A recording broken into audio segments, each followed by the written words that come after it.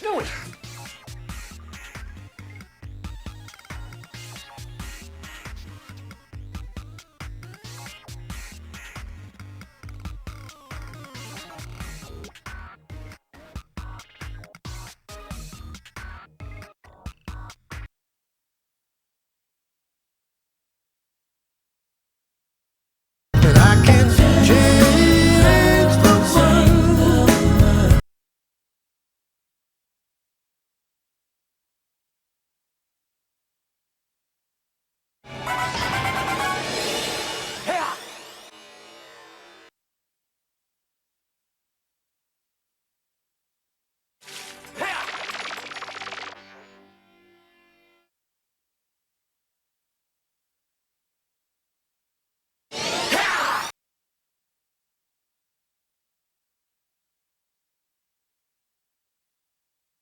I don't think so, sir.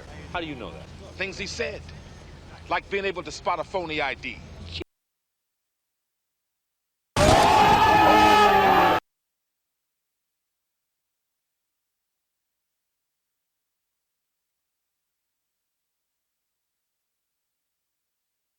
I don't think so, sir. How do you know that? Things he said. Like being able to spot a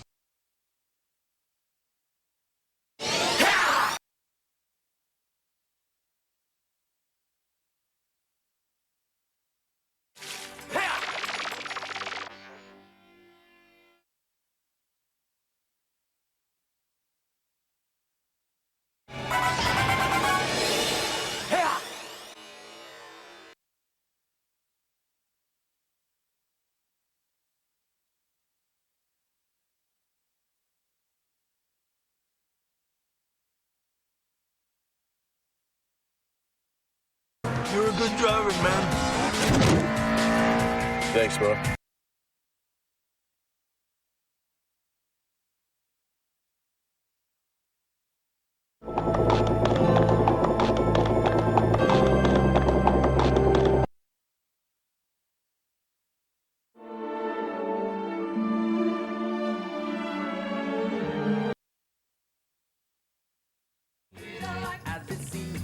I don't believe you.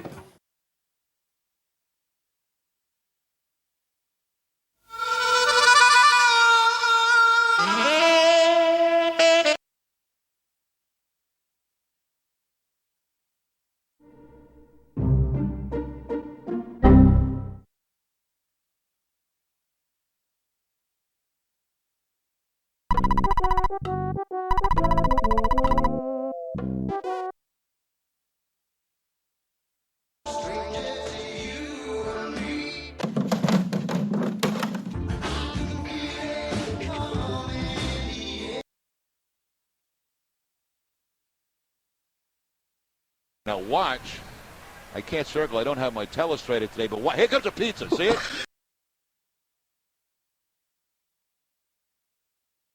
Now watch. I can't circle. I don't have my telestrator today, but here comes a pizza. See it?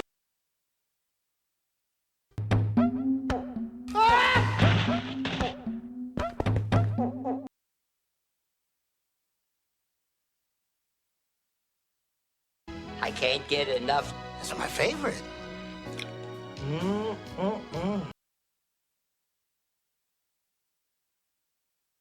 Really good. My favorite. Delicious. Always delicious.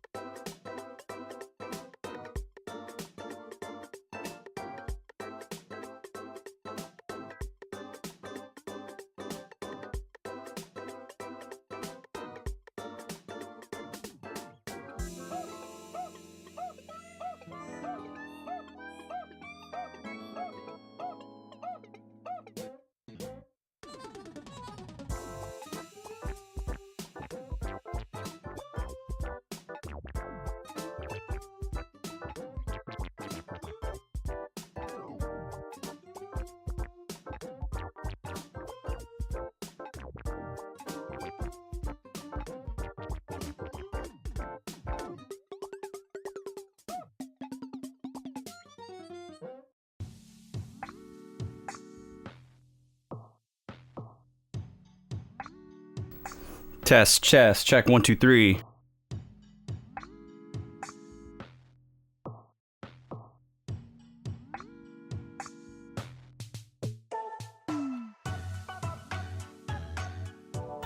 Okay, we're finally ready, folks. Thank you so much for waiting.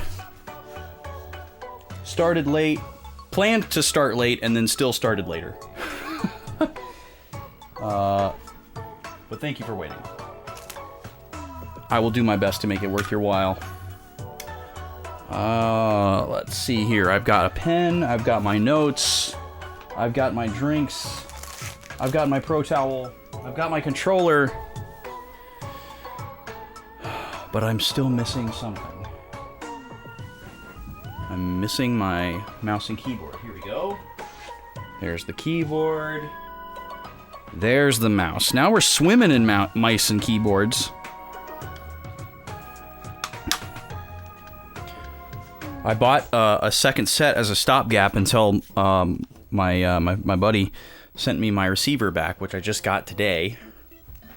So now I have an extra set, which is fantastic. All right, let's do the thing. Here we go. I'm gonna bring this music down. Saturn Valley, love it. Which reminds me, I gotta talk about some Earthbound stuff today. But first, what's the name of the show?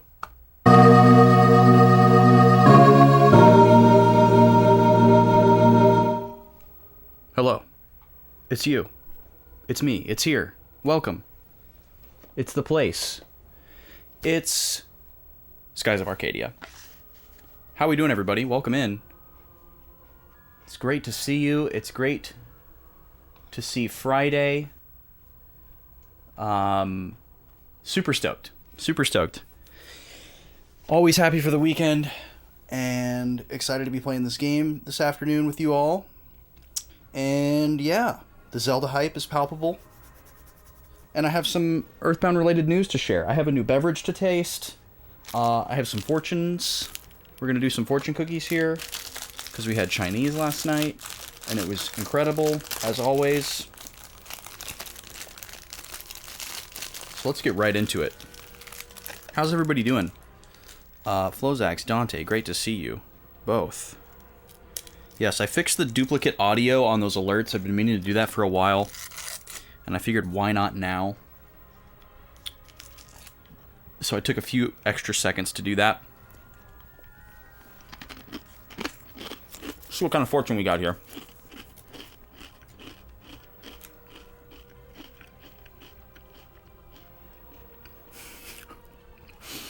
I think this one has a typo. Or there's like a translation issue here. I'll read what it says verbatim first, and then I'll read what I think, and then I'll tell you what I think it's supposed to say. What it says verbatim is, there is something seeing, and there is something being seen. I think what they meant to say is, there is something to seeing, and there is something to being seen. Which is that's a novel statement. That's a good thing to remind yourself of every now and then. I wouldn't really call it a fortune, but I think we all know that fortune cookies haven't been giving legitimate fortunes for a while.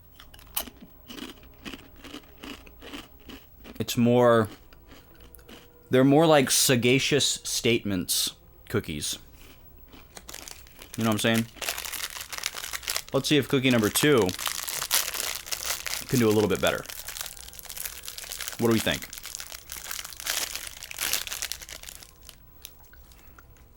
The cookie was good. The cookies rarely miss. Wow, this one ripped as well. Interesting. They both ripped the paper in the same way.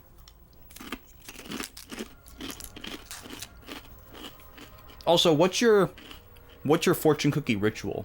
For me, it's break the cookie, take the fortune out, eat one half of the cookie, read the fortune, eat the second half of the cookie while I ponder the fortune. That's my rhythm. Okay, this one sounds a little bit more like a fortune, but it's pretty cheesy, and I don't like it as much as the first one. Stop searching forever. Happiness is right next to you. Chat, look to your left, look to your right. Do you see happiness?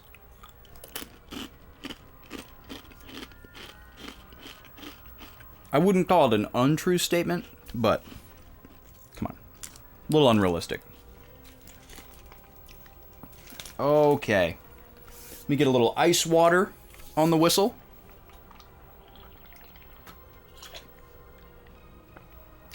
Gonna be drinking a good amount of water today because I've had a lot of caffeine. Because Friday is caffeine day, and I'm the caffeine cloud boy. Hello. And we're gonna be tasting another caffeinated beverage, so I can stay awake through this stream. I'm pretty excited. I found a new Red Bull flavor that I'd never seen before.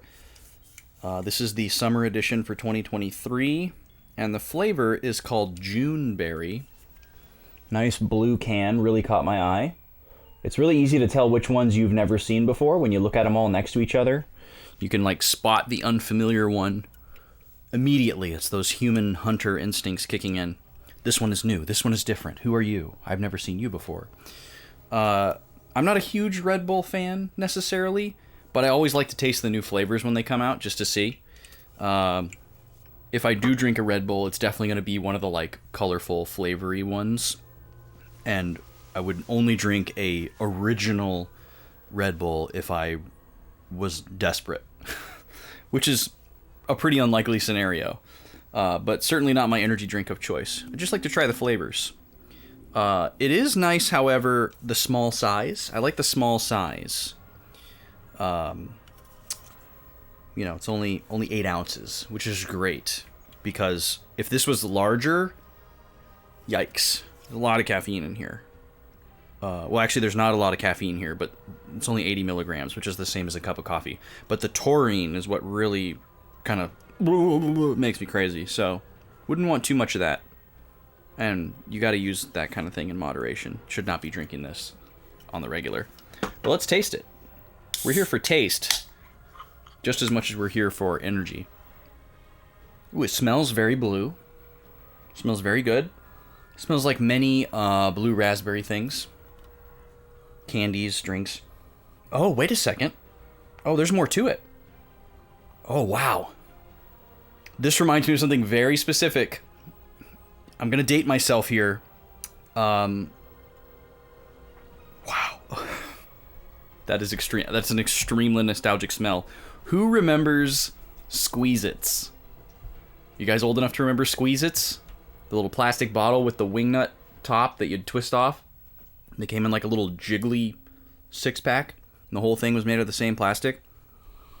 This smells identical to the blue Squeeze-It. It was like this bluish purpley color, and it had this kind of a general berry flavor. It was like slightly tart, almost had that kind of like powdery grape children's Tylenol thing going on too, which was like weirdly satisfying. So there's a lot of childhood nostalgia happening in this bouquet. All right, let's get in there and taste it.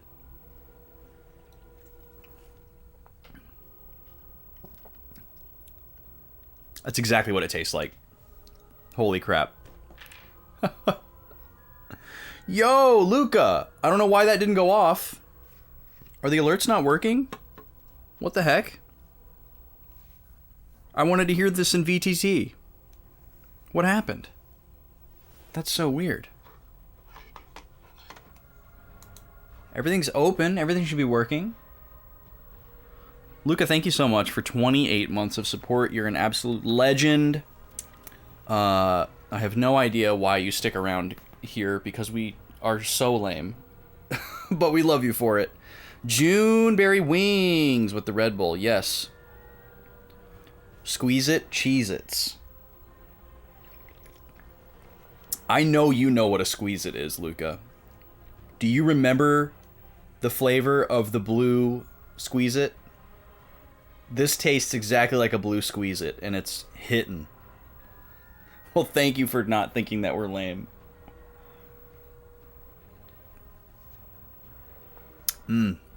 That's really good.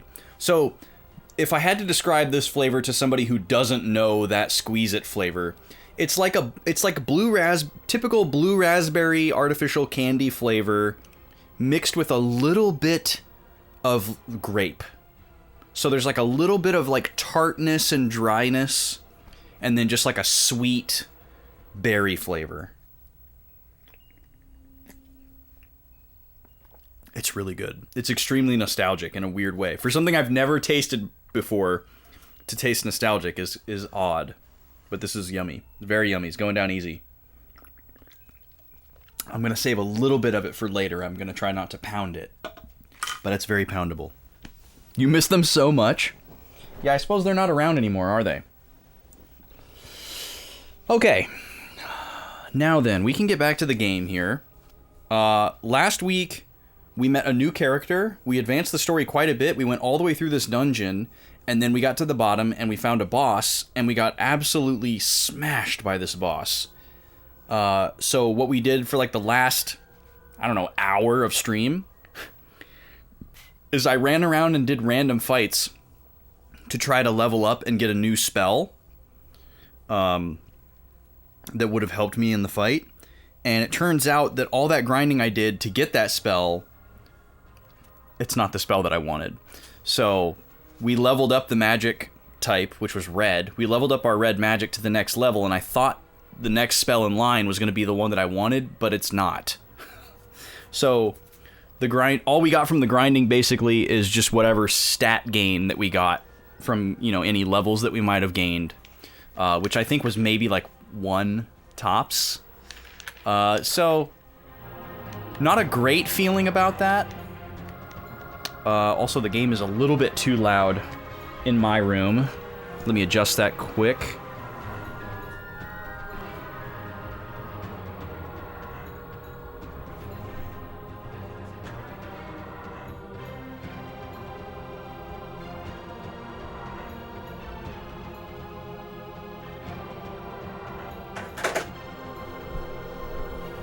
All right.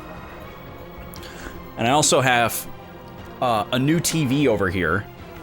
I don't know if I ever told you guys about this, but my HD TV over here that I play newer games on was having this issue with the display, and so I was in the process of getting it replaced because it was under warranty. And it took a really long time to get the check from Vizio because they like manually refunded me and like sent me a check in the mail. It took like almost 2 months. But I got a full refund on the TV. And I went and bought a new one. Just in time for Zelda, which is cool, you know. Not that it's going to make a huge difference, but I'm glad that I won't have that display issue. What was happening was there was a horizontal line near the top of the screen. And it was like a row of pixels, or maybe like 2 or 3 pixels high. And whenever there was a lot of motion on the screen, that row of pixels would get out of sync from the rest of the image. So there would still be color that was roughly similar to the on-screen image, but it was a visible line that was like incorrect. And then when the motion stopped and it went back to a static image, it looked fine, and you couldn't see it at all. So it was really strange. I've never seen anything like that before. And it happened when I was playing Pokemon. When we were playing Pokemon Scarlet and Violet. And I thought it was a graphical bug in the game because the game had so many other bugs. And it wasn't until I stopped playing Pokemon and did something else on this TV and saw it happen again that I realized that it was the TV and not Pokemon. Because the only thing I was playing on it for a while was Pokemon. So I got this new TV.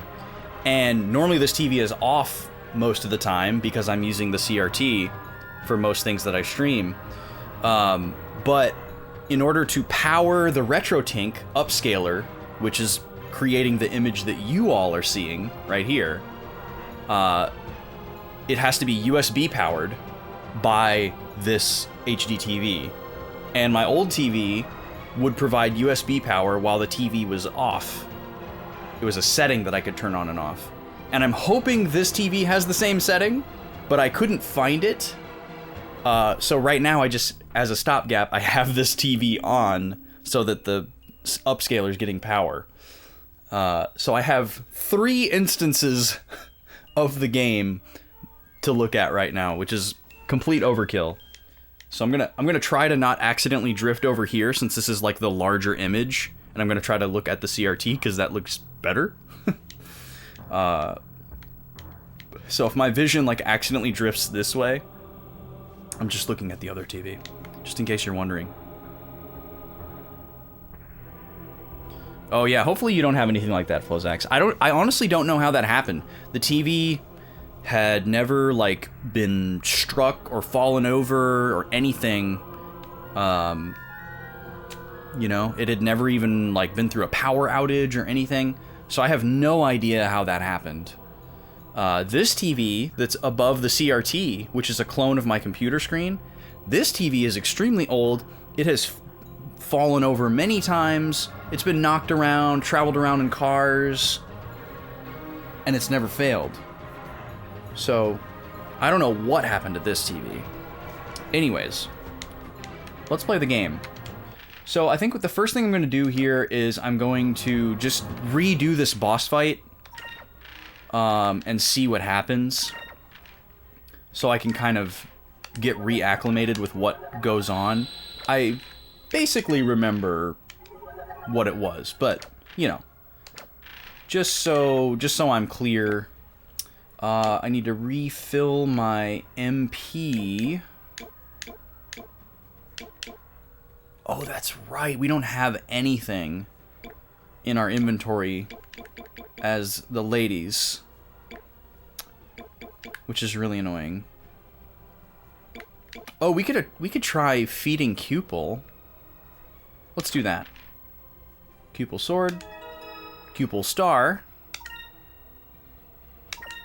Okay, we got a new form.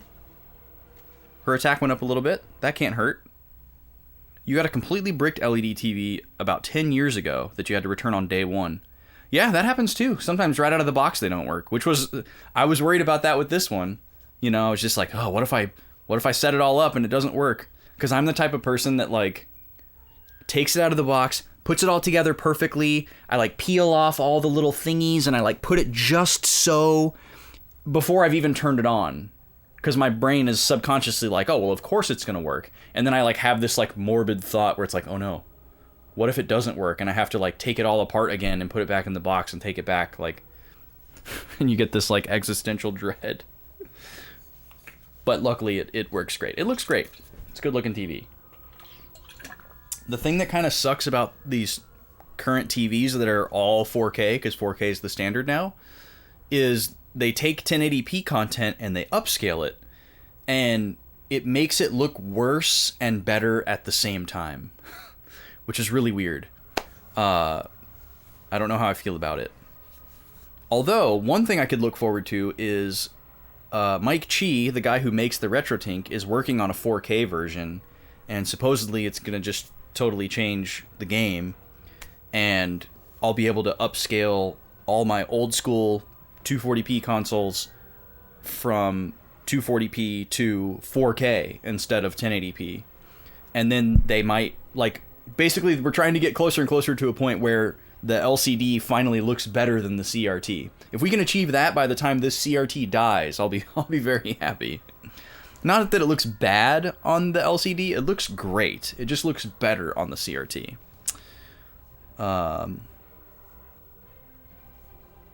Yeah, there you go. You got your brand new collector's edition, special edition Switch system. Yeah, now you just need a week off from work, exactly. Or just have the boss let you play at work. That's what you really need. Be like, look, I'll work a little bit. If something comes in, I'll put the game down. But if there's no work to do, Zelda.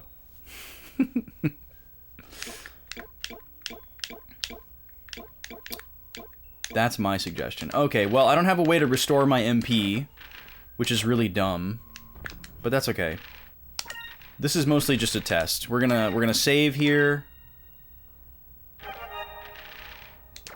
on both memory cards, like we do. Oh, you are the boss. Okay, well, so you can do this. You can totally do this. You don't know how you're not gonna not play while you're working? Do you work from home, Luca?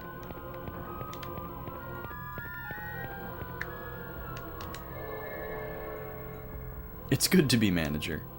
Yeah, I would imagine so.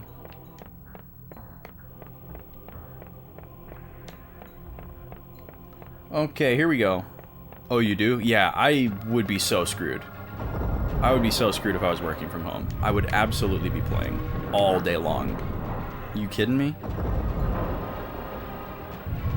Oh, you have a customer-facing role?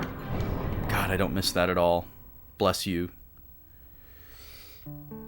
Yeah, the TV and the Switch are just right there. Alright, so we're gonna do this fight again. I want to see what happens. There's two faces. Alright, I'll read this dialogue again since it's a new day. And I need to warm up my voices. Hey, Vice. I believe that's what we came here for. Huh, Ducat's treasure. That's gotta be it. Huh, now I can buy my ship. Wow, look, Fina. Look, that treasure chest is huge. Oh, yes, I see it. Do you think it's Captain Ducat's treasure? Who's there? Who's there yourself? Oh, Vice! It's Vice! Vice! Aika, Fina, you're both okay. Vice! That yay is so good.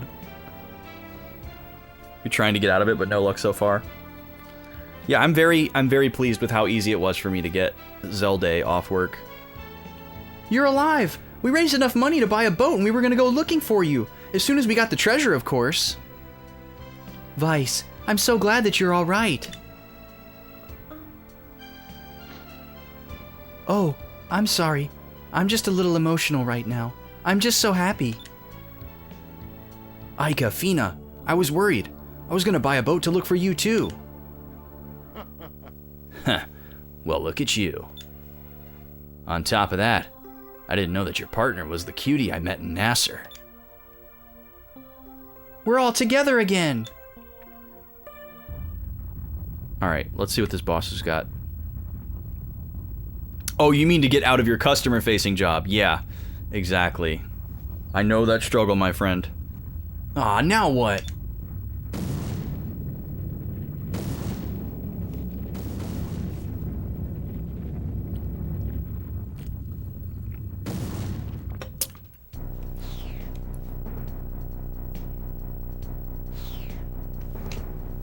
Those timpani are so funny to me for some reason. Okay, so we got two different faces here. We haven't really figured out what the gimmick of this fight is yet. There's a lot of different ways this could go, based on what I know about RPGs. But they have this really strong tandem attack that completely wiped us out. So what we're gonna do here is we're gonna spend the entire first turn here putting up Incrum on everybody, just to boost our defense. Because everybody knows it. We just don't have enough... we don't have enough SP to get it on everybody. So I'm gonna put it on Vice and Fina, because they have the least SP. I'll have Fina focus, and I'll have Gilder focus. So that by next turn we can have it on everybody. So I want to see how much damage we take from the big attack with everybody boosted, because it was doing about 1,200 damage, which is pretty insane. Moons, give me strength. Definitely some of the biggest damage output we've seen from a boss, especially for an attack that they can repeat really often.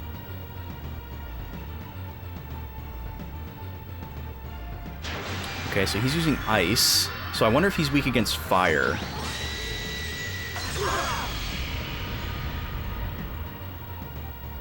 See, that attack did the same amount of damage regardless of whether or not they had the boost. Okay, so now we're going to start attacking. Let's have Vice do... well, we don't want to do any S moves yet. So let's just do... let's do a regular attack. I'm gonna attack the red guy first. I'm gonna assume that the purple guy is the attacker. We'll see how that goes. They could just both be attackers with different elements. Okay, so Aika needs Incrum on herself. And then we need to put Incrum on Gilder. And then everybody will have Incrum. And then Gilder can also start attacking. Let's pay attention to the damage that we do. And then we'll look at our colors of our weapons to see if that's possibly having an effect.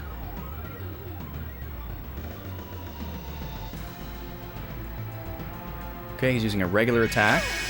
That's fine. That's great. 300 damage before the boost, which is good. So this raises our attack and our defense by 50%. And as far as we know, it lasts the entire battle. So we only have to cast it once. Okay, this is the really powerful attack. This is what we're trying to protect ourselves against. We just got Incrum on everybody. So we should see reduced damage here. Yikes. Okay, it is less, but it's a ton. 36 damage. Horrible. 30 damage. Okay, they must both have red weapons on, and he probably resists red. Okay, what can we do here? So let me try hitting him with purple.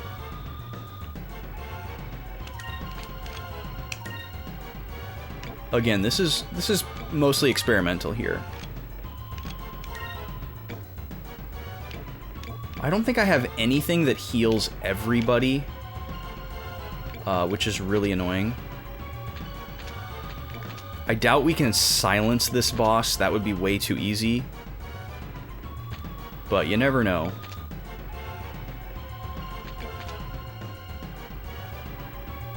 We could try hitting this guy with an ice spell as well. That'd be a good test. Fina, can you heal everybody?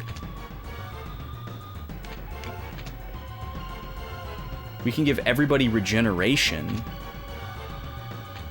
But that's it. Alright, so let's rethink this here. Let's have everybody heal. We have our items back. Oh, this restores 5,000 or 1,000 to everybody. This is worth using just to get caught up here. And then I can put regeneration on everybody. Aika usually goes first, so I'm gonna have her use it. Let's go back to Vice here. Maybe we have him use magic? Alright, we'll have him try the ice... Oh, no, wait, we can't do any spells because then Fina won't have enough. So let's just do our regular purple attack like we were going to do before. Aika is going to use a Sacrum Crystal. And then Fina is going to use Lunar Blessing. We've never got to use this before, so I'm feeling hopeful. And then we'll have Gilder use a purple attack on this guy too. Might as well. So I wonder how good regeneration is. And how does it work? Is it like once per turn they get a little bit? Is it time-based like in Final Fantasy? Okay, so it's more like a status. Okay, so that makes a huge difference. He can counter. Okay, we gotta watch out for that. Here's the Sacrum Crystal, thank God.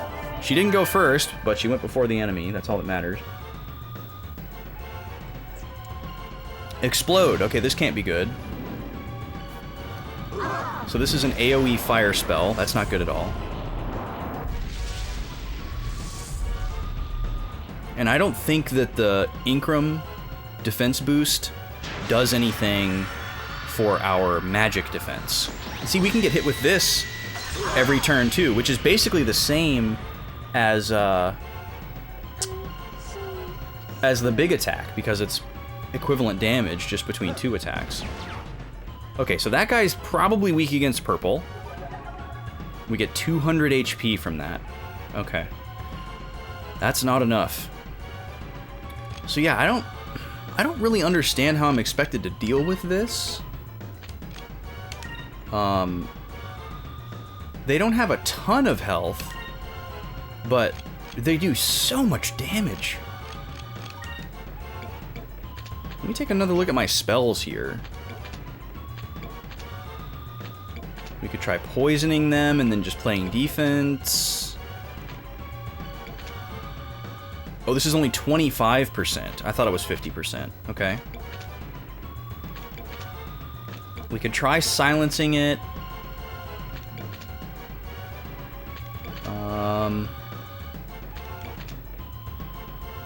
Raising our speed probably wouldn't help too much. We can weaken them by lowering their attributes by 25%. That's probably a good thing to do as well. And then that's about all we got. So yeah, I guess that's what we would try next time, is trying to use Drilln on both of them as early as possible as well. That could be a good play. And then what does this do? Oh, this might be the play. Anti-magic shell around all allies for 1 turn. Let's try. Okay, this is probably the play. Because if you can just use that every turn, I want to know if this makes us impervious to magic or if it just reduces magic damage. Because if it makes us impervious to magic, I mean, come on, we're in the clear. We need to try to bring back.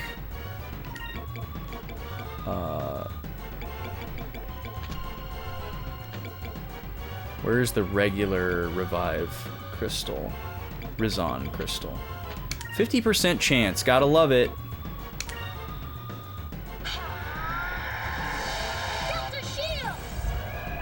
So let's see what happens here. This should work.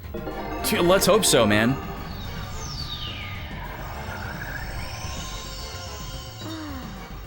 Okay, good. I wonder if she's behind the shield. If she's since she's revived afterwards. This will be a good test, potentially.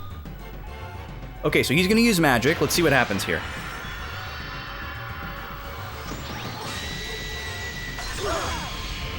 Okay, yeah, it still does pretty much the same amount of damage. So I'm not exactly sure what that ability actually does. It doesn't seem to be reducing damage at all.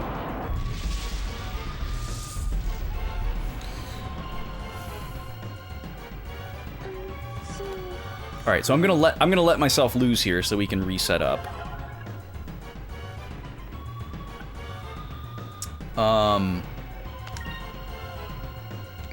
I feel like the best strategy here is probably just to try and outpace their attack and get rid of one of them as quickly as possible. Yeah, you might be right about that, Flozax. That's a good theory. Let's see if Drilln hits, so we know if we can try that. See ya, Vice.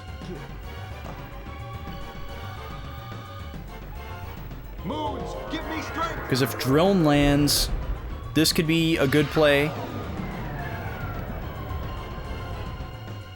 Miss. Okay, so we don't know. We'll probably die before we get to try it again.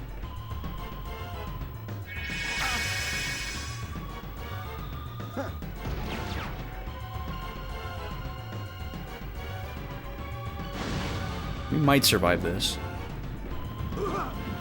Yeah.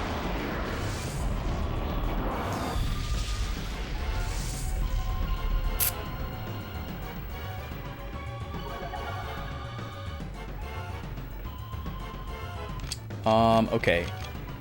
Let's try Drilln one more time. I really want to know if this is possible.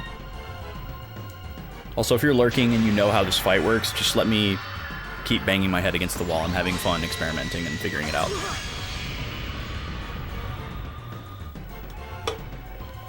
Please and thank you. So they got to go before me that time. That's really weird. We survived, though. Man, that animation reminds me so much of one of the ones from Wild Arms 3. Moons, give me strength.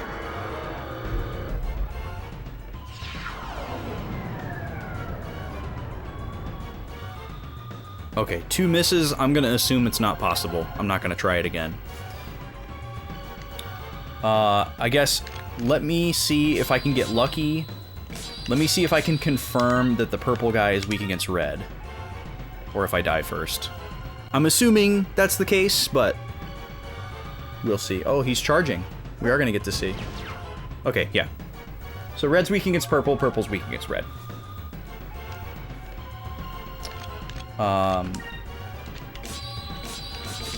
Pretty simple.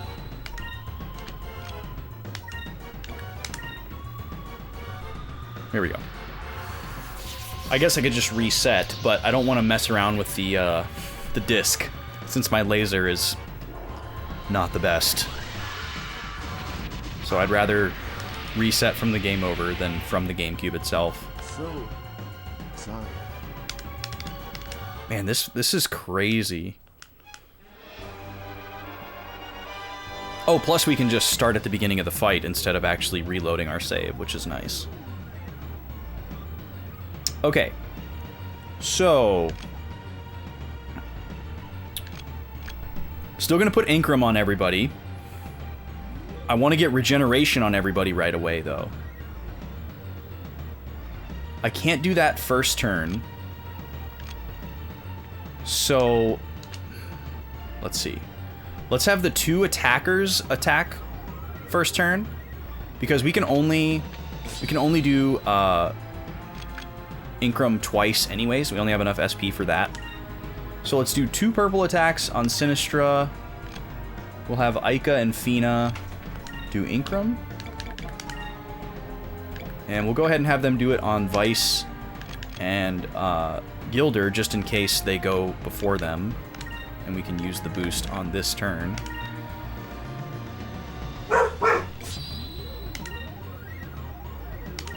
Alright, there's our first turn.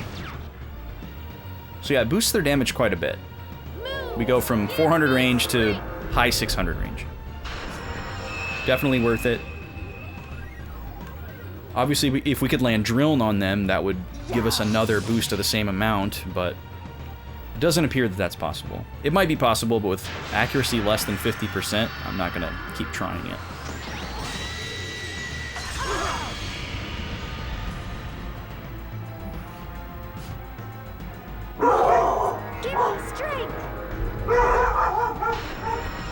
What is it?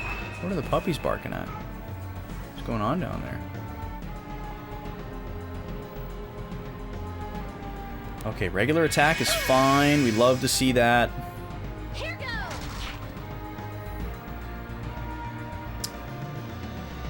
Now, we're all missing... oh, I didn't mean to press that button. I meant to press this button. Let's see. Everybody's missing less than 1,000 HP. So if we used that item, everybody would be at full health, which would be a little bit of a waste.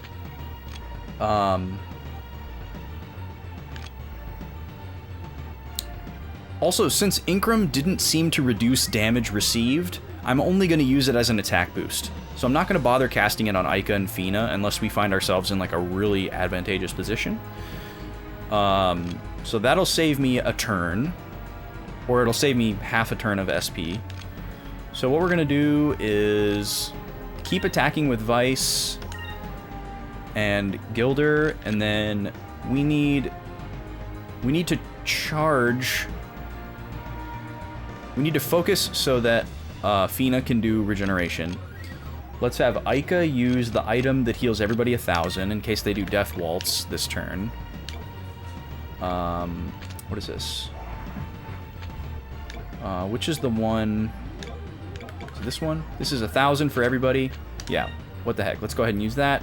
And then Fina, you can just focus. Gilder's going to attack Sinistra. Oh, come on. I can miss? Are you kidding me? So if one of them uses magic, you can't get hit with the dual attack, but you can still get hit with the other one's magic as well, which combined is about the same damage as the dual attack. But there's a chance that they could charge or do their regular attack, which is less. So, but we got both magics.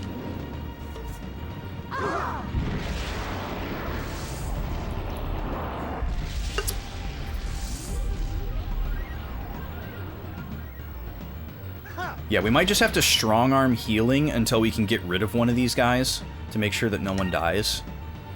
Okay, so now we can start doing some bigger attacks. Let's do... does this hit everybody? It does. But it's not really worth it, I don't think. I think we're going to do Cutlass Fury on Sinistra. Ica, we're going to have you use another one of those items. I hope these aren't super rare. But we're just going to smoke them if we got them. Fina... Oh, Fina doesn't have an... we need one more SP. Darn. Okay, Vice is going to have to do a regular attack again. Ica's going to use the Sacrum Crystal. 1,000 for everybody. Fina is going to do... Lunar Blessing. Because I'm sure that will pay off. It'll probably save us some items. And then Gilder, he doesn't have enough to do an S move either. We could have him try a spell, but I'm afraid it's going to do less. So I'm just going to attack. I think if I'm at the point where I want to try magic spells, I would do it with one of the ladies. Especially, I'd want to do it with Fina, because Fina has the highest magic stat. So we get the highest possible damage output there. Alright, everyone's got regeneration now. This is a little bit overkill, because 2 of our characters aren't missing 1,000 HP, but this will put everybody at max, which is great, because we might get a Death Waltz this turn. Plus we can get counterattacked, which really sucks. But we've got this guy below half already, which is great. Wonder what his chance to counter is. Okay, no dual attack.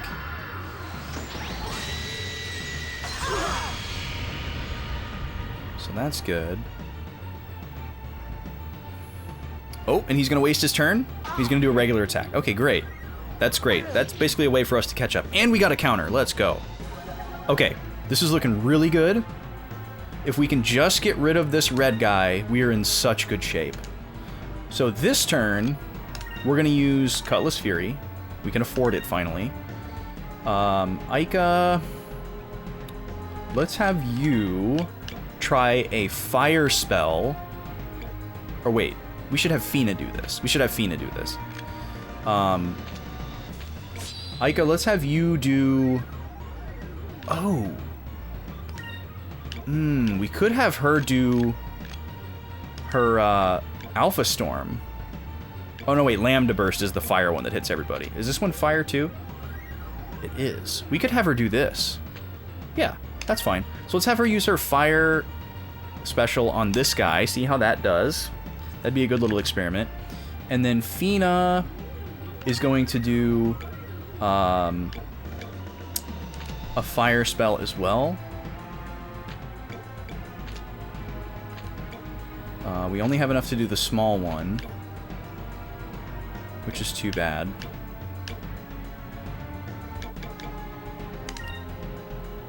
And it's not going to do very much damage to the fire guy, but that's not a problem. And then Gilder, you're going to do a regular attack as well. You're still purple, right? Yeah.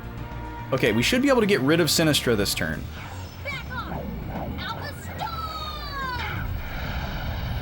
And with one of them gone, this fight is going to become a cakewalk. Okay, that did nothing. Move! Give me strength! That also did nothing. Okay, so magic is not good for these guys.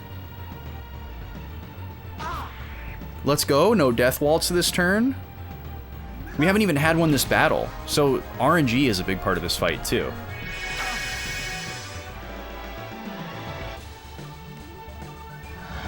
Alright, well this is totally overkill. We didn't even need to do this. He would have died to a regular attack. That's fine. Alright, this should be pretty smooth sailing now. This guy's gone. Unless this guy gets some, like, new phase or whatever. If he keeps doing the same thing, this fight's over. Because now this is the best he can do every turn. And we can manage that very easily. Because we're getting half of it back for free. So we can wait quite a while before we heal. Because we know that that's his max damage output. Is like 600 per turn. So, we need to switch to red weapons now. Let's do another Cutlass Fury. Aika, you can attack. Fina, let's have you use one Sacri Crystal. Who's got the lowest health? She does. Okay, so she's gonna use it on herself. And then Gilder, you need to switch to red as well. And let's see how much damage we can do. Not much from Aika. Let's try this. Something's bothering Nemo. We've got some stormy weather coming this weekend, so that's probably what it is. Hoping I can wake up early enough to do yard work before the storms start, because it's supposed to storm all weekend. 1400, that's beautiful! It's been this weird pattern in the last couple of weeks where, like, the weather's really nice during the week, and then the weekend is kind of, like, stormy. And that's pretty much the only time that we have time to do yard work. So it really needs to get done. It has not gotten done in a while. Oh, interesting. When our health dropped down a little bit, the scary music came back. We're going to do Cutlass Fury again. We need another heal. Let's just use another one of these for safety. And then we should be good. Let's see how the new Cupel does, just out of curiosity.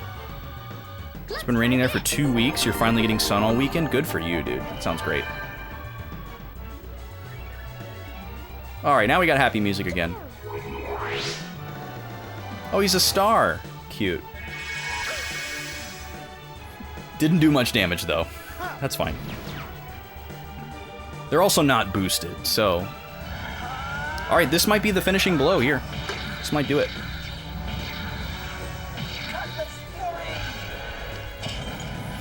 Yes! Alright. So that was the strategy for this fight, I guess, is just take one of them out as quick as you can. Boost. If there was a trick to that fight, I didn't really discover it, but what we did worked just fine. Isol seed and a Magus seed. Do you guys say Magus or Magus? This is so Dark Cloud right now. This song and like this aesthetic. This song. It's all very Dark Cloud. You have to do some yard work too, and you really don't want to. You just need to rake a bit. It's just tiring. I don't mind doing it, actually, because we have a very small yard now, which is great. Yo, the alerts are working! Dorian. What's up, dude? Good to see you again. Good to see you too, man. How are you? What's been going on? Thank you so much for 7 months of Prime. Really appreciate you. We're just hanging out playing some Skies of Arcadia. Just beat a difficult boss that kicked our butt last week.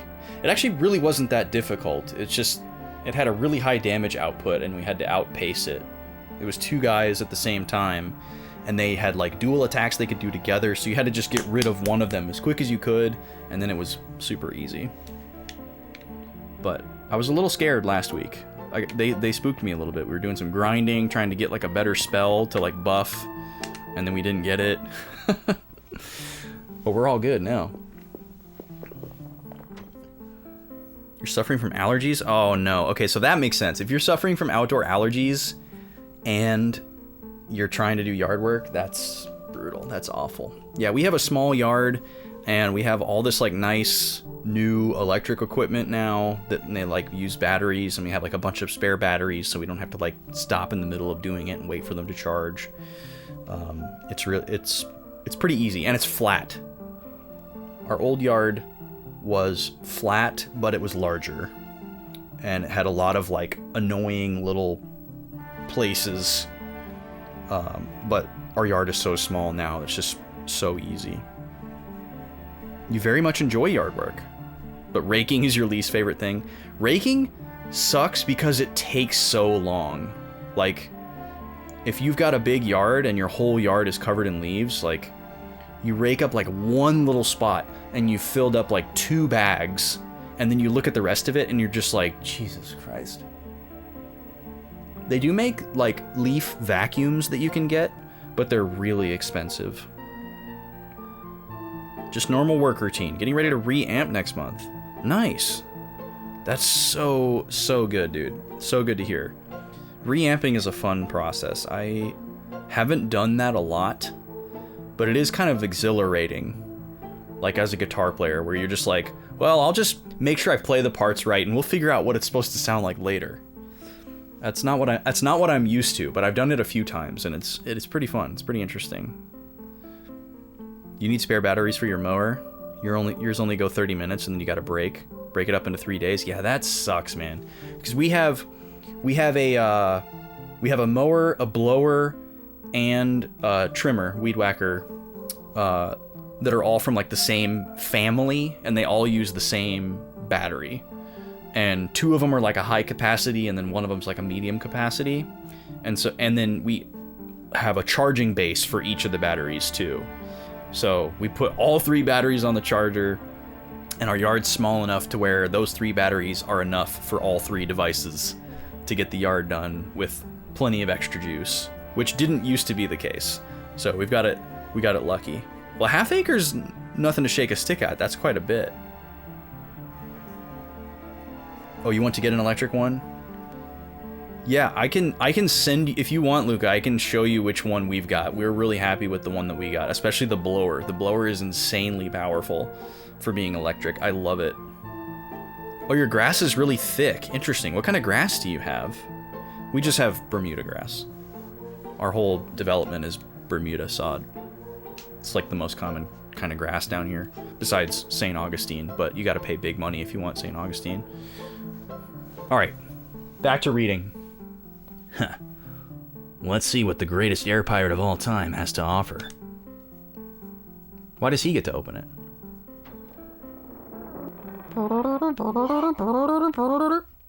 What? What's this?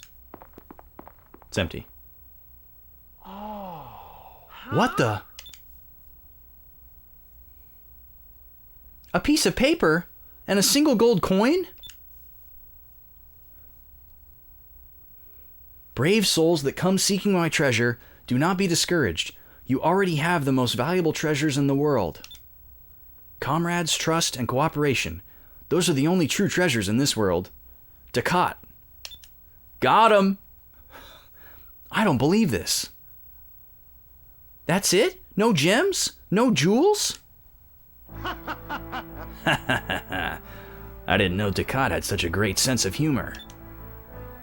I haven't laughed this hard in a long time. A good laugh beats a bunch of gold any day. Well, this treasure has brought us all back together, and friends are more important than any treasure. I understand that friends are important, but he could have at least threw in a little something for our trouble. First it was the lost city, then it was Ducat's treasure. All these old legends haven't paid off one bit. I'll bet the greatest air pirate of all time spent all of his gold while he was still alive. You can't take it with you, you know. Some old bag of bones in his grave is laughing at us right now. We ran around like idiots the whole time, and we're still poor.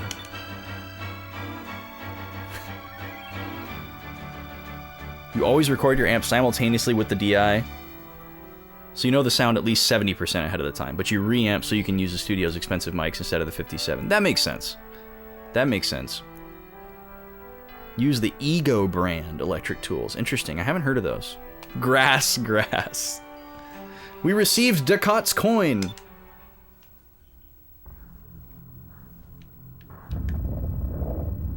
Can we get the heck out of here? Can we have a full party again? Can we roam the world again? We've been kind of like tunneled for a while. Railroaded. That's the word I'm looking for. Final Fantasy 13'd. Great game, by the way. Uh-oh. The Monoceros. Valuan flagship 6 Admiral Ramirez. Wait, I need to write this down. We don't have a voice for Ramirez yet either. This is new.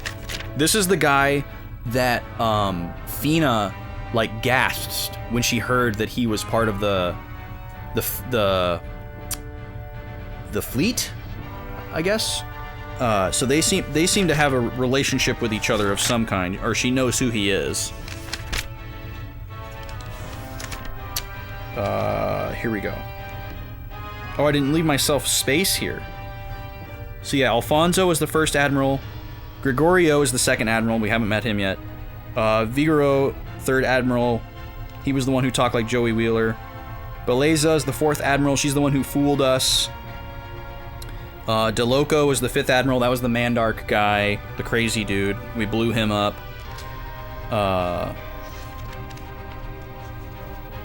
And then Empress Theodora and her son Enrique. Okay, so I gotta write this down here. I don't know where I'm gonna write this. I didn't leave myself room. I guess maybe we didn't know at the beginning there were 6 admirals and we thought there was only 5. When you reamp all your knob positions and your own setup is finished, you don't do that in the studio. Sure, that makes sense.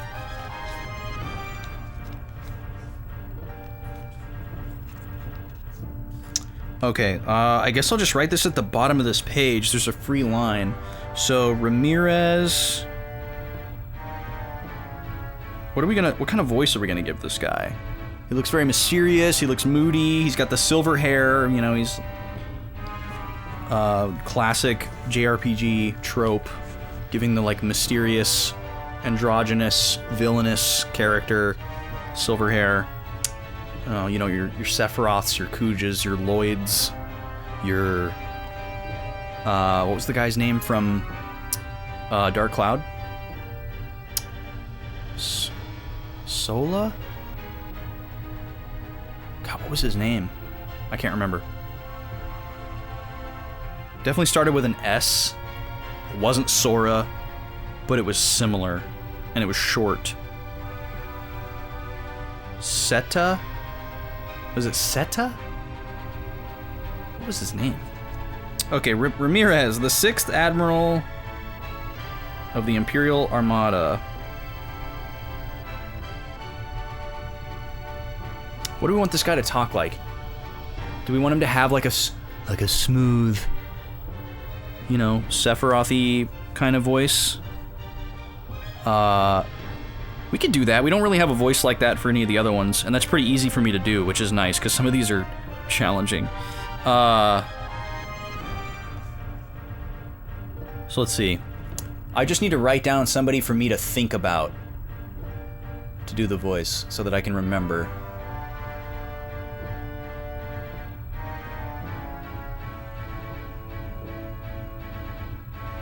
I guess I can just write down Johan. It's kind of like Johan from Monster. I'll write half Johan. Because I'm not going to go full Johan. Full Johan is way too much breath. That was the voice that I did for, what was his name in Wild Arms 3? The blonde, one of the 3 guys. He was perfect for it because he was like obsessed with beauty, and he had a similar haircut. Can't remember his name. I am the man. What's up, dude? Welcome in. All right, Ramirez. Let me take some other notes here really quick. Today is 5/5. Defeated Sinistra and Destra.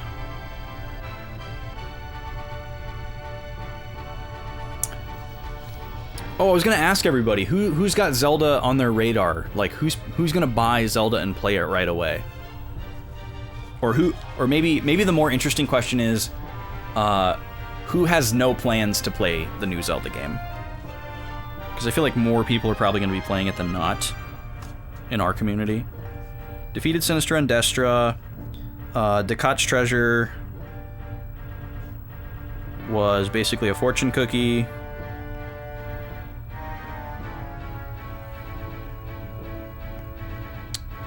And now we're meeting Ramirez. Ambushed by Ramirez.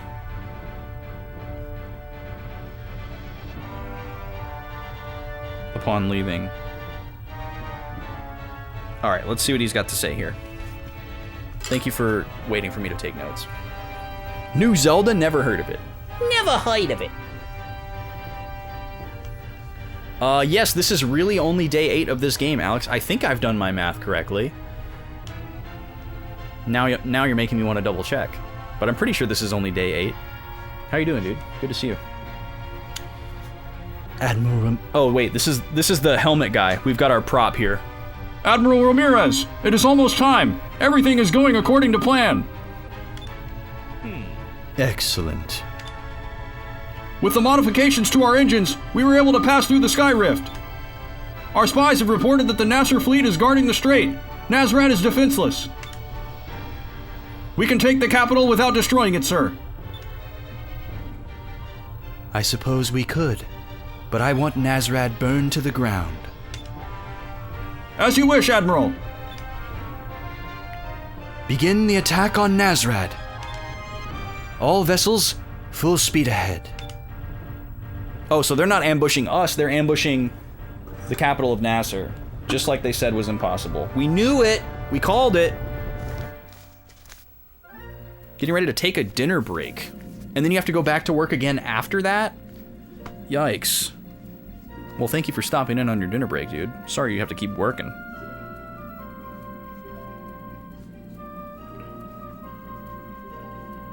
Okay, so I'm gonna cross out what I just wrote because it's incorrect and I don't want to be confused by it later. Ramirez is attacking Nasser capital. So obviously the implication here is that we need to race back there to try to intercept them and stop their attack. It's interesting, as the, like, omniscient player, we are being told that what's going on, but our player characters don't actually know that that's happening. So that it's not like they're like, hurry guys, we've got to get back there and stop them. You know, we're none the wiser. So we wouldn't have to feel guilty if we just went somewhere else. Okay, so Nazrat is where we're trying to go here. I'd like to go somewhere I could, like, sleep and save first. I wonder if I can... I wonder if I can go to Crescent Isle and, sleep where we were stranded as Vice. Hey, T! You're eating and watching? What you eating? Oh, by the way, this is super tasty, T. This is really good. I'm pretty confident that you probably remember Squeeze-Its, and this tastes exactly like the blue Squeeze-It from back in the day. It tastes very blue. It tastes blue and like a little bit purple. It was really yummy. Yeah, it tastes like a blue Squeeze-It. Pretty much exactly. Alright, let's switch everybody's weapon colors back to all different. So we'll go purple, red, green, and silver. Actually, we should switch off of red and go to yellow, because we just did a bunch of red. Yeah, it's really tasty, T. It's good. One of the better Red Bulls that I've had. Not the best, but definitely one of the better ones. Probably top 5 for me. It would be interesting, actually, to A/B this with the blue edition, because there's like a regular blue one that's like a shiny, deeper blue instead of the matte color. That one is similar, but not as good. I would say that one is a little more like stronger flavor, but not in a good way. Poor Nima. There's a storm coming, y'all, and Nima knows about it. She got tipped off about the storm. She's not happy about it. How do I change my color? I don't want to forget to do it in the battle. Here we go. Yellow.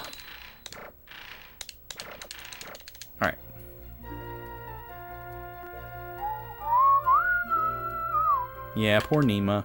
There's gonna be some stormy weather this weekend. Okay, where's Crescent Island? We're really close.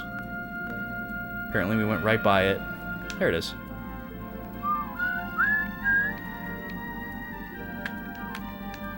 Can we land here?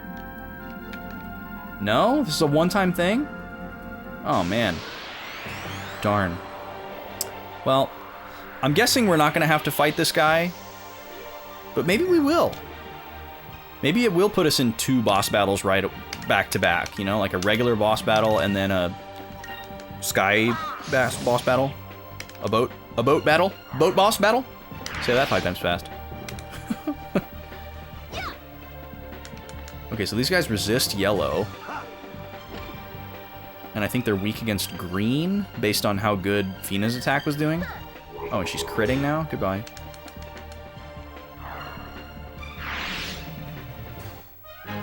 That was fun. Boat battle or boba for short. Love me some boba. I would say boba is like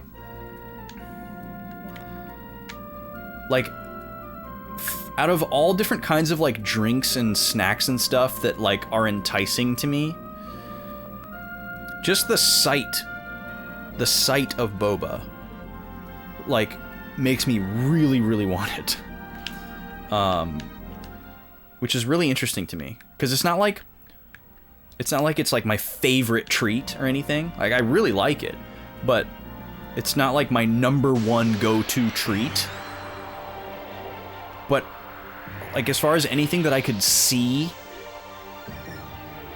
and like the level of how much I would want it immediately upon seeing it, that one is just so high up there for some reason. And I would love to get to the bottom of that, like psychologically, because it's just fascinating.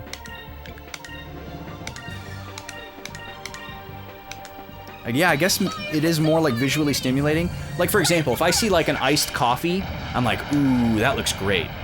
I could really go for an iced coffee. You know, if you like, you see the ice cubes in the clear container, you can see the outline of all the ice cubes with the coffee, and maybe the cup is like sweating a little bit. You know, it's like, oh wow, that looks great. But it doesn't make me like feral for iced coffee. But if I like walk into the office and I see like boba sitting on someone's desk, I'm like, oh, I need it. Yeah, it is a very stimmy snack, which is great. What is that? Is that the bad guys? No, I think this is just like a random shop boat. Look at that thing way up there. Looks like a space satellite. Are you good or bad? Oh, look at this. Huh, the Valuans are overconfident. They think their armada's unstoppable. Let them try to get past us. Doesn't matter how many ships they have. If they try to rush through the strait, we'll pick them off. Yeah, we'll see about that. Or I guess maybe we get to come back here safely before they arrive. Maybe the game showed us that because we're supposed to try to warn the Sultan guy again. Maybe that's what's going on. Oh yeah, the ice cube sound, like when somebody like shakes their iced coffee. Oh my god. That's really good ASMR for me. Gotcha. Definitely one of my favorite sounds is like ice in a cup.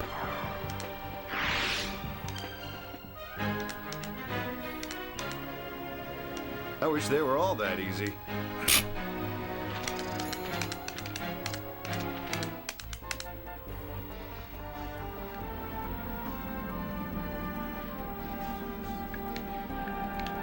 Okay, can I land, please? There we go.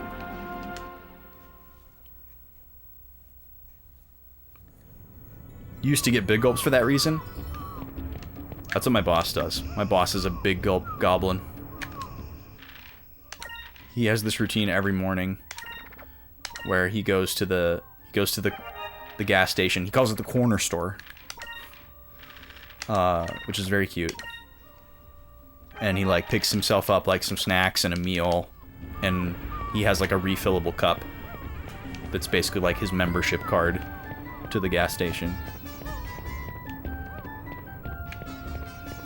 And then when he finishes the soda that he gets from the gas station, then he goes and he buys a Diet Coke from the vending machine and pours that into the remaining ice. Ooh, we get a little sunset-y version of the town. This is cool. Change up the skybox, relight the geometry. Pretty cool. I was hoping to find a bunch of gold so I could buy a big ship.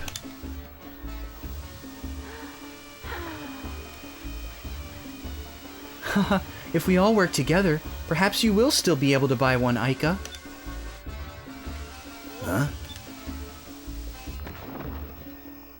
Okay, I'm glad I saved, because we didn't get a chance to sleep.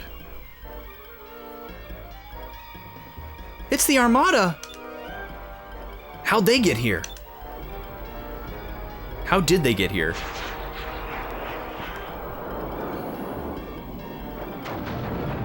Dang! You do that with tea and leftover boba pearls? Yeah, we do that too. When we go to the boba place, they put a lot of like fresh fruit in the drink along with the pearls and, you know, jellies or whatever you get. And so when you're done, there's usually a bunch of that left with like some ice, and we'll pour like a flavored seltzer in there. So good. The Royal Palace! Looks like they're trying to make an example out of Nasser. Vice, if we just stand around here, we're all dead. Head for the docks. We just got here.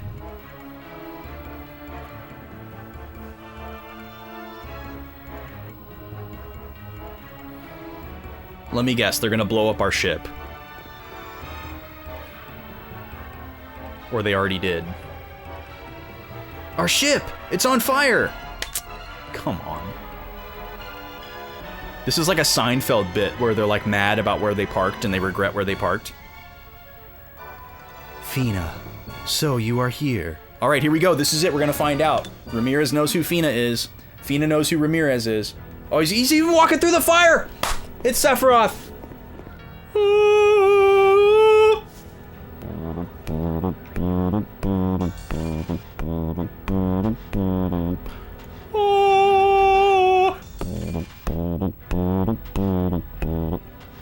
I have been looking for you. Ramirez. Hey! That's so good. I love that. Fina, you know him?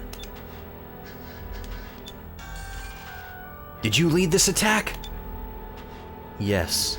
From this day on, Nasser belongs to the Valuan Empire. And I will be taking you back to Valua. Aw, he's cool. Dang it. Surrender or you all die. Vice, please do as he says. Fina? Please, you won't be able to defeat him. Not yet. Do as he says. Not yet. That's a little too video gamey, Fina. What will we do? Oh, we're given a choice? Oh, man. Well, I'm guessing if we choose to fight, like, we're allowed to lose the battle.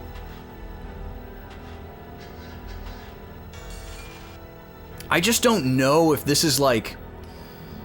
We don't know if these are doing some kind of, like, hidden calculation that's gonna be important later. I get you with that one, Flozak? Oh, we love a musical gag here. And my forehead is, a little shiny. A little sweaty, a little shiny. That's why we keep a pro towel. One of many reasons. I'm just gonna surrender. Alright, cool. It gave us the chime. That was what we were supposed to choose. Alright, we surrender. A wise choice. Capture the air pirates. Take them back to the Grand Fortress. Wait, where are your lackeys? I don't see them anywhere.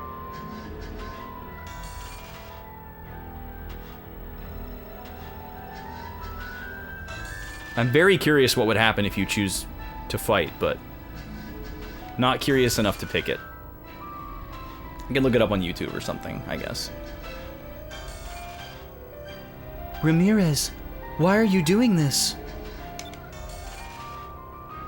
So is his silver hair supposed to tip us off that he might be a Sylvite?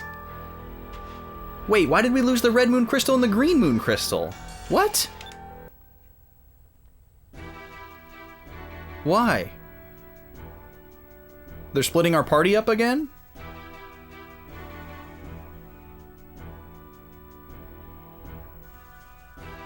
Well done, Galcian.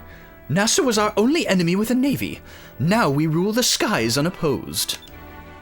Soon the whole world will bow before the might of Valua, and they will see me as their ruler. Yes, Your Highness. It is my understanding that the Sylvite girl and those air pirates had the moon crystals in their possession when they were captured. Oh, I'm getting the moon crystals mixed up with the ones that give us the magic. Those are the only 2 moon crystals that we have found so far. That's why they were the only ones that were taken. Okay. Let me take some notes here.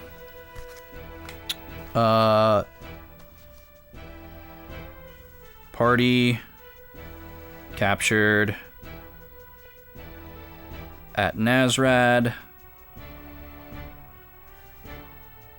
Red and green crystals taken by Valua.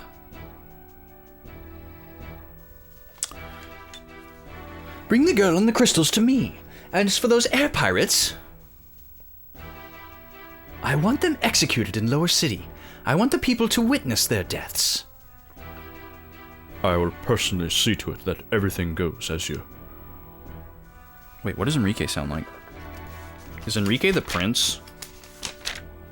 Is he Malfoy?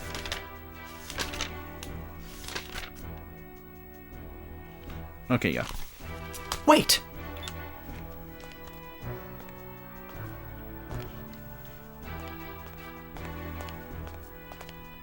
Mother, I just heard that our fleet destroyed Nazrad while it was defenseless. How could you? Why did you have to murder so many innocent people? My father will hear about this. I know that we are acquiring more lands, but if we use these brutal tactics, the people will rise up and rebel against us. Please, we've made our point. Pull our troops out of Nasser. Silence, Enrique. It is Valua's destiny to span across the world and bask in the glory of the 6 moons. How do you expect us to conquer the world without a little bloodshed? But Mother, how can you expect to inherit the throne of the empire I worked so hard to build? You're too much of a coward. Remove yourself from my sight.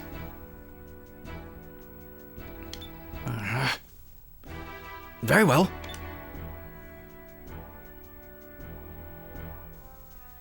Galcian is a walking coat.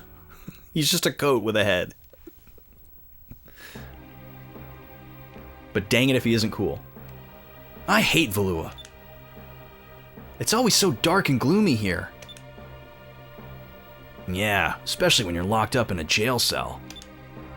Valuans have no sense of hospitality. Hey guards, can we get some food in here? How about a drink or something? I'm glad you're enjoying it, T. Trying my best over here. I can't believe we're back in Valua. I wonder where Vice and Fina are being held. Oh, Aika's in her own cell? Manly voice. Oh, here we go. Is this where the air pirate girl is being held? Oh, wow, I guessed right. It's Admiral Vigoro. This is the guy that's Joey Wheeler. I was almost deadly on point. That's hilarious. Oh, we got a helmet guy. Yes, Admiral Vigoro, but sir, why does that concern you? Hey, don't worry about it. Now run along and go make yourself useful somewhere else. Well, what do we have here? Nice legs and curves in all the right places. Her legs are in the right place. I do have to agree with him.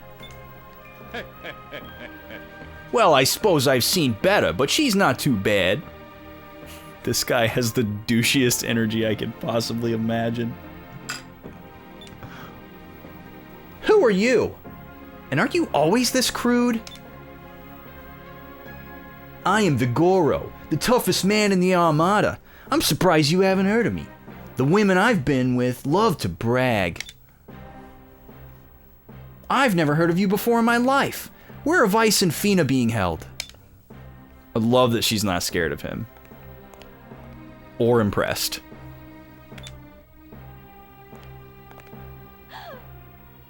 Get away from me, you creep! You're all sweaty and you've got a serious body hair problem.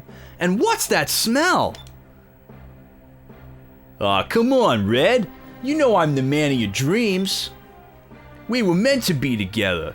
I'm sure you'll grow to like me. Just give me a chance. That face. Yuck, you're disgusting.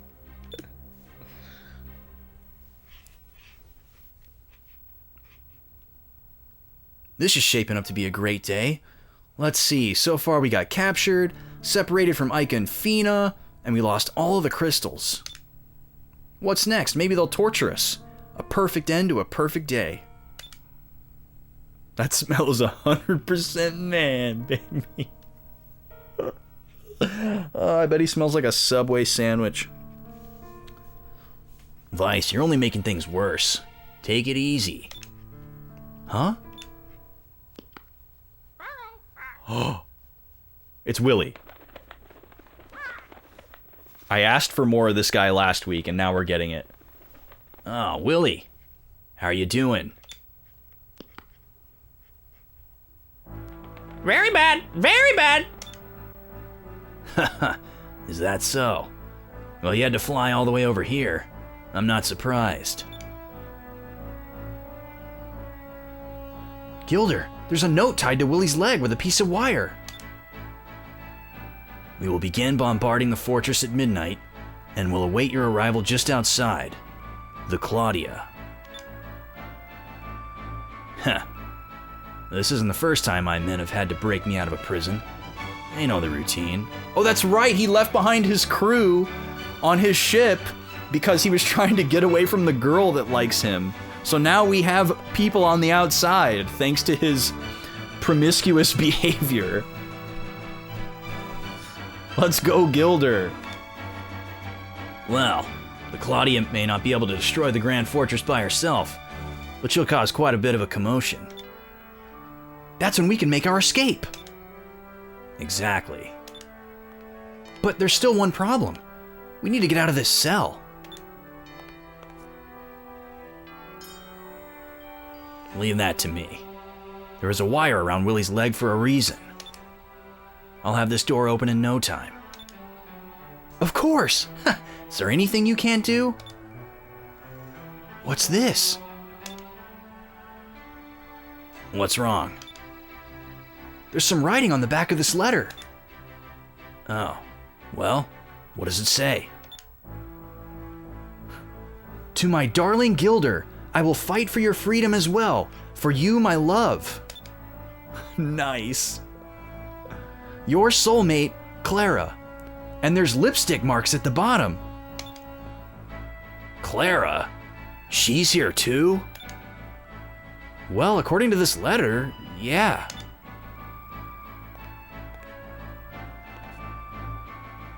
Hey, Vice. We don't really need to break out of here, do we? What are you talking about? We'll be hanged. Being hanged? Being stuck with Clara. Tough choice. Oh well. Funny. Wow, I'm impressed. Willie, tell the men to wait for me with a barrel of Loqua. I think I'm gonna need it. Aye aye. Willie understands the English language. Willie is the smartest bird in space, or wherever the hell we are. Well then, I'll grab our weapons. Let's go. Heh, let's not forget about Ica and Fina. I'm not leaving without them. So our weapons were just like in a box right outside the jail cell. Typical.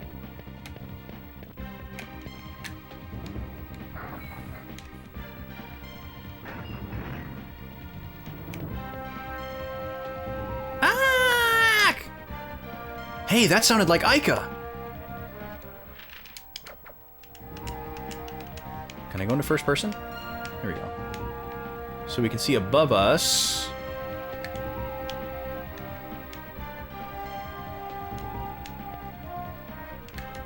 The music makes me think there's going to be random battles here, but it kind of wouldn't make sense. Is that water?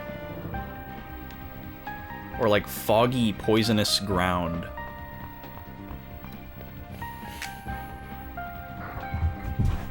Whoa. Gobi just came thundering in. It's gonna be hard to get Nima to play Gobi. She senses the stormy weather. She's not happy about it. Okay, so we got jumped by some guards, right? Can't really see them, but yeah. Officers.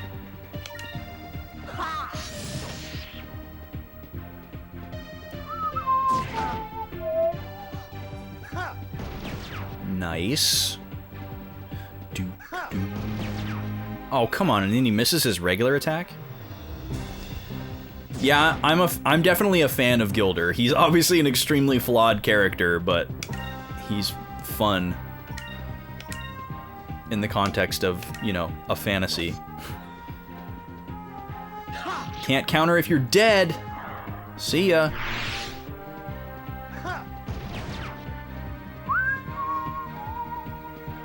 Man, his armor is cool. Okay, so these guys are electric users. I wonder if they're weak against blue? Let's just try it for fun. Switch to blue, see if it does more damage. I'm trying to figure out if all enemies have, like, color relationships. Doesn't seem like it. Or just some. Because the last bosses definitely did. And throughout that dungeon, we also encountered some enemies that seemed to, but I don't know if we did enough testing to fully confirm it. But there's other situations where we definitely have not seen a difference in damage based on color. All right, a save point. That's kind of nice. And it looks like we get a choice here on left or right. What do you think, chat? Left or right?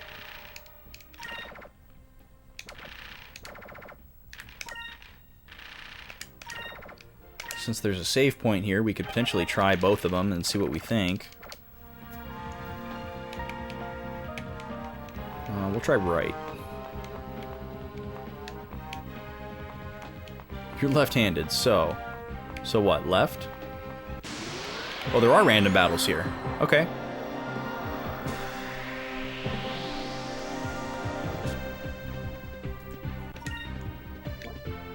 Oh, and these are regular shock troopers. Okay.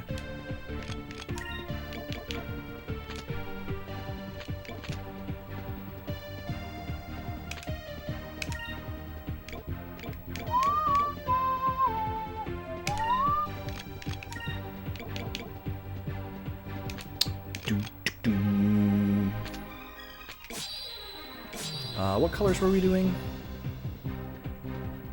Purple and...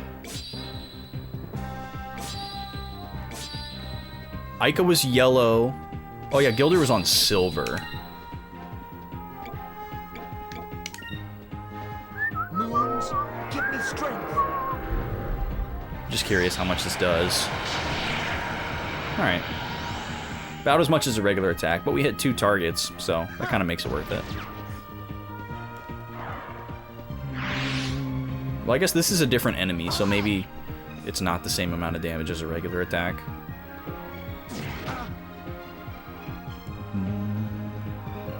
These guys have wild-looking uniforms, too. Their helmets are so comically large.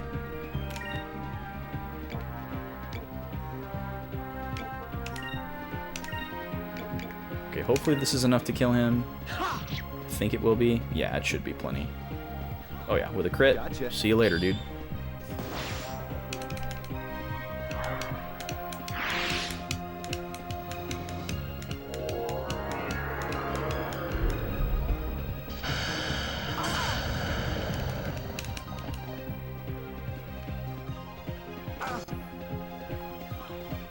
I did a deep clean on my orange GameCube controller recently, and I really enjoyed it. It was fun to take apart and clean and put back together, and it made a big difference too. It really needed it. It was my original childhood GameCube controller, so there was a lot of nasty gunk in the seams, and some like dust and hair had gotten into the controller. It still has a little bit of a squishy B button. It's not fully restored to its original springiness, but it did help. Yeah, I took it all the way apart, opened it up, took the PCB out, took all the little silicone pads off the PCB, and all the separate buttons, cleaned them all with isopropyl alcohol, slightly diluted. And then I cleaned all the outer shell and stuff. Yeah, serious deep clean. All in a day's work. God, they wanted this guy to be Steve Bloom so bad.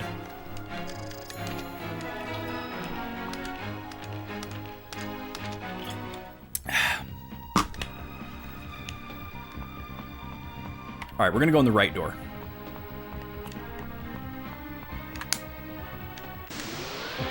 Not before we get in another battle, apparently. A little while before that, I did one to my Super Nintendo controller, actually, and that one made a huge difference. That was incredible. I was having trouble pressing the start button on my Super Nintendo controller. I had to press the start button so hard for it to register. And since one of the primary uses for that controller is actually playing GameCube games on the GameCube, or playing Game Boy games on the GameCube, I thought it was maybe a byproduct of the cable that I use, because I use a third-party handmade cable to connect the Super Nintendo controller to the GameCube. So I thought something with that cable was causing the start button to like not register so well. But then I used it with the Super Nintendo and I had the same problem. And I was like, oh, it's the controller. And I took it apart, did a deep clean. Now the start button works perfectly. I don't have to press it super hard.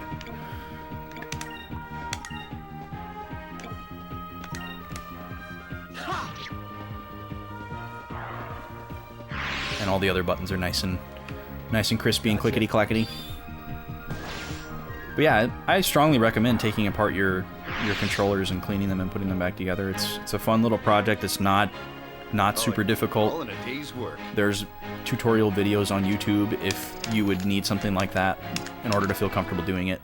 But it's pretty nice. They make it pretty foolproof. Oh, we can actually choose which room we want to go to. Interesting. Well, the second floor prisoner room is probably where they are. Oh, these are both the same destination. So are these going to go to the same place? Does it not matter?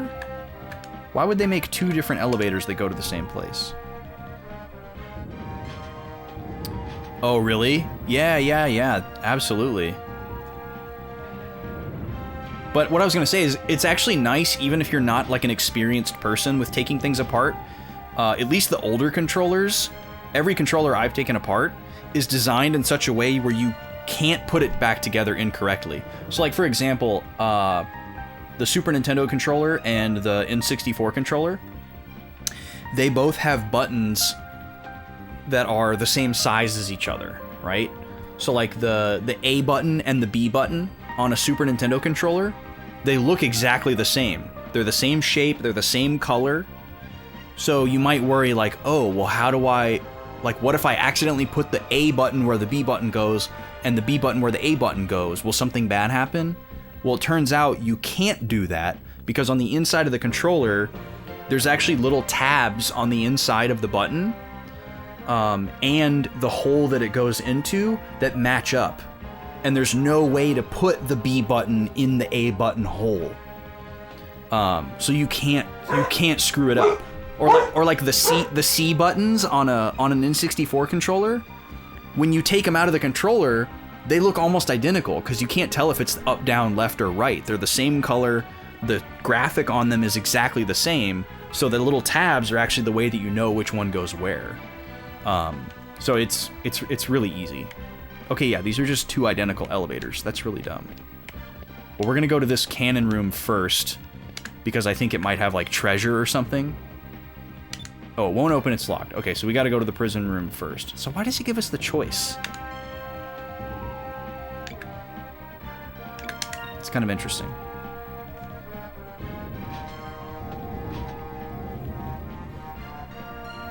And I haven't taken apart newer controllers to see if they're like that too.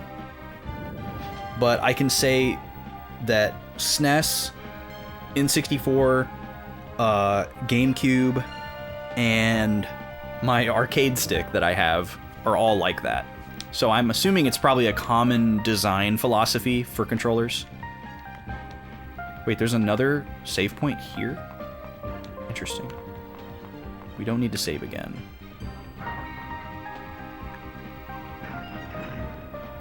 Wait, did I accidentally go back to the first floor?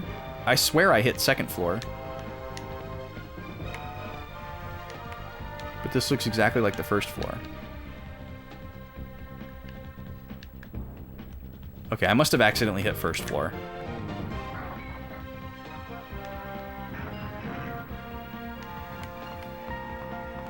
Oh, and I guess I could say Game Boys are the same way too.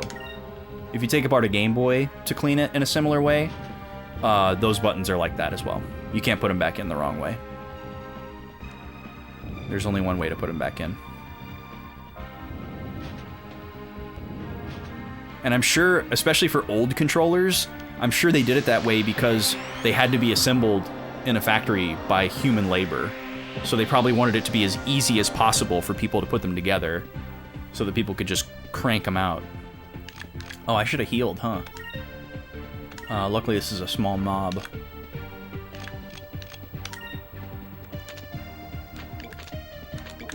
Does he know the better healing move? He does. So you can use that on yourself. Gilder does more damage anyways, so... Moons, give me strength. Although a Game Boy is a little bit more tedious to, like, open up in general and put back together. Definitely a little bit scarier if you're not used to taking stuff apart.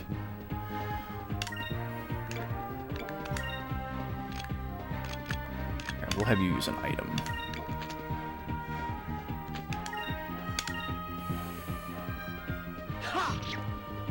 Because the way that a Game Boy looks on the inside is there's the PCB that's like, you know, the motherboard that has all the chips and components and everything like that, and then it's got the contacts for the buttons and everything. And then there's a ribbon cable at the top that like flips over 180, and then the screen is on the other side. So when you take it out, the screen is just kind of like, you could kind of unfold it in half, and then you'd have the PCB and the screen like that. And when you put it back together, you know, you have to make sure that it's like seated in there properly. And that could be a little spooky if you've never done it before. It's not difficult, but if it's like the first thing that you ever opened, it'd probably freak you out a little bit.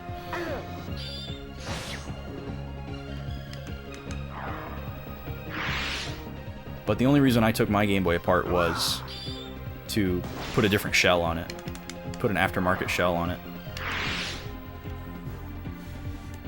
Well, I guess I took apart my Brick Boy and my Pocket as well because they don't work. And I was gonna see if I could get them working. All in a day's work. Is that actually Steve Bloom? Did I just like assign him that voice perfectly without knowing that that was the actual voice casting? Yo, Gobi, welcome in, my dude. How are you? Oh, Luca's already here, dude. Luca's already here. Luca's been here. Lazy Lurka. Yeah, Tofu Fam is here. Alright, now we're on the second floor. Oh, I need to heal. It's okay, Nima. It's okay.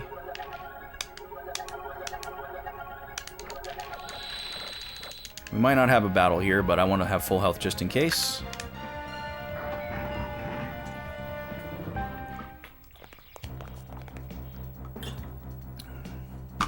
Hey, Aika, do you want us to come back later? Vice, get this creep off me! Hey, beat it, kid! Sorry to spoil your fun, but you heard the lady.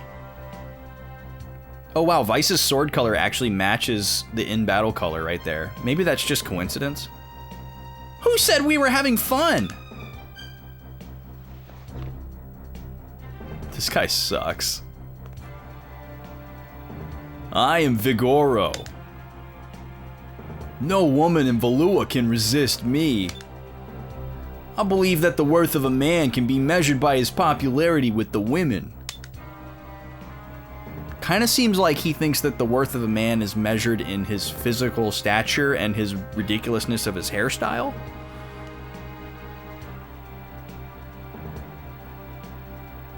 Oh, is hydrate off? That's alright. I'm hydrating tonight, so you can count on me. I kinda like that.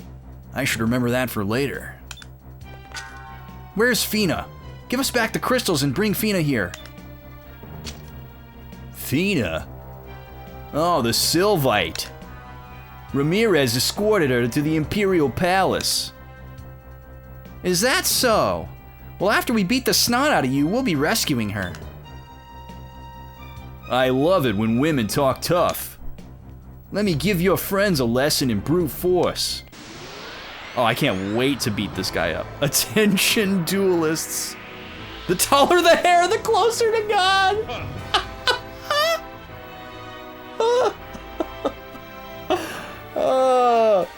Hey, Barber, give me the stairway to heaven. Jesus Christ. Yeah, he's got like a freaking shampoo horn. Yeah, we're giving him Joey Wheeler's voice. Generic Brooklyn, Jersey Shore. You were thinking that, Flozax? Is that a common phrase? I've never heard that before. That's amazing. Okay, this guy can't be as hard as the two magical boulder twins that we just fought, but we're gonna treat him with respect as a battler, not as a person. So let's throw out an Inkram. Actually, let's go ahead and attack. We'll have Iga do Inkram.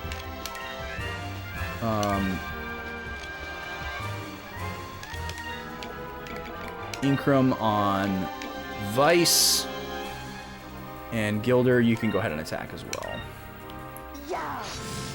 I'm really glad that I don't have to scan enemies. He can counter. He's strong.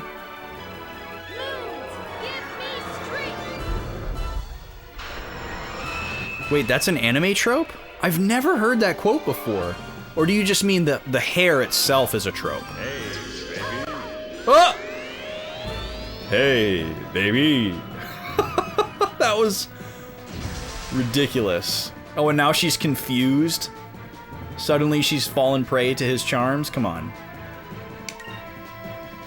That's lame.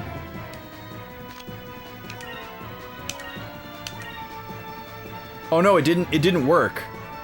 It wore off right away. That's amazing. Okay, let's not have Vice do Cutlass Fury again, so that we can do Inkram again on Gilder. And then we can really start schooling this guy.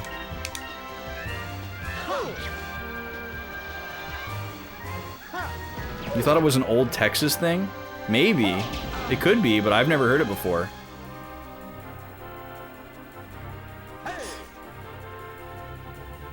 His bangles. He has some crazy bangle action going on too. He's got those like Adidas jogger pants with the pinstripe down the side. They're like super tight. They're like 3/4 length joggers. What do they call what do they call capris when men wear them? Is it like a mapri or something? Isn't there a dumb word for that? You Googled it and it says it was Dolly Parton. Nice. Nice.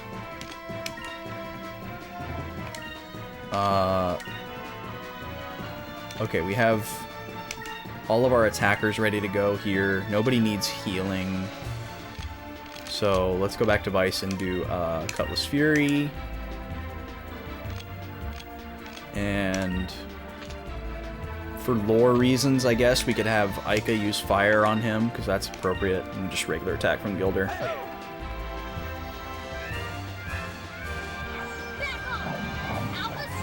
You first heard it?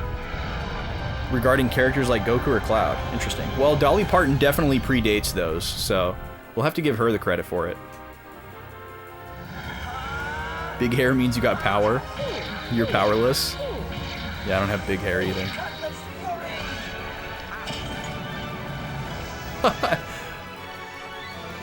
Alright, we'll see you in a second, Andrew. Welcome in, Andrew. Yeah, we're just breaking down this boss guy's appearance because he has like major douche energy. He's got like the 3/4 length Adidas joggers. Maybe they're not 3/4 length. He just doesn't have socks on. Or are those like weird cuffs of his boots? Does he have like piratey, like Captain Hook boots on under his Adidas joggers? And then he's got a tank on that's got a matching pattern. And then the craziest wrist bangles. Unless those are built into his gloves. Maybe they're built into his gloves.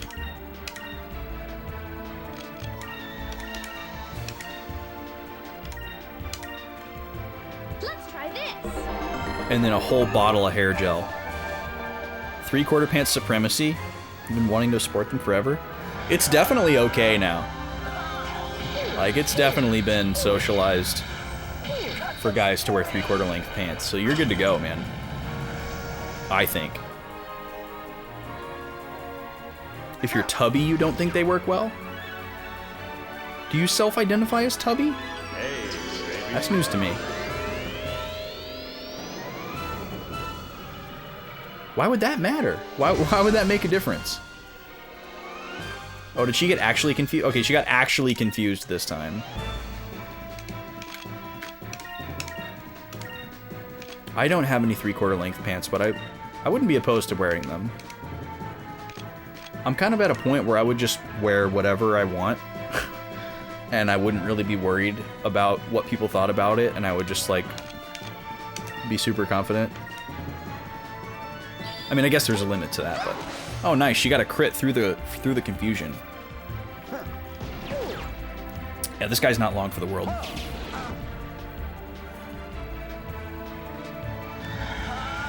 You feel like they draw everything to the center, so you get a diamond shape.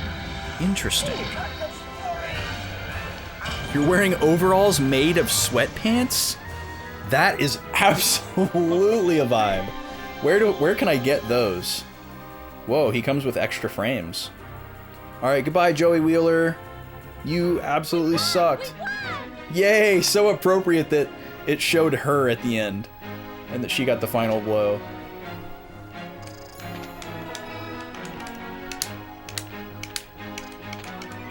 The cannon room key. Oh, now we can go up there. Gotcha. Attention duelists. The tag says American Eagle. Oh, okay, so it's not like a DIY thing. You bought that at a store. Heh, looks like you were all talk. Yeah, those are piratey boots that are cuffed. Wait, what's going on in his crotch region? Is there like a... What is that?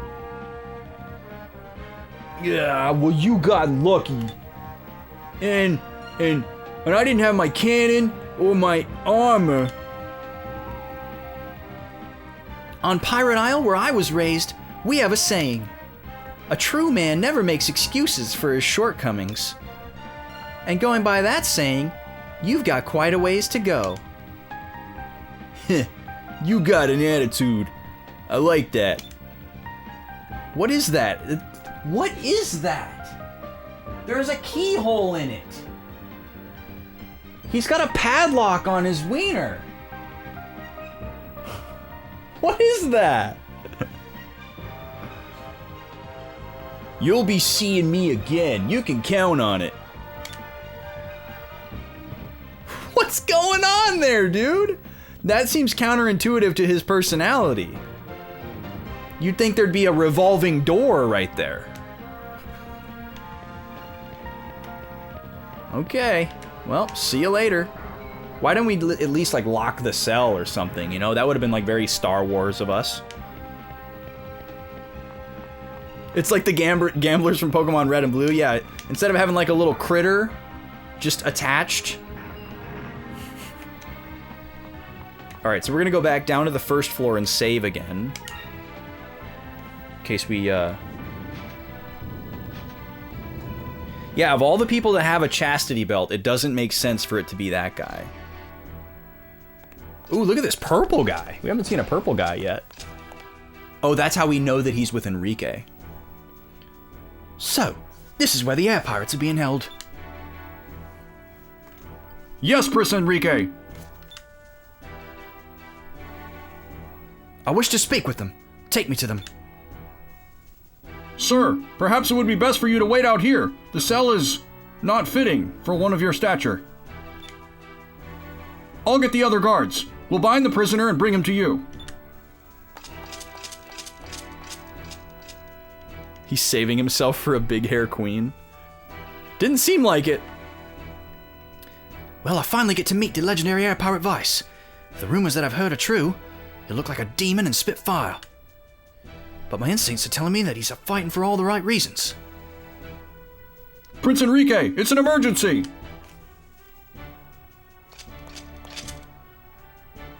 I found Admiral Vigoro unconscious in one of the cells. The rest of the cells are empty. How did he check the first floor and the second floor at the same time? It appears that Vice and the others have escaped. What? I see. They're trying to escape from the Grand Fortress again. Listen carefully. Do not tell anyone about this. Keep the doors to this area closed. Don't let anyone in or out. If you have questions about it later, tell them that it was a direct order from me, understand? Yes, Your Majesty, but... Very well then. Good job. Stay here. There's an urgent matter I must attend to.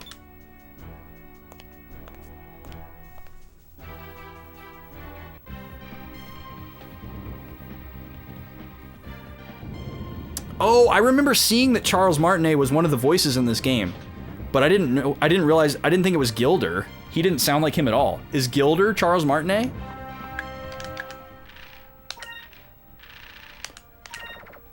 Okay, I need to write something in my notes here, because we just learned a little bit about Enrique's character.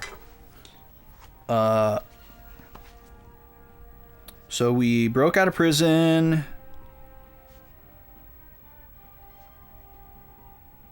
Thanks to Gilder's crew. And Willie, the parrot.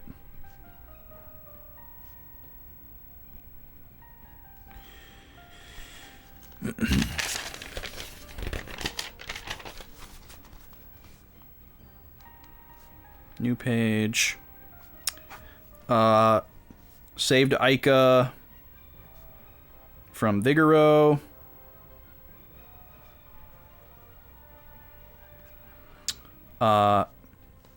Enrique seems like he could be flipping good. He seems to admire Vice. And he's also questioning his mother, the Empress. I don't believe you. Enrique questions his mother.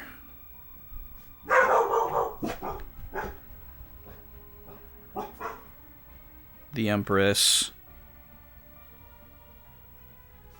And seems to admire Vice. Enrique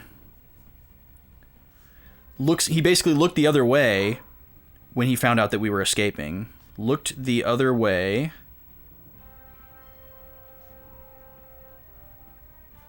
at our escape. So he seems to be secretly rooting for us and kind of like passively helping us by not interfering. Oh, Charles Martinet did Vigoro. Interesting. Imagining him as Mario instead of Joey Wheeler is even more absurd. Alright, let's save. I think we already saved once, but we're going to save again. But we didn't save in slot B. There we go. Jay Stein was the VA for Gilder. I bet they wanted Steve Bloom. I would be shocked if that wasn't who they had in mind. He was in so many games at this time. Just an absurd amount of games. You recall watching an SGDQ hotfix of this game where they made a remark about that? Nice.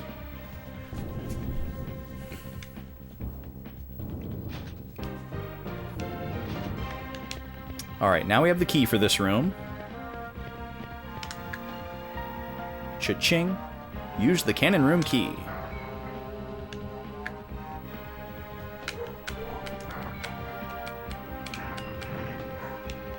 Well, this place looks wild. It's climbable? No.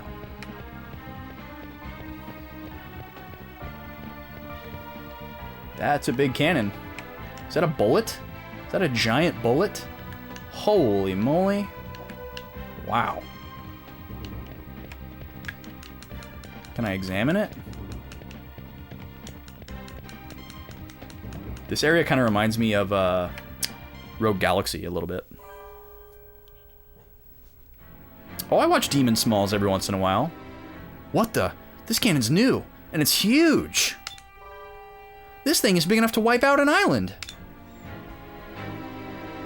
We can run through the barrel to the other side.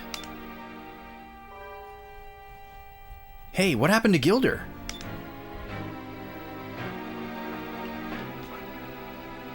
Sorry about that. Let's get moving. Hey, where did you go?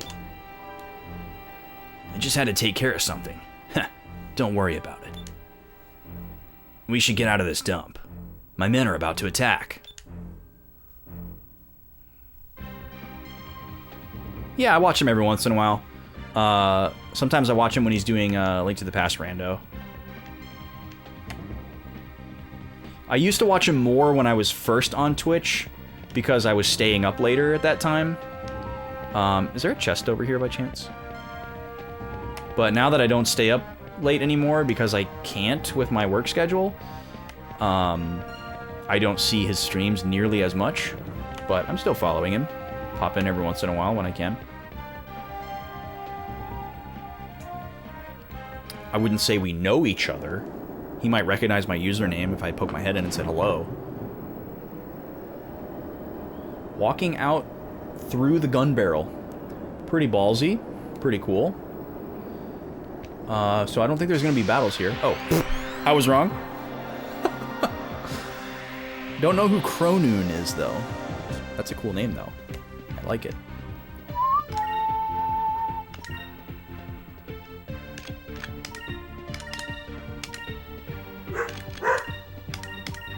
Kind of seems like we don't know where, or it kind of seems like we're not looking for Fina anymore because they're not saying anything about her. It's kind of concerning. Yeah. This should work.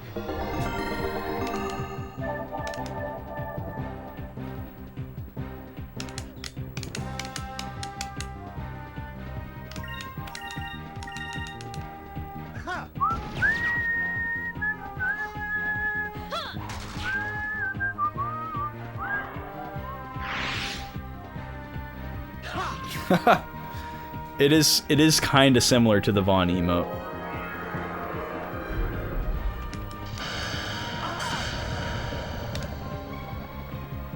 Except it's a photo.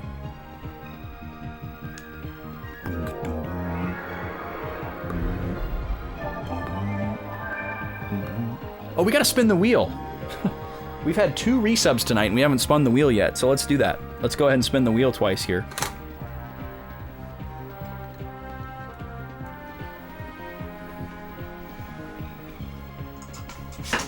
Can we get a snack? I could really go for a piece of candy right now.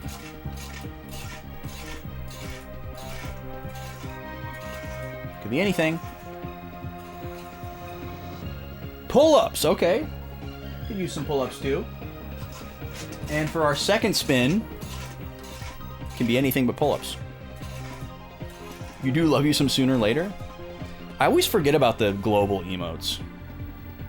A soda! Alright, pull-ups and a soda. We can do that. Let me see here. What time is it? 7:30? Let me go until like the next kind of like checkpoint here, and then we'll do like an ad break. And I'll go get a soda And when I come back, I'll do the pull-ups. We'll taste the soda. We'll get back into the game. How does that sound? If you've never been here before, we like to taste craft sodas and interesting snacks, candies, chocolates, etc. on the show.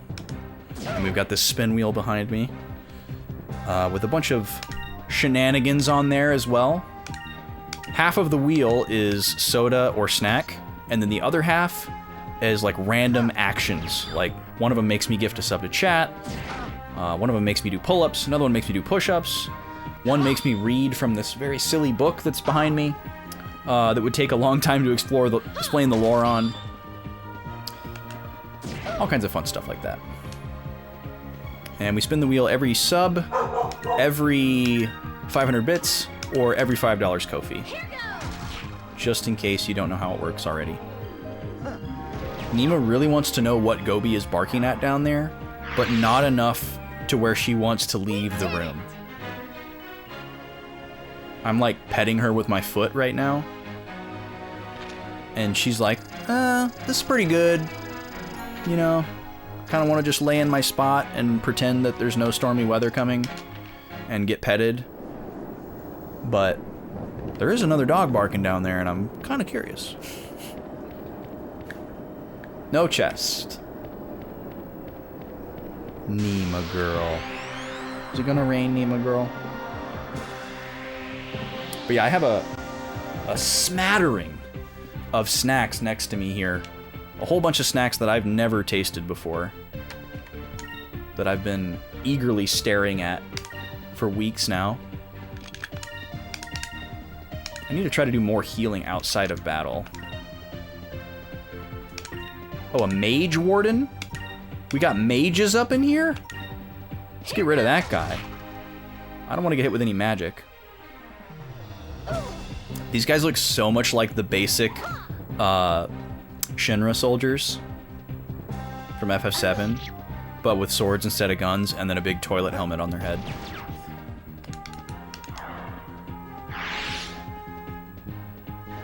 Are there rules in place for if a lot of spins happen and they're all sodas, like for health?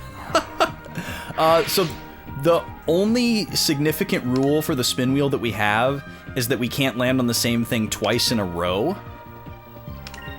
So like if like we landed on pull-ups and we landed on soda. So if the wheel gets spun again and we land on soda, I would just spin again.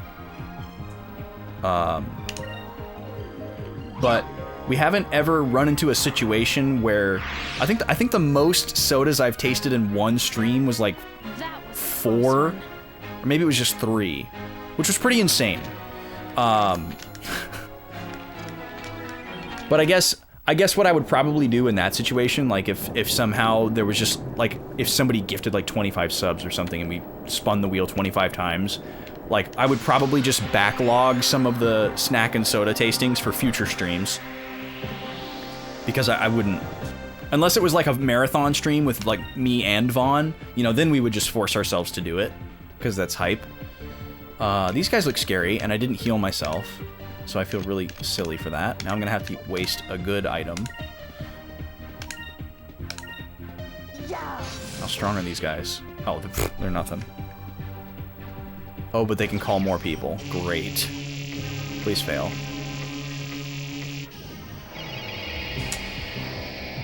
These guys are going to be so annoying, I can already tell. It does sound pretty fun to put us through that. It was fun back in October. I think over the course of 2 days, we tasted like 18 or 20 sodas or something like that. It was insane.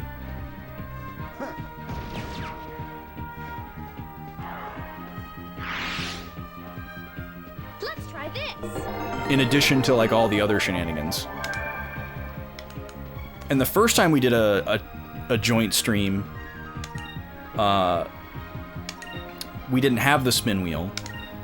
And what we did was, what we used to do back then was just the bit goal. Every 1,000 bits, we would do a soda. But we didn't do anything for subs or Ko-fi. And so every 1,000 bits, we would both taste a soda, so people were getting like double value. Alright, we're gonna have to do a Lambda Burst here. Or a Sword Rain. It was a lot of soda and snacks, it's true. It really was. It was a great time. Yeah, Vaughn wants to come down here and do that again. It could be in October again, around the, you know, the channel anniversary. Or I guess it's technically our affiliate anniversary. Alright, we're gonna do Rain of Swords. Lambda Burst is 8, isn't it? Yeah.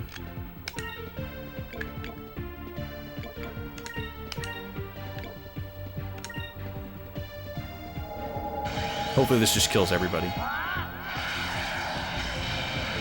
But yeah, it'd be cool if we could make that a regular thing, where like, every year for the channel anniversary, Vaughn comes down here and stays for a little bit, and we do a marathon stream. That'd be fun. Was it the 2-year that was insane? That was the most recent one, so if that's the one you're thinking of, yes. That one was pretty insane. We did a lot. I mean, the first one that we did for 1 year was pretty insane too. It was really ambitious. I think overall the one that we did for 2 years was better because we like slept more and we did like some wilder shenanigans.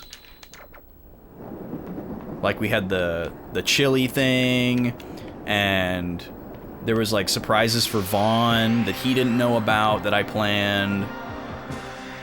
The chili being one of them. But they were both great. They were both crazy. But we didn't get enough sleep between the 2 streams. On the year 1 anniversary. The 1-year anniversary stream that we did 2 years ago. And so Vaughn was just a little... He wasn't at his best. He was unhappy with himself. Both the first night, because he just didn't... Like, I think he was still, like, too worn out from travel. I think we tried to pack in, like, too much stuff to our week while he was there. Because we were like, okay, you're only here for this amount of time. Let's go, do all this stuff, have so much fun, spend time. And the result was that, like, we were both kind of tired going into the stream. Because he, like, didn't really get to recover from traveling. And we just went right into, like, doing a whole bunch of stuff. Every day. But when we did the second year, when we learned from that mistake, and we had just, like, a chill rest day the day before, and that made a huge difference. It's alright, Nima. It's okay. I can hear the thunder starting. Guess I won't be mowing the lawn tomorrow. Again.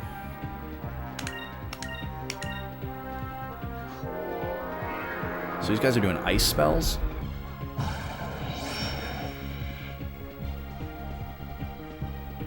And Gobi just doesn't care. She doesn't care about the rain at all. Nima's gonna go into the ISO booth. That's her new favorite place to go when it's raining. Which is very funny. I don't know if she likes it in there because it's dark, or because it's quieter, and like she doesn't hear or feel the frequencies as much, or both, but that's where she is right now.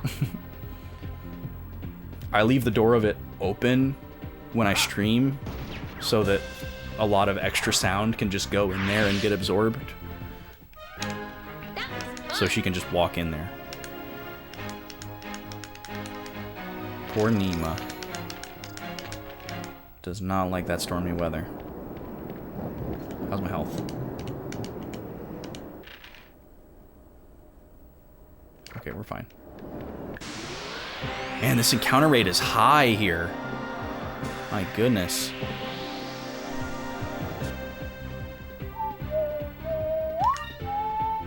Oh, we got the back attack on him, though.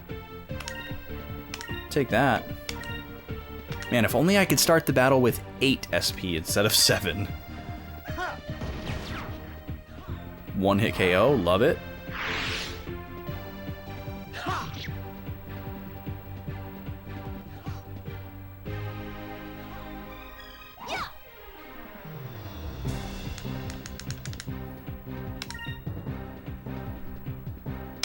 Yeah, apparently dogs that are bothered by storms are mostly experiencing the discomfort in their ears from like the barometric pressure.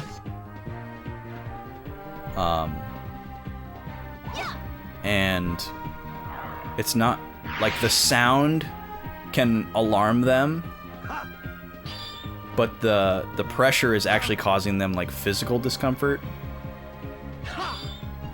But it's possible that they can't tell the difference, and so to them it all registers as sound. So yeah, I guess maybe if she perceives that space as quieter,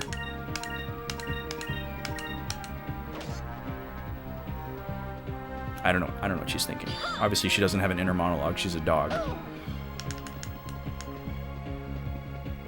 Take that.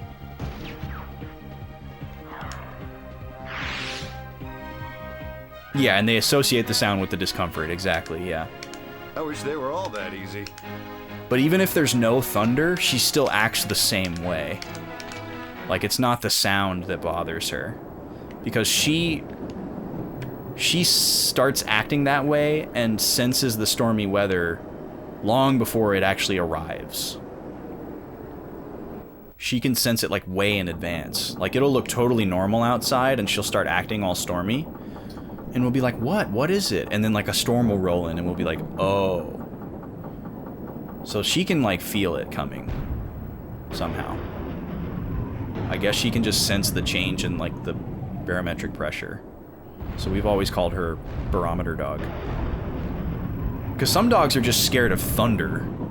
And if it doesn't thunder, they don't mind the rain at all. That's how my dad's dog was. My men are right on time. We're running a little late. Wait. Oh, we are running late. I see. Yeah, she's the barometer dog. But yeah, my dad's dog, he didn't care if it was raining, but as soon as there was thunder, he was, nope. He was ready to, he jumped through a window one time, actually. And he was not making logical decisions either. He was jumping from inside the house outside, you know. Not a very smart choice. He's going out into the rain, but he's just trying to get away from the sound. He doesn't know where the sound is coming from. He hated thunder.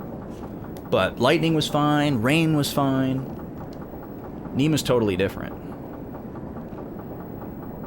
She's like, she doesn't like clouds or something. Whoa, look at that firepower.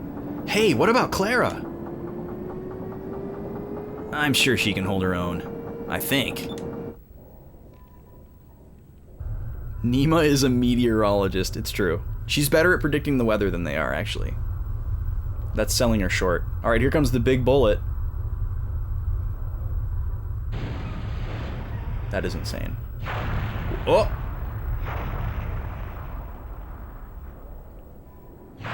Oh, Gilder sabotaged the bullet! Let's go, Gilder! That cannon we ran through, it just exploded! The explosion took out that whole area. They won't be putting that fire out anytime soon. I, left him a little present. Are you two ready? Here's where the real fun begins.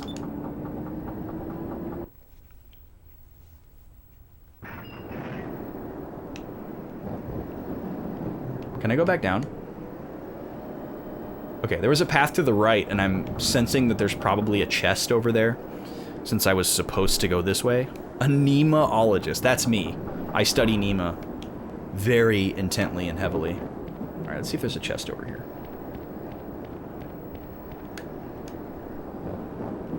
Nope, it won't open. The cannon room key won't work either. I guess we need a different key. Oh, maybe we have to come back here. I see.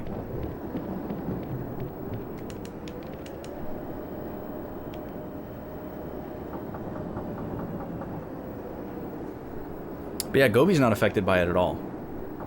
She, like, notices that Nema is affected by it a little bit. And sometimes we'll try to, like, distract her from it. No, yeah, they totally do, Flozax. I'm just laying into the meme. I'm just jumping on the bandwagon. Yeah, obviously, there's no one better at predicting the weather than meteorologists. So the fact that we chastise them for sometimes being incorrect is hilarious.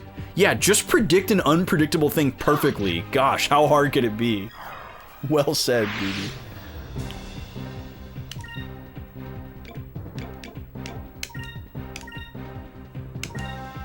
Oh, let's do a lambda burst. See how that does.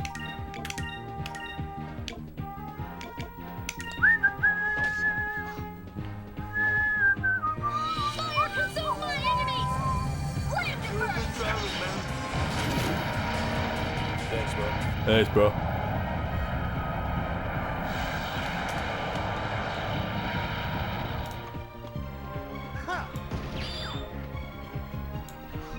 Gobi.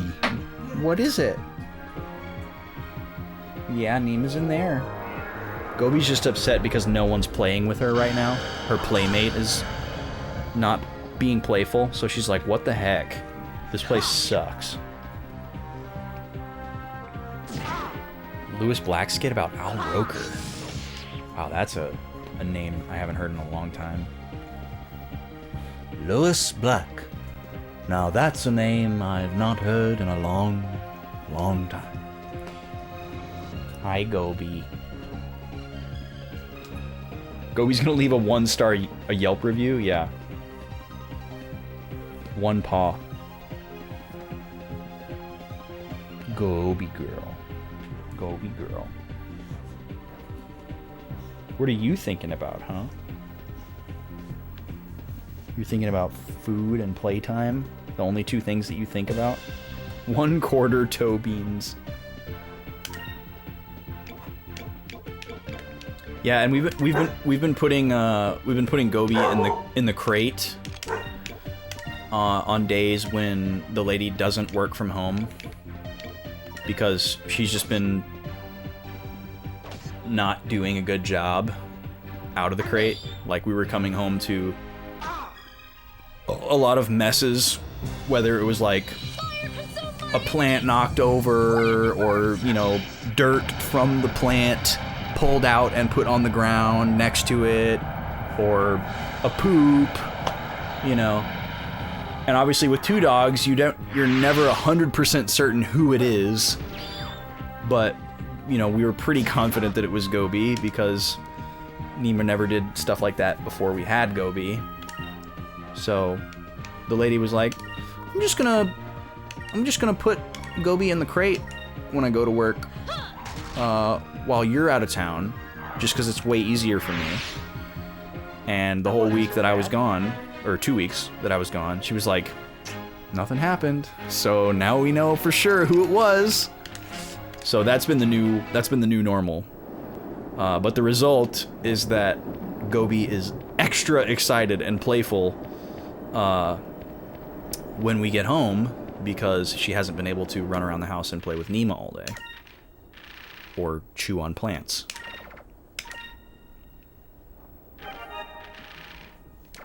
So she's mad that she can't play right now. She wants to play with Nima, and Nima's like, sorry dude, I'm gonna go be a log.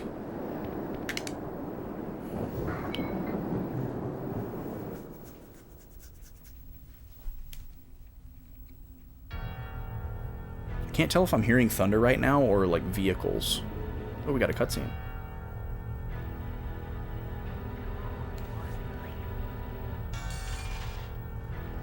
Ramirez.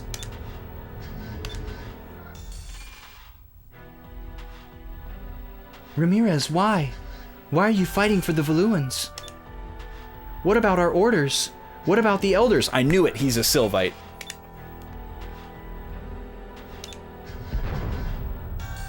He kind of looks like a Fire Emblem character, too.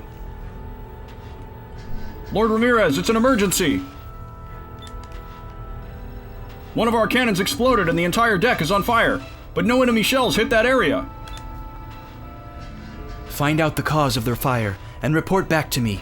In the meantime, stop firing and set the fortress in defensive mode. I lay my card face down in defense mode. Attention duelists. There are only 2 or 3 ships attacking. Their effect on the wall will be minimal. Yes, sir! I fight for Lord Galcian. That is all you need to know. Oh, he does kind of look like a Galcian Jr. as well. They've got similar clothing. They both have silver hair. Maybe he's a Galcian Jr. Maybe Galcian's a Sylvite as well. Oh, T redeems puppy time. Which puppy you pickin', T? Which puppy you pickin'? We'll do that after this cutscene ends. And then I'll probably do the ad break and we'll do the soda and the pull-ups and stuff. Ramirez. Alright, there's the end of the cutscene. Gobi says we need to say hi to Gobi. Alright. Gobi!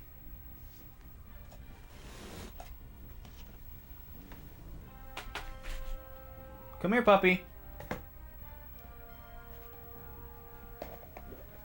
Where'd she go?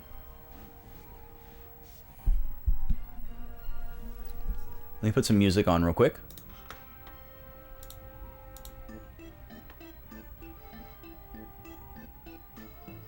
Let me know how that volume is.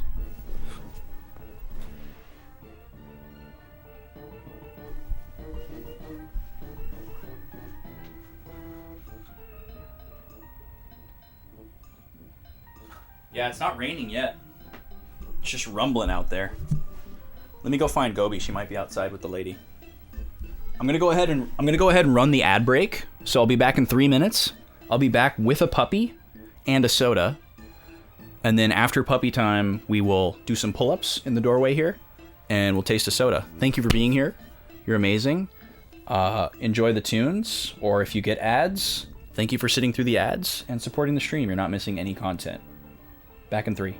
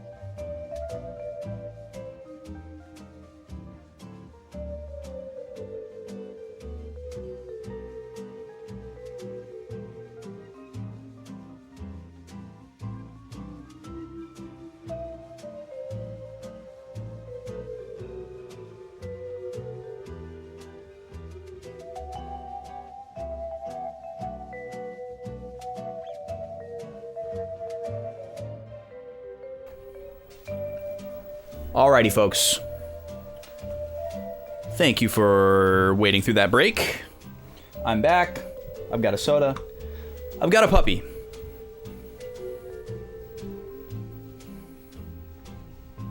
So, let's go to this cam.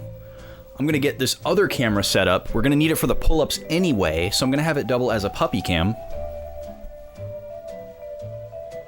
So we'll go like this. And let's get this angle set up. There's a Gobi. Alright, let's see here. Why is that cut off like that?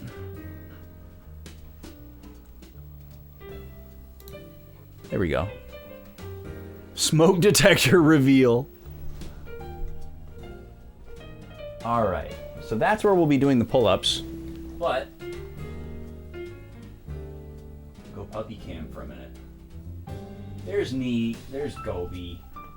Hi, puppers. Can you sit? Good girl. Paw? Yeah, good girl. Other? Good. Same? Good girl. Other? Good. Other? Other? Yeah, that's a good girl. Two paws. Yeah. What a good little sweetie.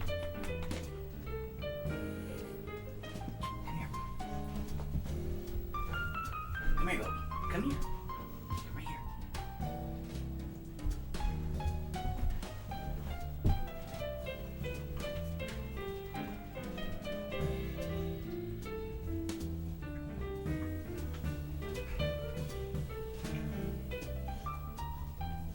She's not biting me hard, for anyone that's wondering. Up. Up. High five. No. High five. Good. Up there. Good. She's so hyper. She can barely focus.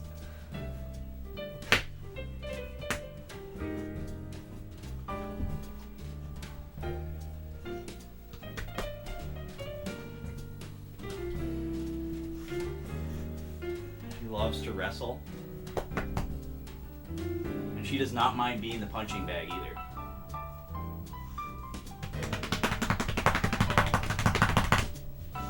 Come here. Up. Up. Sit. Good girl. Can I have a hug? Can I have a hug? Oh, that's a good girl.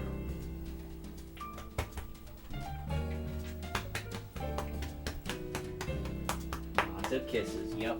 Lots of kisses. Good girl. Good girl.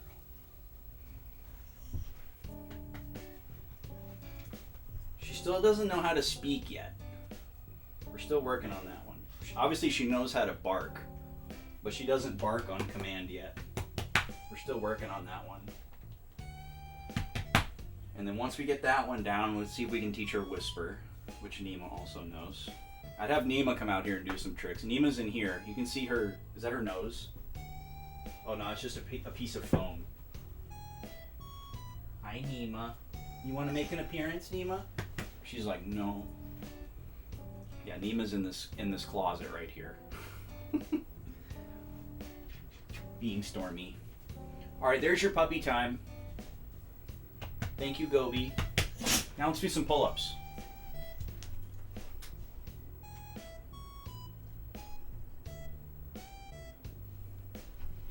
Alright, so I'm going to do 5 pull-ups. I'm going to need you to help me count. These are going to be this type of grip. I can do underhand, and I can do parallel grip. I don't do this grip of pull-ups because it hurts my my ball and socket joint where my shoulder meets my my collarbone. Something weird with like my shoulders. So I don't do those standard wide pull-ups because it hurts like my bone right here. So I'm going to be doing this grip. And these are going to be with eccentrics, which means you go up normally, and then when you go down, you go slow. You go really slow, intentionally, and you kind of imagine that you're pushing yourself down rather than lowering yourself. And you can do that with any exercise. So if you're like lifting a weight, like a free weight or something, doing like a bicep curl, you lift the weight just like normal, and then lower it really, really slowly, and do it every single repetition. It's a really good way to get more out of your exercise, and it works out different little miniature muscle groups. Okay, here we go, 5. Got to stretch first, so just hang on it for a second, do a little swingy swing, stretch it out. Do one of these on each side. And a couple of kinetic swingy stretches. This is like a weird plant, by the way, that's not doing so great. That's what's blocking the camera. All right, here we go. Here comes 5.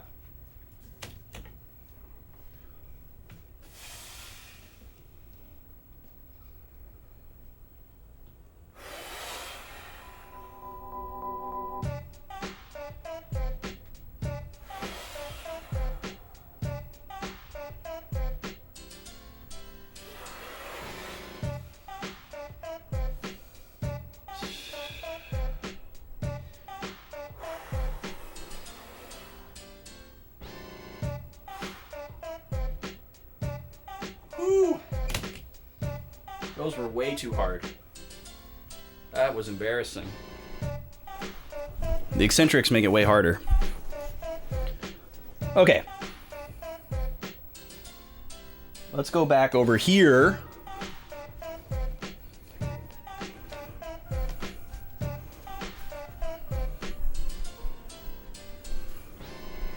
Yeah, the eccentrics. It's where it's at, dude. It's all about those eccentrics. Oh no, the door frames are too big? That sucks. Yeah, we lucked out with this one. The lady has had this forever, and luckily I managed to have her hold on to it long enough for us to actually be able to use it.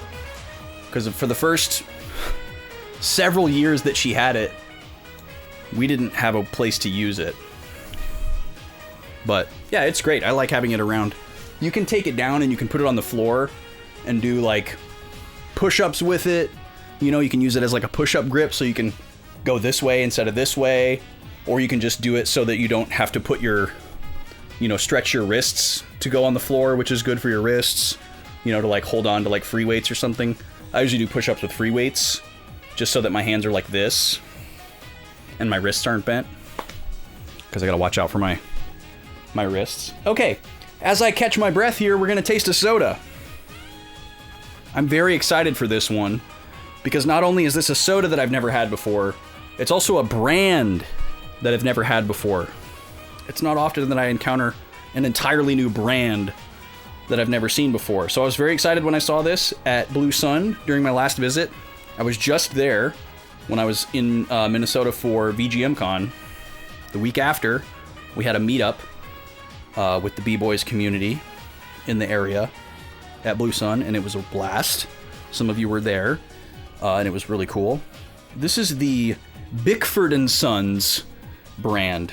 Since 1874, they say. Celebrated aerated waters and cordials. This is a very fancy bottle. It's a custom bottle, which is always, well, I shouldn't say always, but it's usually a sign of high quality. When someone has custom glass, that's a pretty good sign that they're putting a lot of work into their product. So this is a custom shape. I've never seen this shape of bottle before. It's similar to Fentiman's, but it's not the same. And then it actually is embossed Bickford's in the glass as well. So this is a custom bottle, which is a very good sign. That means it's not like a DIY, somebody in their basement soda brand. You know, this is somebody with some serious infrastructure. This is from Australia. Made in Australia using Australian and imported ingredients. Imported by VOC USA in Bridgeport, PA. Australian owned and produced. It's got the address on there. Pretty simple ingredients list here. Carbonated water, cane sugar, citric acid, natural ginger flavor, and then sodium benzoate, which is in every soda. It's a preservative. And caramel color is added as well. This is blend number 4, the ginger ale with natural ginger essence. So the color is like textbook ginger ale. The bottle is clear, so that is purely the color of the soda, not the bottle. It's a nice kind of light beer color. For anyone that's not aware, ginger ale is completely alcohol-free. There's ginger ale and there's ginger beer. Usually ginger ale is sweeter and less gingery, and then ginger beer is usually spicier and has a stronger ginger flavor, but both are brewed, which is why they're called ales and beers. There's a little photo on the bottle here of a building, and underneath that it says Curry Street, Adelaide. I'm guessing that's the name of the building, but I'm not certain. And there's a really fancy looking like family crest style logo here. I'm gonna bring this up so you guys can get a look at the bottle. It's got a custom cap as well. It's a screw top, which is great, which means you don't have to drink it all in one sitting without losing your carbonation. Only a 9.3 ounce bottle. All right, here comes the close-up for you label freaks. Nice orange color on the label, printed in just black ink over the top of the orange paper. Very cool look, very classic. There's the custom embossing on the bottle, custom cap. Very, very cool. We know the Australians know how to do it because that's where Bundaberg comes from. All right, so without further ado, let's get this open.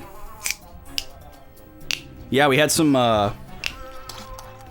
Casino Night Zone, or what's the name of that song? I played on a cover of that song with the Tiberian Sons for the VGMCon charity album 2 years ago for VGMCon Line. This smells great. If only I like ginger ale. Yeah, it's definitely not for everybody. A lot of people don't like ginger. Chili Stream Zone. Yeah, that's it. Oh, you know it from Marcado Bros. Mystic Cave Zone. That's it. Thank you, Flozax. Yeah, I should self-promo and put that in the chat for you guys. It's a really good cover. It's not really a self-promo either. Like, I don't play on the song that much. It mostly features the Tiberian Sons.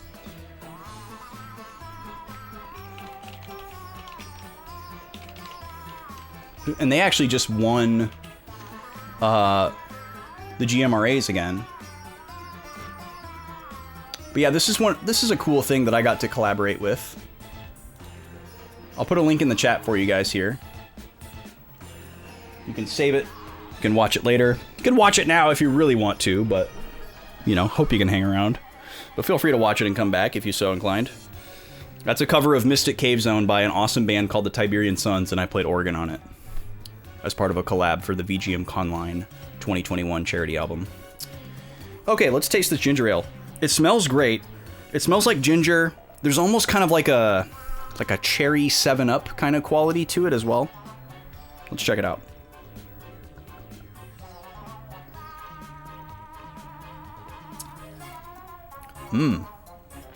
That's really nice.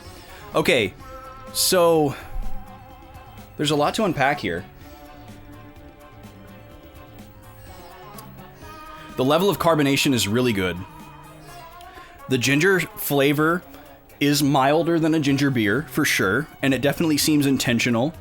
The mouthfeel is really good. It's very thin and water-like, which is really nice. It's not like syrupy or thick or foamy or anything like that, so it's really pleasant to drink.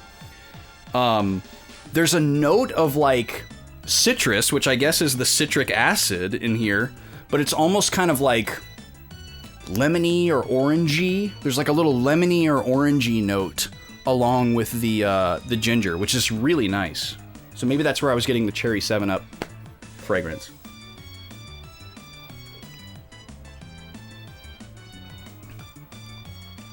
It's so good. It's so clean. It's really light. This would be amazing for like a stomach ache, or you know, if you're an alcohol drinker, I'm sure this would make a great mixer with a bunch of different things. Maybe you like Moscow mules, but you don't like the strong ginger flavor of a typical ginger beer that's used in there from like a Fever Tree or a Bundaberg, and you could go with something like this instead for your Moscow mule, so you'd get a little bit less ginger or something. This is phenomenal though. I am the type of person who prefers a ginger beer to a ginger ale, just because I like that ginger flavor. But this has its place. This is really, really good. Great for alcoholics. Yeah, we're thinking about you alcoholics too over here at the B-Boys. Wouldn't leave you out. Yeah, this is really good. It's super light.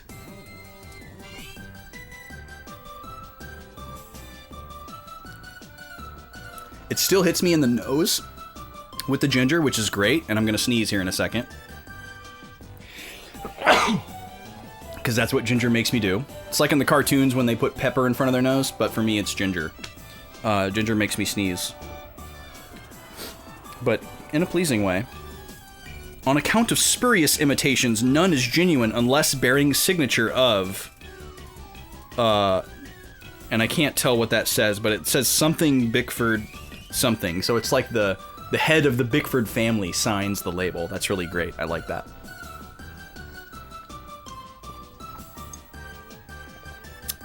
Yeah, that's really good. That's really, really nice. I've been trying to pick up more ginger ale in addition to ginger beer, just to better split those two categories in my mind, and just to not leave out ginger ales that could be super tasty, just because I'm like, it won't be gingery enough for me. All right, we're gonna get back to the game now. We've caught up on our shenanigans. Thank you so much for spinning the wheel. Appreciate all of you. Thank you for hanging out for puppy time and pull-ups and soda tasting and all that good stuff. But we're gonna go back to the game here. And Gobi's here. Gobi's here to stare at me. She's like, okay, you gave me attention. Why'd you stop? Do it again, please. Man, Gilder has a lot of health, but he also loses the most health. I don't know if there's like an aggro metric in this game, and he like draws more aggro, or if that's just luck. But it seems really consistently he takes more damage than everybody. So maybe he's just like, he's like a Pokemon with high HP but low defense. So like his high HP doesn't matter. Huh? I can hear someone talking on the other side of this door.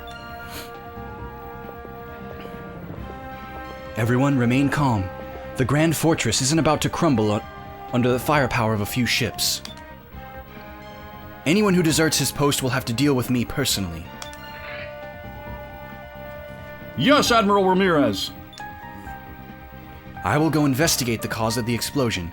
2 of you stay here and guard the girl. The rest of you follow me. Yes. Was that supposed to be Ramirez voice actor? That was an extremely deep voice.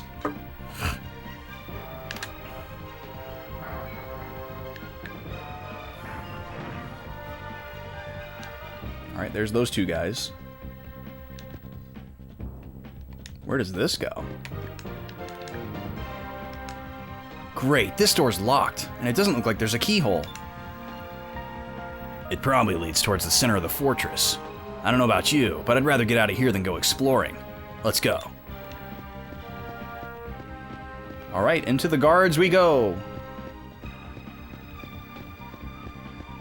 Excuse me, gentlemen, do you know which way, like some like James Bond stuff? Or Austin Powers, more like. Do we know how many lines of voice dialogue there are in this game?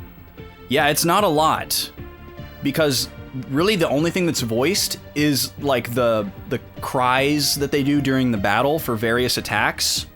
So there's one for every special move, and then they say one phrase for every magic spell. There's a different one for each character, and then there's like ha, ya, you know, sounds like that, and then they say something when they die, they say something if they are the person to get the final blow in the battle at the end when the fanfare plays. And then there's a couple of things that can happen during cutscenes where they like make kind of like an emotive sound to go along with their dialogue. You know, like Aika, for example, goes, "Yay!" But she's like saying a line that's like, "Oh, I'm so glad you're back," or whatever. So there's not a lot. Definitely not a lot. And it was probably due to the space limitations for Dreamcast, I guess.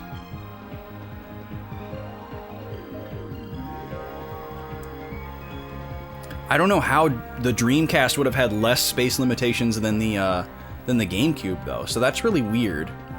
Maybe they couldn't afford the like compression, like file compression technology that Nintendo had. Maybe they didn't want to pay for that Factor 5 compression, because Nintendo owned that. A second-party developer named Factor 5 made a file compression technology that Nintendo used for a bunch of their games that had voice acting. The big one was Rogue Squadron, because there's a ton of voices in Rogue Squadron. And it was also used for Pokemon Stadium, which also has a bunch of voices in it. I don't know if it was used for Star Fox, because that was earlier, so I think that was its own thing. But there were other games on other platforms that used the Factor 5 compression, and sometimes you'll see it on like the title screen or like in the credits of the game. So yeah, like if they would have wanted to use Gobi remembers the old Pokemon Stadium commands. Those don't work anymore. I'm sorry. Not only have they not worked for a while, but on top of that, I accidentally deleted all of my OBS scenes before VGMCon and had to rebuild them from scratch over the last couple weeks. So those definitely aren't there. But yeah, if this game had wanted to use that like file compression technology that they had, they would have had to pay Nintendo for it, and maybe Sega didn't have the money for that. Or maybe they just didn't have the spoons for it, I don't know. But yeah, look up that Factor 5 stuff. Some of that information could be incorrect, so definitely fact check me on some of that. But I know that it was used for Rogue Squadron because you can see it on the title screen of the game. It was that important that they put it on the title screen of the game. It was like sound compression by Factor 5. Yeah, bummer about the OBS scenes for sure. I felt super dumb. What happened was I was actually trying to make a backup copy of my scenes because I wanted to get everything ready for Do a Barrel Roll's concert visuals, because I use OBS for those. And I was like, okay, I need to like back up my B-Boys profile, and then I need to go make a Dabber profile and put together all my stuff. And this was extremely stupid on two levels. Number one, it was stupid because I had already done this the previous year for VGMCon 2022. So there was already a Dabber scene collection that I could have just switched over to, and everything was there ready to go. And that just, in my addled VGMCon brain, was completely lost. The second layer of stupidity was I forgot the difference between a profile and a scene collection in OBS. So I was like, okay, I'm going to switch my profile from B-Boys to Dabber. And then when I did that, I could still see all of my B-Boys scenes. And in my dumb convention brain, I was like, oh, okay, I switched to the profile and it just created a duplicate of all of my scenes. So I guess I have to just go in and delete all the scenes so that I can have a blank slate and make everything. But what I didn't realize is instead of going to profile and switching, I needed to go to scene collection and switch from B-Boys to Dabber. and then I would have had all the dabber scenes. And it wasn't until after I had gone through and deleted all of my scenes and then switched my profile back to B-Boys to make sure they were still there that I realized that they weren't. And then I went to the scene collection menu and I was like, oh my God.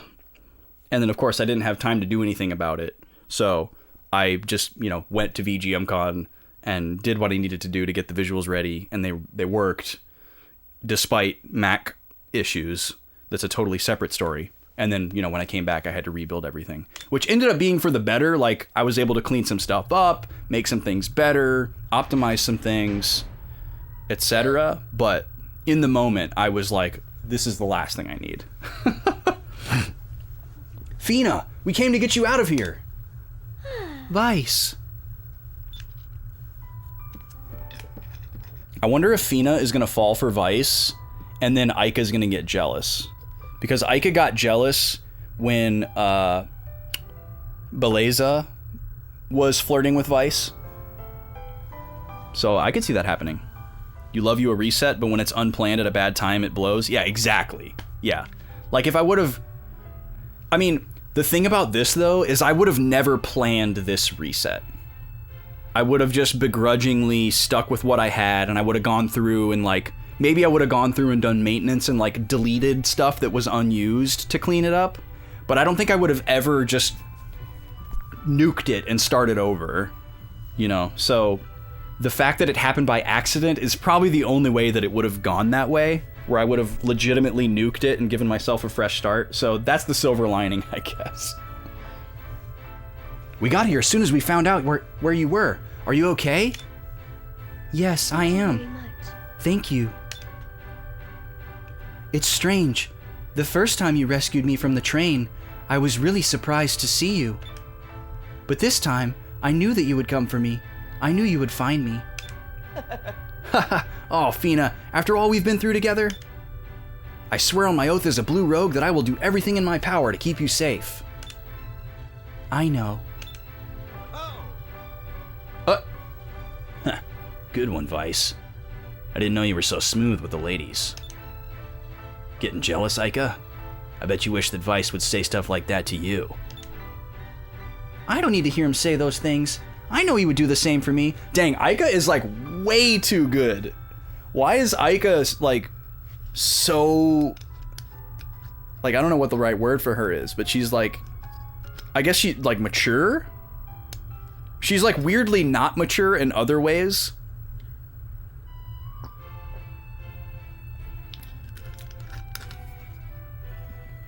Vice knows that quality is Wendy's recipe, so she doesn't need to worry. Oh, I love Alex's commitment to the bit. Doesn't show his face for like 2 hours and then shows up to make a Wendy's joke. My man. And every time you say that, I'm like, ooh, Wendy's. Whenever I'm in trouble, I have faith that Vice will always be there to save me. He already saved me once today. But see, then she kind of like shoots the feminism in the foot because she's like, he has to be the one to save me. I know he's gonna be there, but like, also, I can't save myself. It's like a weird, it's like, I don't know how to describe that. Huh, good point. Can we save the mushy stuff for later? We just broke out of prison, and we're still in Valua. Alright, but how exactly are we going to get out of here? Well, since we're in the Grand Fortress, there should be Valuan ships docked all over the place. We can borrow one of those. We should be able to reach the docks from the bottom floors of the fortress. We'll have to backtrack a little, but we should be okay. So we'll take the elevator back down and look for a ship. Alright, let's go! We did get the harbor key, so I'm assuming we can go back to that door that we found earlier and then go in there. Also, Socks, I forgot to say hello to you, man. Nice to see you. You came in during puppy time. I saw people saying your name in the chat, but I forgot to say hello to you. Nice to see you, man. Alright, we got Fina back in the party. The Fab Four are reunited.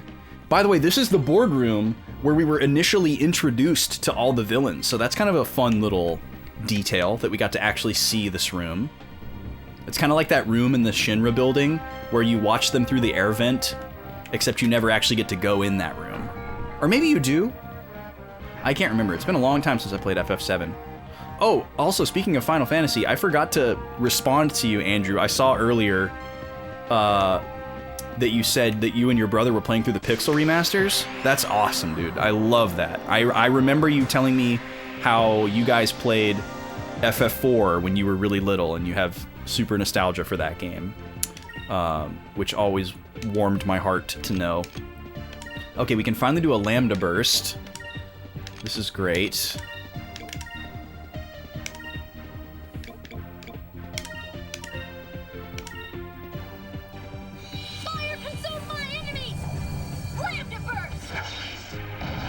Oh, you're playing them all through in numerical order? That's awesome, dude.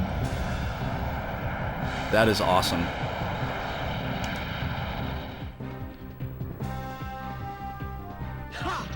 Yeah, I'd like to get the physical version of the Pixel remasters, but I'm not going to go out of my way to get it. And it's, like, kind of hard to get right now. And it might not ever be easily attainable, so if that's the case, I'll probably just live without it. But if I could just, like, snag, like, a $30 copy of it or something and just, like, throw it on the shelf, I totally would. But it doesn't look like that's gonna happen, so I'm not gonna sweat it too much.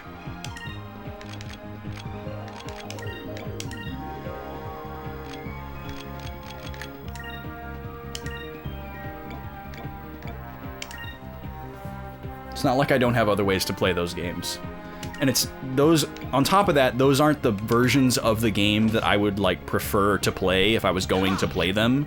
I kind of just want them from a collector standpoint, so I'm not going to go out of my way to secure the physical copy. Obviously, if I just wanted to play them, I would get the digital version.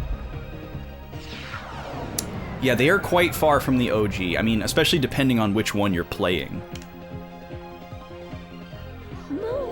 The thing that's weird to me about them is that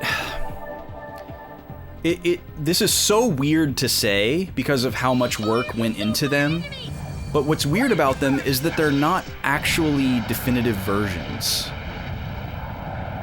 You know, like, that's what kind of sucks about it. It's like, it seems like that's what they set out to do, was to make definitive versions of Final Fantasy 1 through 6, and maybe in their eyes they are the definitive versions, but they're really not. Especially 1, 2, 3, and 4. Because, like, 1 and 2 have extra content that was added for the GBA and PSP versions. And that's not in the Pixel remasters. There's, like, post-game stuff with, like, extra dungeons and super bosses and stuff, and for some reason they chose not to include that. It's like a faithful recreation of the original version, except how do you define faithful? Because it doesn't have, like, the broken mechanics, it doesn't have the poorly translated dialogue, like, they fixed everything else from the ground up, so I don't know why they wouldn't include that stuff. And then with Final Fantasy 3 and 4, those were both remade in 3D, which, you know, you don't need the 3D version necessarily. That doesn't automatically make it definitive, but those have retranslated and expanded script, so there's more characterization and development of, like, the story and background of the universe and all that stuff in the 3D versions of 3 and 4 that's not in any of the other versions.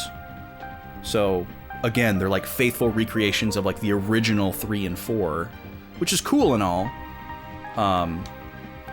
But I don't know, it would have been cool, like, it's not like they have space constraints. They could just give you, like, give me the option. Let me choose what script I want to play, you know? There's, like, 6 different versions of Final Fantasy IV, and they all have a different script, you know, different types of translation. There's FF2 US, and then there's, the GBA script. There's a PlayStation 1 script, and then there's also the 3D script, you know? Like, that would have been cool. Even if they completely ignore the, you know, the interlude and, you know, after years that everybody hates and all that stuff, there's still a lot missing from the main game. I think Final Fantasy V on the GBA had extra content. but I'd have to look it up to be certain. And I guess if it did, Final Fantasy VI GBA probably had extra content too. But I can't remember for certain. But I think the pixel remaster versions of 5 and 6 are probably closer to definitive. Yeah, the ROM's got to be like 5 megabytes, exactly.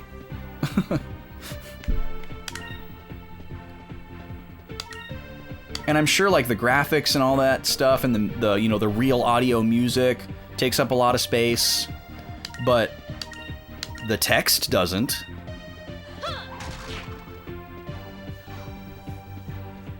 Oh, and I don't like the fonts in the Pixel Remaster. I do not like them at all. I think they suck. There should be text options too.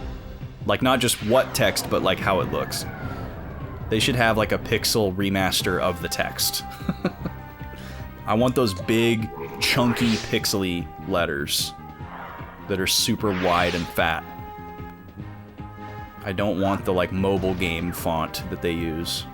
I think it looks really dumb. It cheapens the look of the whole thing, in my opinion. I would like to watch somebody play through FF6 Pixel Remaster more closely, so I could pay more attention to the like the HD 2D type treatment that they did to it, because that is amazing. Like if they did like a true HD 2D thing with some of the Super Nintendo Final Fantasies, I would go nuts for that. Can you imagine if they remade 4, 5, and 6 in like the Octopath Traveler engine? I would shell out $100 for each one of those. They would have me by the balls with that. But Pixel Remaster just doesn't really do it for me. And I don't want to like try to dog it for anybody else. I think it's great that they did it because it makes the game way more available to people who couldn't otherwise play the game. It makes the games extremely accessible, which is awesome, because I love recommending the older Final Fantasies to people who've only played the newer ones, and they're like, I don't know how I'm going to play that game without emulating it. So I really applaud them for making that happen. Oh, we're endless elevator here.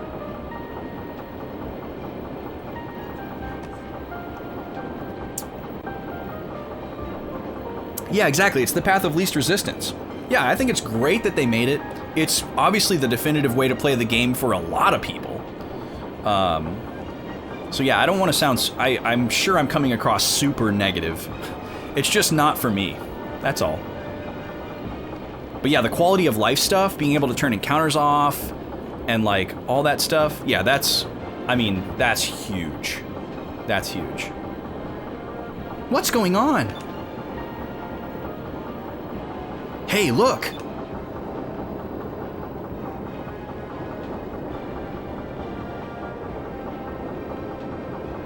The fortress is rotating. Now's our chance. We should find a ship and get out of here.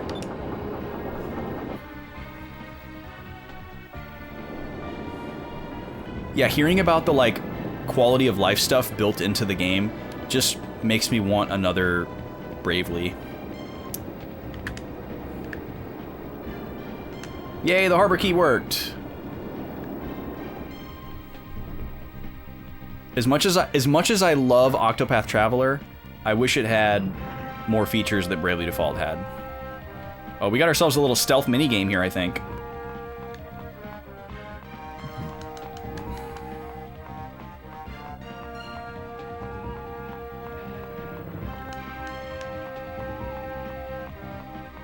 I don't know if anything was going to happen to me just there, but maybe it's a battle.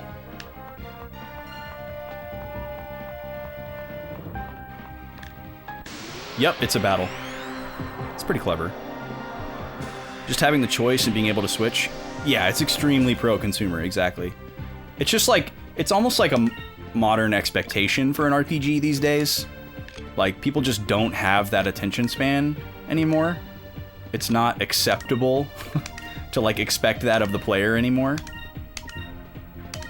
So like if you don't build that into your game, you have to market yourself as like, oh, this is the Dark Souls of RPGs. You know, you have to like tell them that it's going to be hard so that they think it's cool. Because otherwise they're just going to be like, this sucks. There's a battle every 5 steps.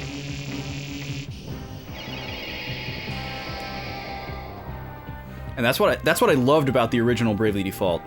I haven't played any of the other Bravely games yet. Well, I started Bravely Second, and then I lost my 3DS. But that's what I loved about that game, is you could turn the encounters off. And it was the first game I'd ever played where that feature was built in. And I was like... At first, I was upset. I was like, wait, this kind of cheapens the experience. Why would they do this? But then I realized you still need to be at the same level in order to beat the game. So it's not necessarily that you're making the game easier, you just get to decide when you want to battle. And then after a while I was like, oh, this is genius. Like, obviously you can't just not battle. You have to gain experience to get through the game, but at least you get to decide when and where you get into encounters. You know, and if you don't want to get into any, you don't have to. And then like when you revisit old areas, just turn it off. It's amazing, because it's like, oh, well, I'm not going to get any good experience here anyways, so just turn it off. Genius.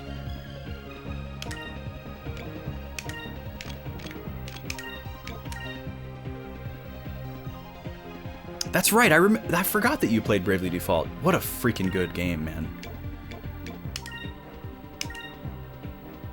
Yeah, I really hope that series continues. You know, like, they kind of spiritually moved on to Octopath. It's the same team, by the way. I don't know if you knew that. It's the same people. Roughly the same people. It's like the same wing of Square Enix. It's not exactly the same developers, but it's pretty much the same.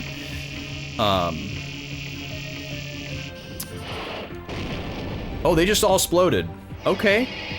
Oh, wait, what? What is this, Yu-Gi-Oh? They, like, sacrifice themselves to summon a bigger monster? Whoa. This guy has a lot of health. He's got a ton of health. Didn't we fight this guy as a boss earlier? But yeah, I really hope that there's, like, a Bravely Default 3 someday. Because I know Bravely Default 2 didn't do very well critically. Which is not... That doesn't bode well. Like... Again, I haven't played it yet, so I'm obviously reserving my own judgment for, you know, whenever I finally play that game. But it seems like most people who've played all 3 games say that the first one is definitively far and away the best one. But there's like kind of a cult following for Bravely Default 2. But most people don't like Bravely Second. I didn't have any problem with it. I was like just really getting sucked into it when I lost my 3DS.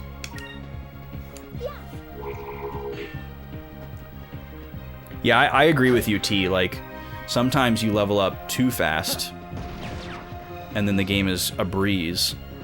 So you can turn battles off to make it more challenging. That's another way you can use that feature, for sure, if you're like a hardcore player.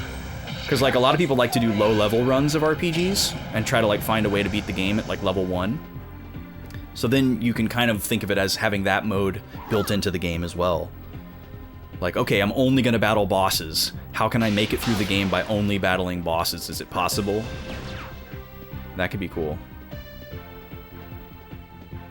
You didn't like the demo of Bravely Default 2?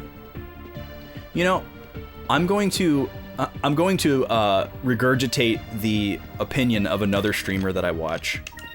A lot of you that are in here probably know who Kyo is, because you probably watch him too.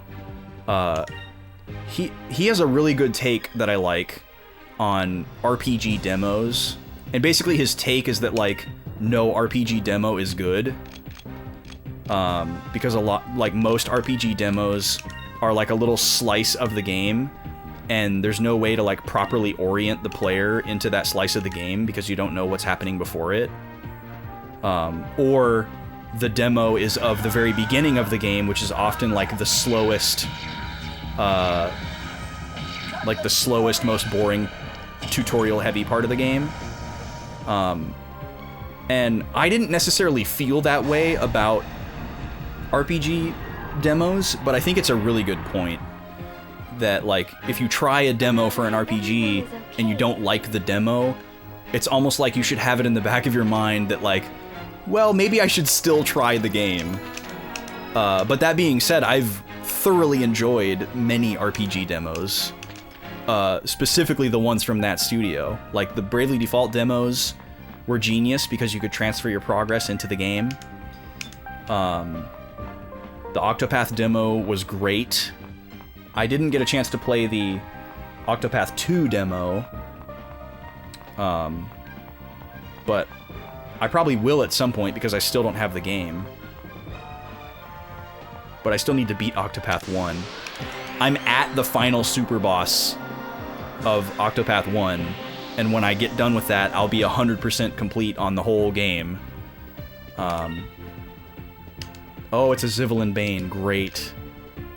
Let's see. I should do Incrum and then do... What am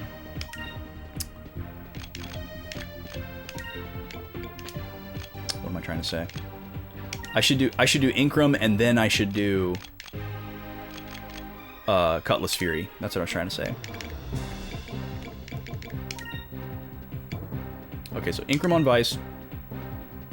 Oh, Fina needs to heal. Because this guy can do quite a bit of damage. Alright, we'll have Gilder shoot, I guess. We can do some focusing next turn if we need to. But we might not have to. But yeah, Octopath has a higher barrier to entry than Bravely Default does, in my opinion. Like Bravely Default gets difficult over the course of the game, and it has some complex systems, but it introduces you to them incrementally and does a pretty decent job, at least in my memory, of explaining them to you and kind of tutorializing everything. And also, like, the gameplay is part of the story, so that makes it a little easier to learn. But clearly, Octopath Traveler was designed in such a way that it was meant to be a more difficult, intense game throughout and from the jump. So it like decidedly has a higher barrier to entry for sure. So it just kind of like immediately alienates a lot of players. Because it's like, okay, you're gonna get hit with walls of text, you're gonna get hit with really hard, long fights. Like regular encounters can take a half an hour, depending on what they are. As early as like chapter 2. So it's intense and it filters out a lot of people. So it's actually, I mean, it's no surprise to me that I love the game, but it is kind of a surprise to me that it did well enough for them to make a sequel. Because it's a tough game, it's intense, it's hard, it's not the most digestible. And, like, the story takes a back seat. Like, the game has amazing story, in my opinion, but most people's main criticism of the game is related to the story and not the gameplay. I mean, the two biggest complaints are... Oh, that was so much damage! Jesus! Good lord. That's okay, we'll bring her back. But yeah, people's main complaints about Octopath are that the battles take way too long, or that it's too hard. And then the other complaint is that the overarching story of the characters doesn't really link together. Because the game is designed to be non-linear, the characters' stories are mostly completely independent of each other because you can play all their chapters in like any order that you want. So obviously the byproduct of that is that they couldn't really have like a cohesive narrative that they all fell into. But I didn't really care about that. The like cohesive binding narrative is like a subtext and like a true ending of the game, and that's good enough for me.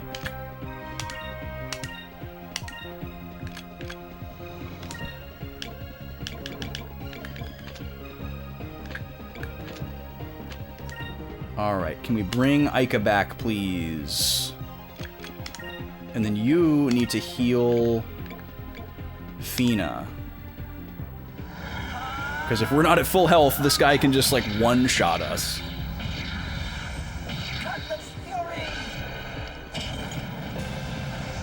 But yeah, I adore Octopath. I do like Bravely Default better overall as a game. Like in every aspect. Which is just a testament to how good it is. Because I love Octopath to death, but I do think Bravely Default is a better game in every way. I think it has... Well, okay, I take that back. Octopath Traveler has better characters. It has better party characters. Their stories are extremely deep. Just the dialogue in general of Octopath is really deep. Like, random NPC quests that you'll do have an insane level of depth to them that's kind of mind-blowing. And the main cast of Bravely Default is good. I would say one of the characters is great and the rest are good, but they're definitely not as fleshed out as the Octopath Traveler characters, which makes sense because there's so many more other characters in Bravely Default. Like, there's all the almost called them Life Masters. That's Fantasy Life. What are they called? The asterisks? The asterisk holders? But, like, all those characters are super fleshed out.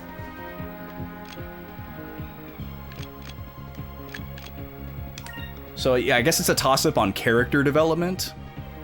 But, like, everything else about Bravely Default I like better. I love the Revo music. It's so good. I love, like, the job system. I like the battle system better in Bravely Default. Well, okay, I guess the other one where Octopath wins is the graphics. Obviously, that's, like, the coolest graphics engine of all time. HD 2D is, like, the new, it's the new overuse of Bloom from, like, 2013 to 2016, where everyone's like, oh, everyone's doing the Bloom, I hate it. And now everybody's saying the same thing about HD 2D, but I'm all in, baby. I'm all in. I have no problem with it. Okay, we need to revive Aika. I want her to be alive so she gets experience from this guy. I don't want him to die yet. Bring her back. You felt really immersed playing Bravely Default? Yeah. Murgurger. Yes, Flozax. Yes. Okay, cool. Cool. Now we can kill him. Watch, now he's gonna use burst on her and kill her again. Okay, please live. You got a lot of HP. Okay, good. I was gonna be so mad. Alright, take him out. Pixels for life. Yeah, I love the art style of Bravely Default. A lot of people don't like that art style because it's like semi-chibi. A lot of people hated it. But like the hand-painted backgrounds were gorgeous. The 3D in the game was actually really well utilized. Like every time I got to a new area, I would turn the 3D on while I explored the area for the first time, and then I would turn it back off. But yeah, the like fast forward feature and the auto battle feature, the way that you could like program like a macro was so good for grinding. Like that made it so much easier to grind and 100% the game, because you had to grind to 100% the game. So I found a mob of enemies that could summon more enemies, and what you can do is you can put in a group of each of your 4 characters' actions, and then when the next turn comes, you have the option to say repeat last turn, and everybody will do the same thing that they did the last turn. And I figured it out just so perfectly that I could do just enough actions to keep everyone healed and kill some of the enemies, but not all of the enemies. And then I would just turn on the max, like 4x speed or whatever it was, and then I would just put the 3DS down, plug it into the charger, and walk away.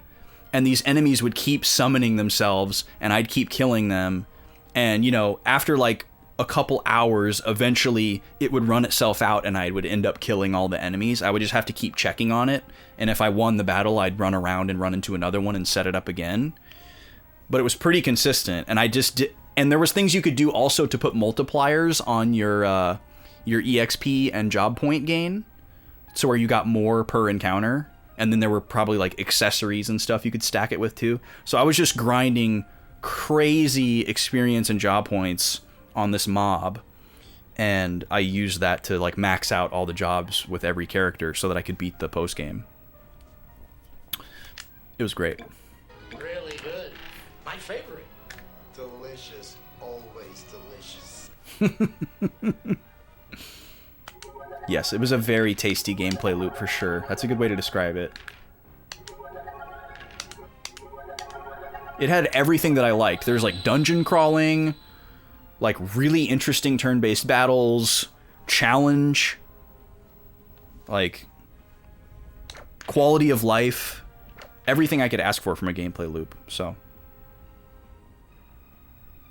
the characters were in on an inside joke the whole time.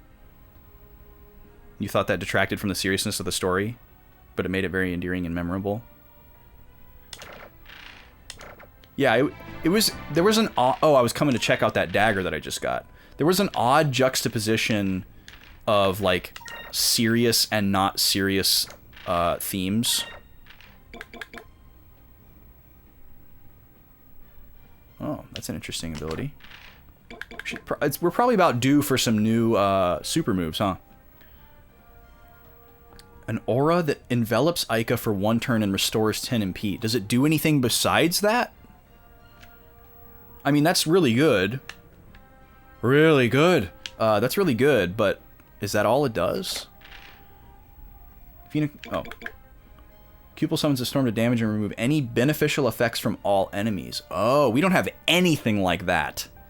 So that's a really good ability. Only 6 SP, too. Removes all buffs from enemies. I could see us running into a battle where we absolutely need that. Yeah, it definitely has a little bit of anime vibes, for sure. Creates a barrier for 1 turn that blocks all adverse and only adverse effects. Is it only for him, or is it for the party? It's probably only for him with a cost like that. So everyone that's available costs 2. So we could theoretically give everybody 1. Or we could try to catch up Gilder. I think I'm going to give him this one just so I can see what his next one is, and then we'll make a decision from there. I don't necessarily want this one. Calls in the Claudia and fires all of her cannons, attacks all enemies. 18 SP costs 4 berries. Okay, that's probably a really strong, really strong super move. Oh, and that's his last one. Because look, you can see all these other characters, they keep going. But him, he only has 1 more. Interesting, so he only has 3. So maybe he is like a guest character. Or maybe him and Drachma only have 3. We still don't know if Drachma's going to come back. He could actually be dead.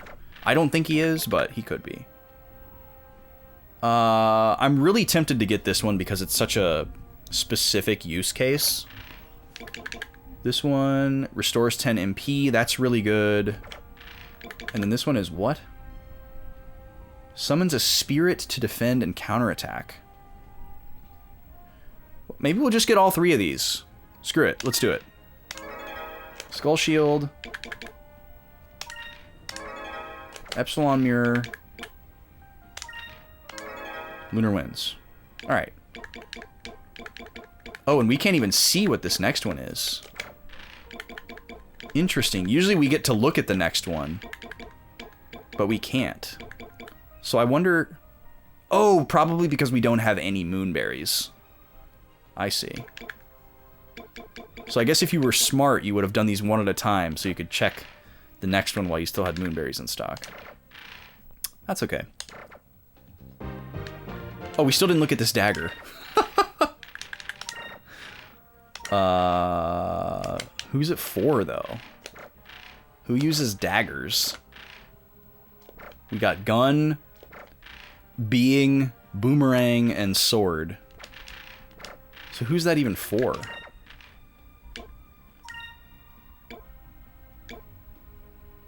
It's not even in the weapon menu, so it's not a weapon. Is it an accessory? No. Where is it?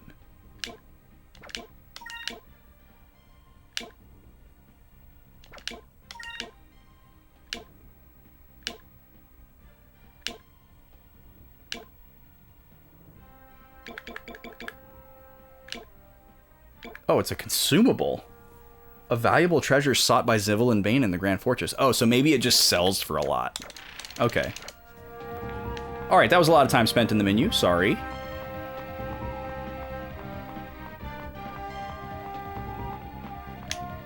Whew, that was close. It's cool how they have these areas where the encounter rate will switch from a normal encounter rate to something like those searchlights that you can visibly see. It's a fun little mini game of sorts.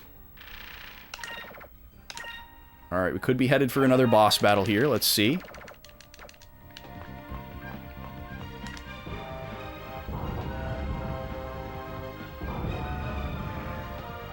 Another elevator. Oh, yep, here comes some mechanized monster, I bet. Yep. We haven't tested to see if robots are weak against electricity. Maybe let's try that. Oh, you're a pleb with your anime, though. Well, you know, I don't think anybody should try to force themselves to find an anime that they like. But that being said, I'm certainly a fountain of recommendations if someone's looking to go down that road. The Dralcor tank. If you flip the L and the K, it's Draklor. And the Draklor Laboratories was a place in, was it Star Ocean 3? I think. Okay, let's switch to yellow. See if we get some good damage from that. Ike is already on yellow. Let's just do double Incrum here. Incrum on Vice. And then you're going to Incrum Gilder. And then Gilder's going to also switch to yellow and attack. Usually robots are weak to electricity, so we'll see.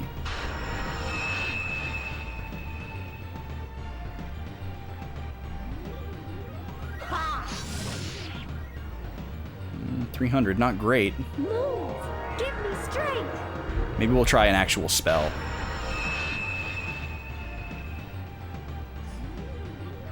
Now he's going to do a lot more because he just got boosted. Well, not a lot more, I guess.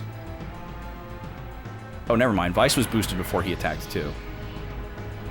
Boy, this guy is very similar to that one boss from FF7. That's a lot of damage. But it's only single target, so we can hang with that. What does this do again? Summons the spirit of an ancient air pirate to defend and counterattack for his crew. I am interested to see that, but we're gonna do Cutlass Fury. Aika, what are you gonna do? Restores 10 MP. Let's have you charge. And then Fina. What does this do? Damage and possibly stone a single enemy. I'm imagining that's going to be super weak. None of her stuff really hits very hard at all. So let's just have her charge too. And then we'll have Gilder do a regular attack. And maybe next turn we'll have enough. Oh! I just realized that when I target him, I can see his color. His color was red.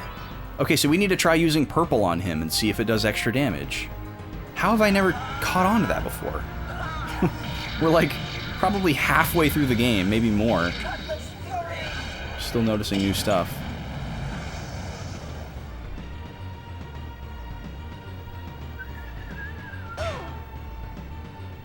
Does a lot of damage. It's better than 1100 though. Okay, so we're gonna switch everybody to purple that's attacking. Because yeah, up in the right there, he has a little square around his icon, and it's red. Maybe it's always red for enemies, and I've just never noticed it, but... well, actually, let's do Cutlass Fury again, because we'll have enough for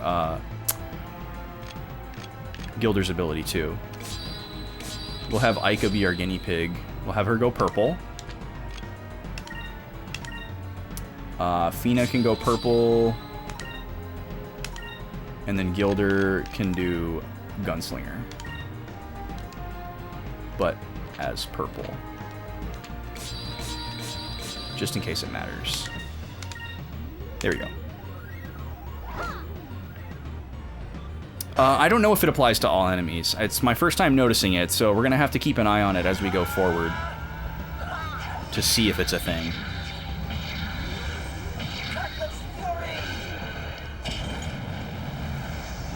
So that was pretty much the same amount of damage that the last Cutlass Fury did, but it's possible that the color doesn't apply to my special moves and it only applies to my regular attacks. Dance for me. Who's a better budget Steve Bloom? The guy they picked for his VA or me?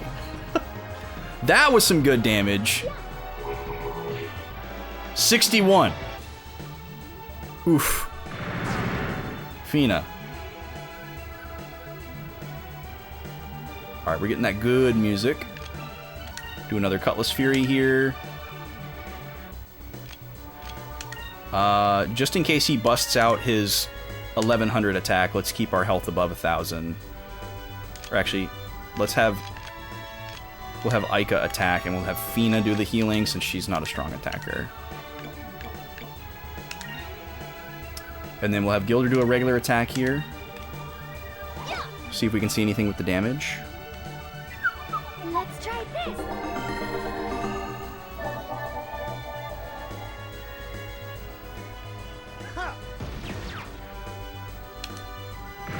Yeah, I think that was more than his first regular attack did.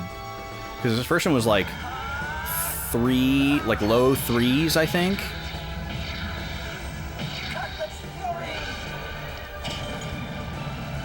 So yeah, we're gonna have to pay attention to that when we fight more enemies. See if we see different colors in that box up there.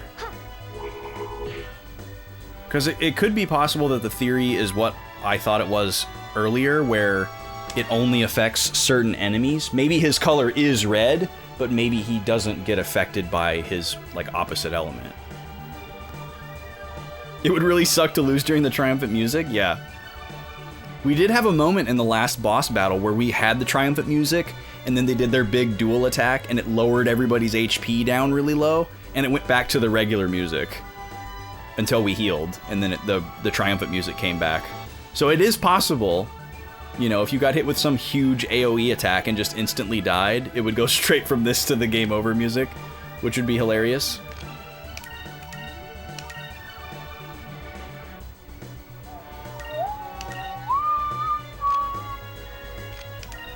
Why don't you use another one of these on yourself? 1,337 HP. Nice. Take this.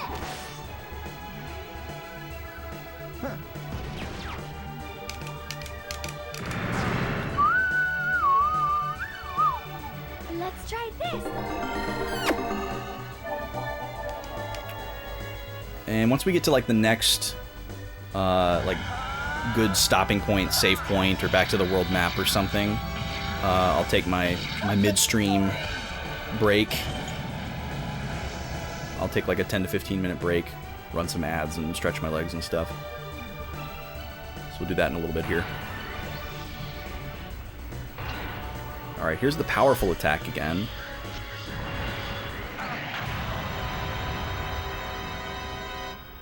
Oh, yep, there goes our triumphant music.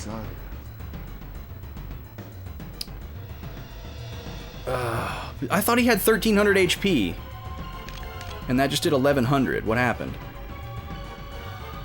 Oh, he's too low. I don't want to kill him until he's revived. Oh, that's so annoying. Alright, guard. Guard. Rezon. Oh, he got countered. I didn't see it. Yeah, the organ stab when he got killed.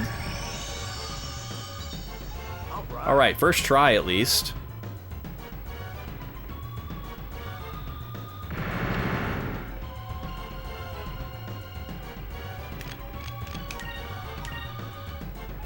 Alright, get him the heck out of here. Use one of these on Gilder just for the heck of it. This should do it.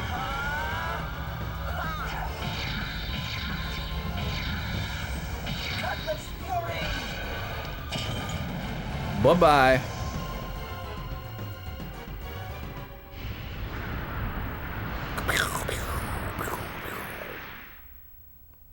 Yeah, the music didn't switch back when he got revived. Interesting.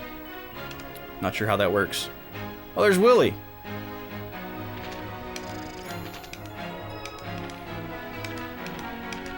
And a bunch of purple points, because everybody was purple. Ooh, we got some of those Rizalem crystals back. That's nice. Oh no, the alarm! This isn't good.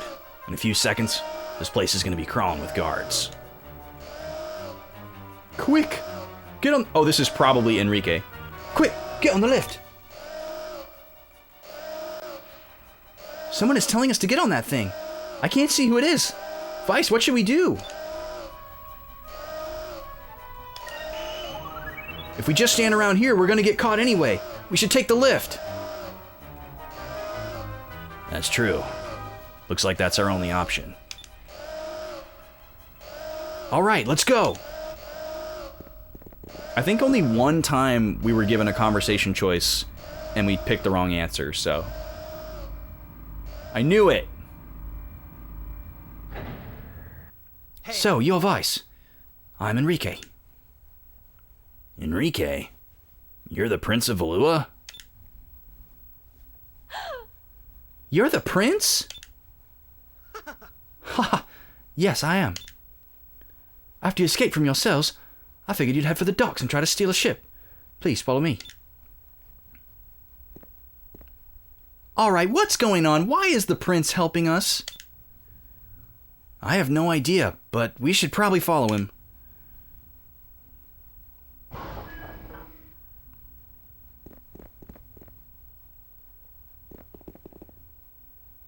Yeah, let's follow him into this narrow corridor.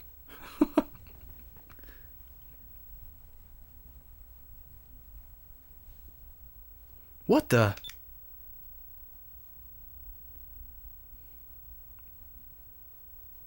You've probably already figured it out, but we're on the bridge of the ship.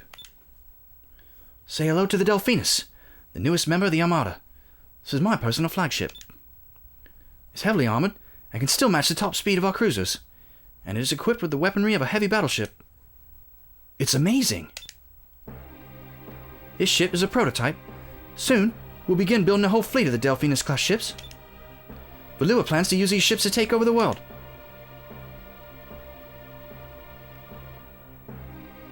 Yeah, it's a pretty cool ship.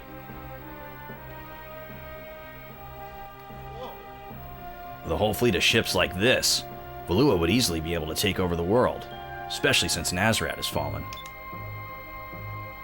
So, Your Royalness, there's still one thing that I can't figure out.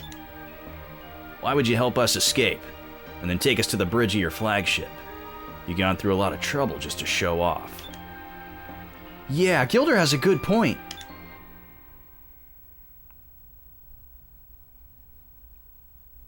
His little hat. I want you to take this ship, and I want you to take me with it. What? Are you serious? Valua has been taking over other countries by force, destroying the lands and murdering the innocent. As a prince of the Valuan Empire, all the innocent blood spilled by the Armada is on my hands. I've done all I can to convince the Empress and Galcian that the Valua is doing wrong, but I cannot convince them to change their ways. Everything I've tried has failed. I'm powerless to stop them. My only chance for redemption is to aid you. Please, take me with you. I'll even go with you as a hostage.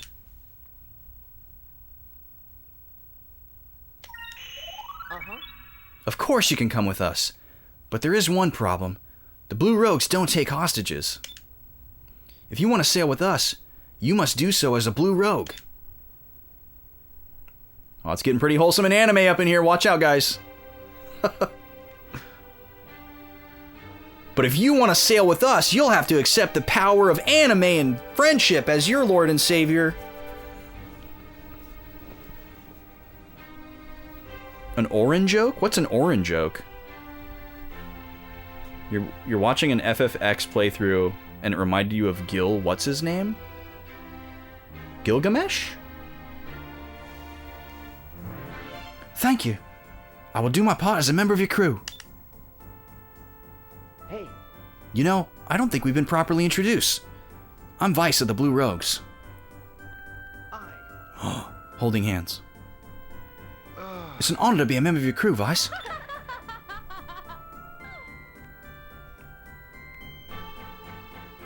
I never would have thought that I'd be riding in the same ship as a Valuan, let alone the Prince of Valua. But the crystals are still in the hands of the Valuans. Yes, you're right.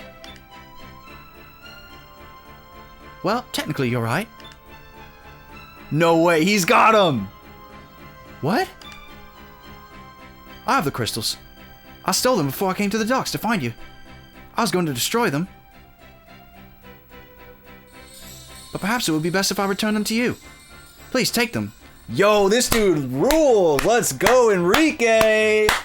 Give it up for Enrique! Pulling out all the stops. His mama gonna be mad, though. Riding in a ship with a friend. Yes, that's true friendship. These guys are all being shipped together. Orin from FF10 has a very similar red duster to Gilder. Oh yeah, but you know who Gilder is, right? He's obviously Trigun, right? Welcome in, Lobstar. How you doing?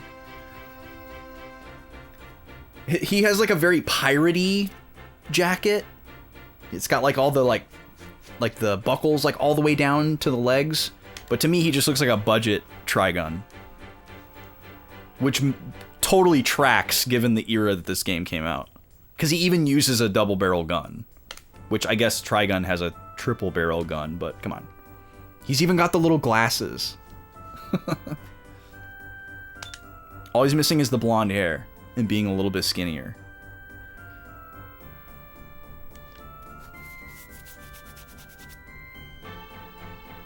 Oh, I see. You were trying to say that Gilder was like Orin. I see, Andrew. Okay.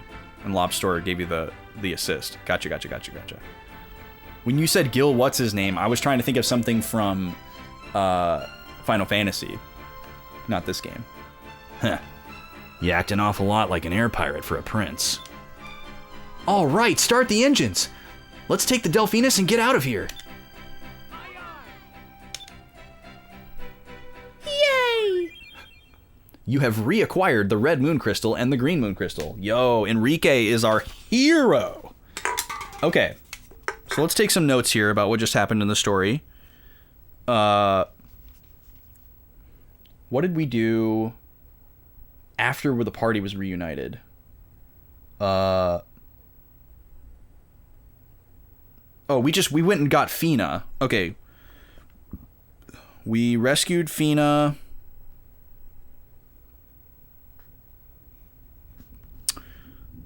Enrique offered us his ship and came with us, as well as gave back the moon crystals.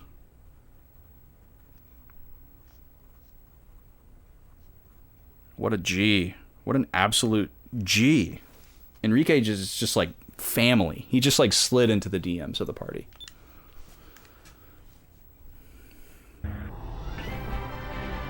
All right, Flozax. Thank you for hanging out, dude. Always nice to have you. Hope you have a good weekend. Have a safe time on the road. Let's go! Delphinus, full speed ahead! God, look at this control deck. It's insane.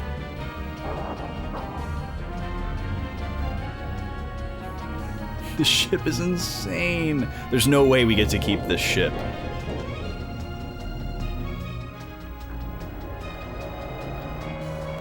I'm worried that something's going to stop us from leaving.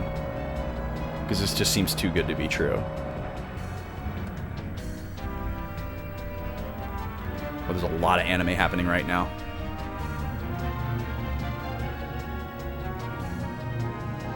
Are we gonna be like comically stopped short?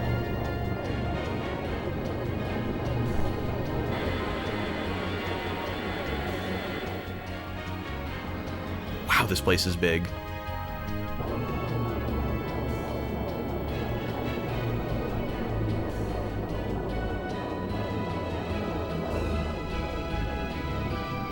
Oh no. Oh, okay, we're pivoting 90 degrees. Okay.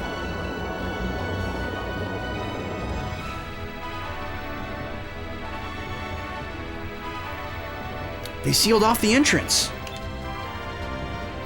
I wouldn't worry too much about the fortress. The spot where I blew up the cannon should be weak.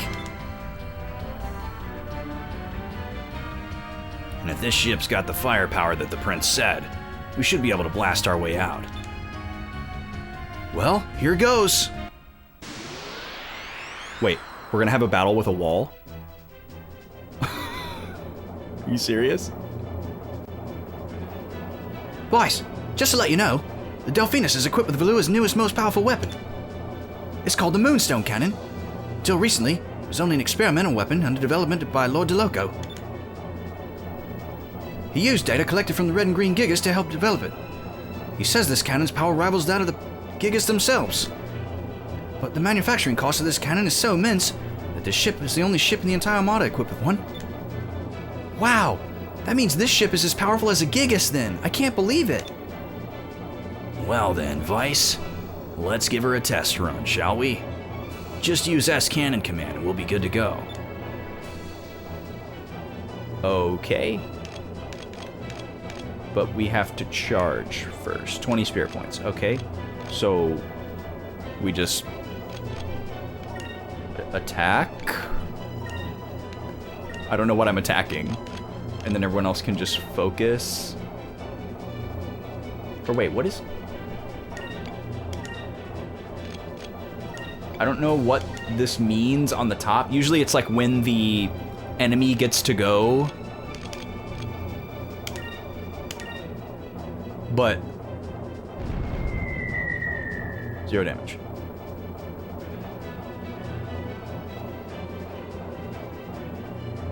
Assessing damage.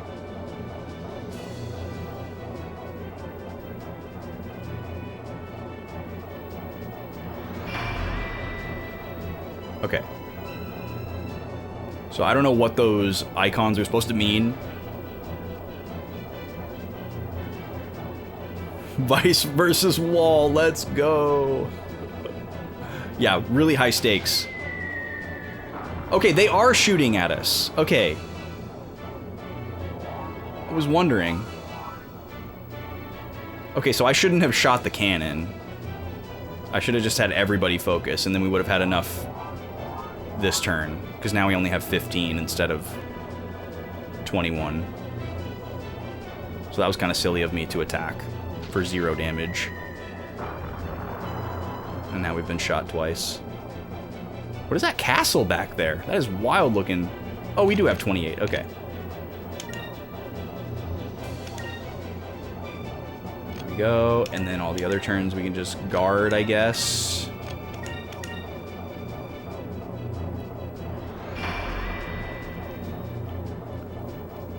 You really hope that we just faceplant the wall. Ramming speed!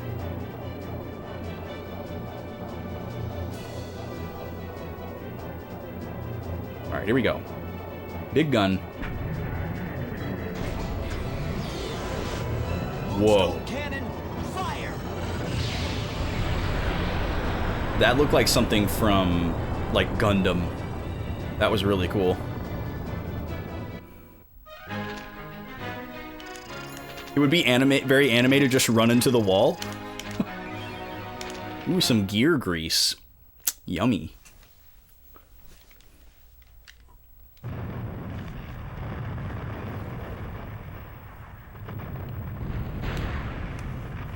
Boop, here we come.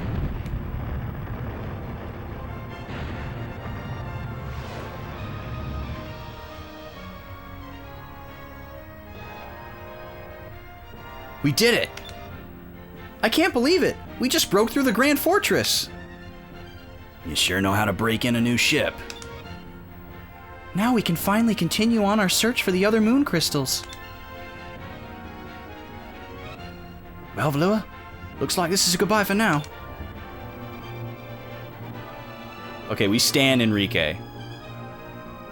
I gave him the voice of a really annoying person when we first met him because I thought he was going to be an annoying character, but he's actually awesome. Oh, Ramirez is not happy.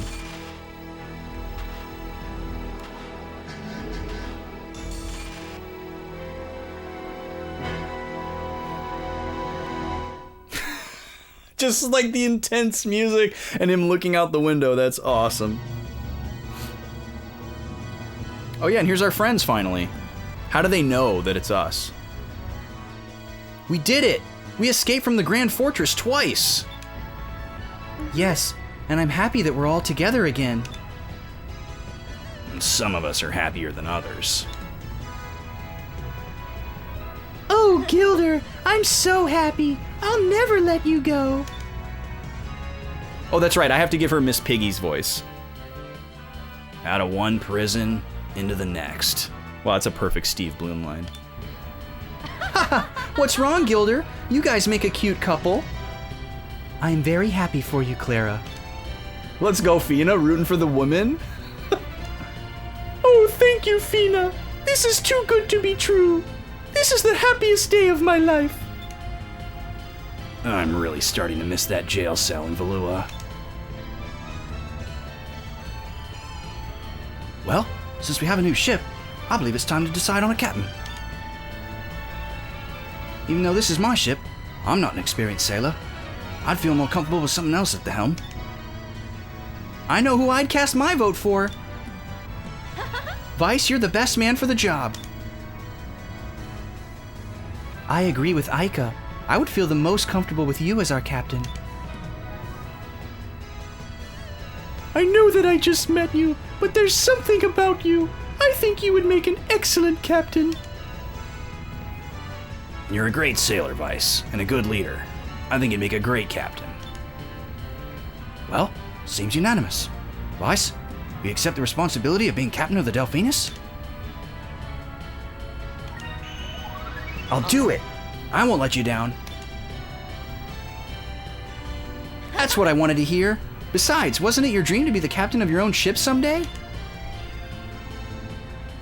Oh yeah, the Delphinus is going to need a new flag. You're right, Aika. Every crew should have a flag that symbolizes what they stand for. Why don't we start working on one now?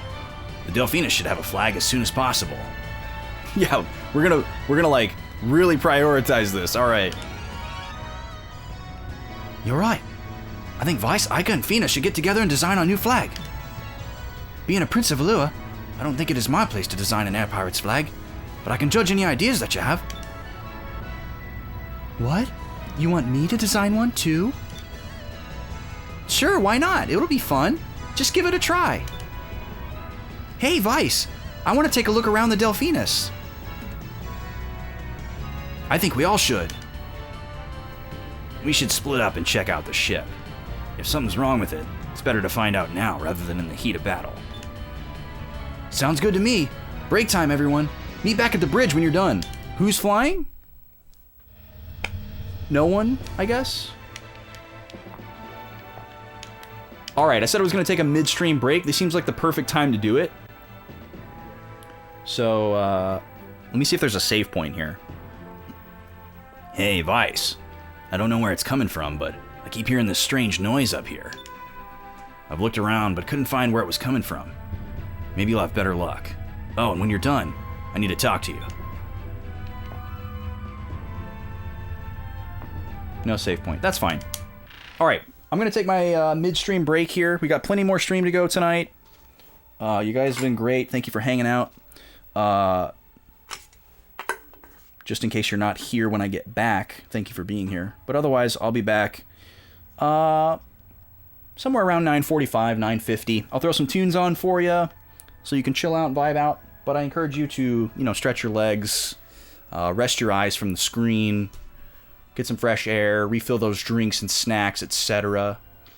And I will be back. I'll run some ads so that we cut down on the mid-rolls and all that good stuff. And I'll see you in about 10-15 minutes. Yo, Andrew, thanks for hanging out, dude. And have a good sleep. I will catch you later. And I'll see the rest of you in about 10, 12, 15 minutes. See you in a little bit.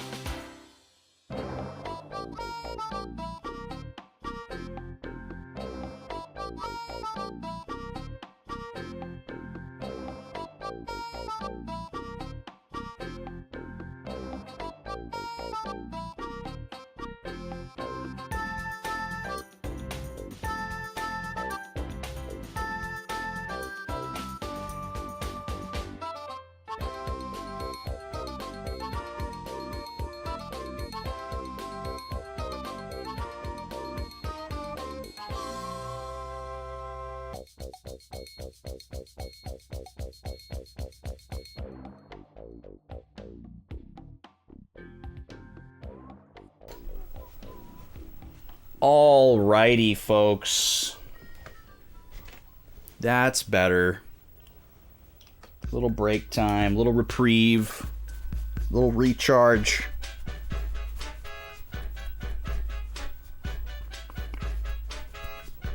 I think my favorite part is just resting my voice for 15 minutes and drinking a little water. Definitely not the same as just drinking water while you're talking, which is technically not the greatest thing for your voice. But we do what we must, right? All right. Let's get back into it. This playlist is living up to its name. It's called VGM That's a Lil Goofy. And I am thoroughly enjoying it. We were just listening to 2 AM from Animal Crossing New Horizons.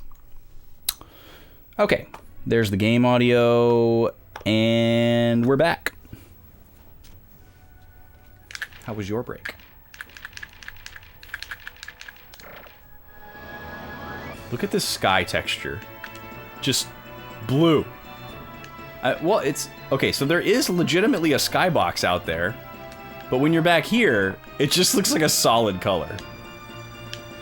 It looks like they just put a solid color right behind the window. But it is actually... Like, there is actually a skybox out there, so it is fully rendered. Okay, so this kind of seems like it might be like a little mini game.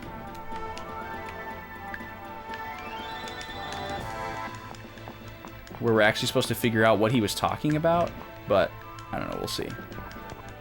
I'm just walking around and mashing A. They sure didn't spare any expenses building this thing.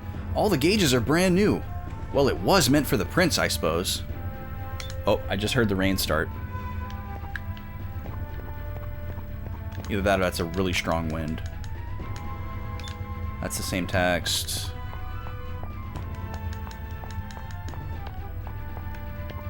Oh, there's like a throne up here. I didn't even notice. This is the captain's chair. I guess that means it's mine. I'd rather be at the helm, though. I wouldn't feel right just sitting here. Oh, Vice, you're too altruistic. It's just almost unbearable. Yeah, that's definitely rain. We gonna sleep good tonight, y'all.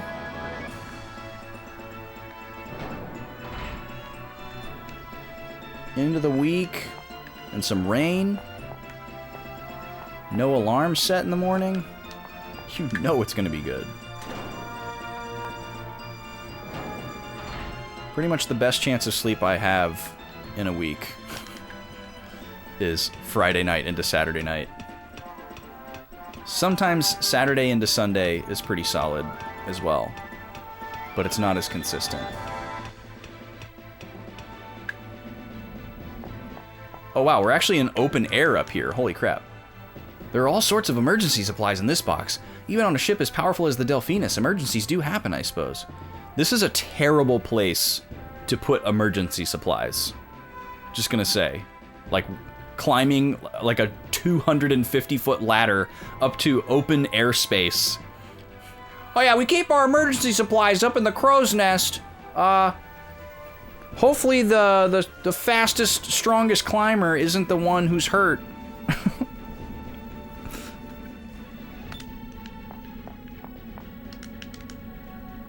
This is the lookout tower. All we need now is a competent lookout. It would be so loud and windy up here. It's a talking tube, just like the ones we used on the Albatross. This one is probably connected with the bridge. Hey, Vice, this is Gilder from the bridge. Where you at? Did he just boost mobile me?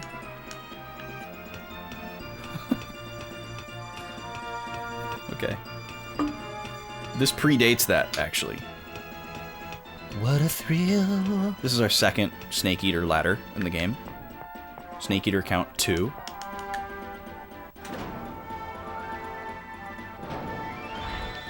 Alright, now we go down. Ooh, these fixed camera angles are kind of jarring. So we go that way. We can go this way. Okay, we got more emergency supplies down here. Good. Good, good, good, good, good. That makes a lot more sense. What? White. Oh, it's the deck. Okay, cool. Oh, oh, oh, oh, oh.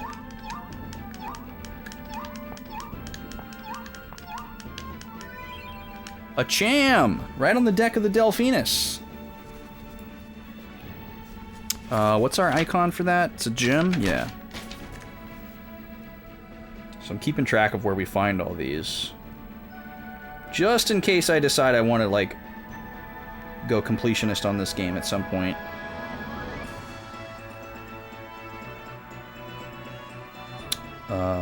Deck of Delphinus. I kind of want to say Delphinus instead of Delphinus because it just sounds like penis every time I say it. But Delphinus is weird as well. So this is the deck, and above that door is the bridge. It's a talking tube, just like the ones we used on the Albatross. Oh, they're all connected with the bridge. Okay, same thing. Ooh, that purple. That looks nice. Can I inspect this giant gun?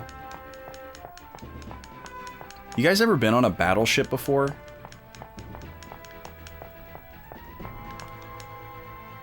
Like a naval cruiser? Maybe that's a weird question, but that's like totally something that you can do as a civilian.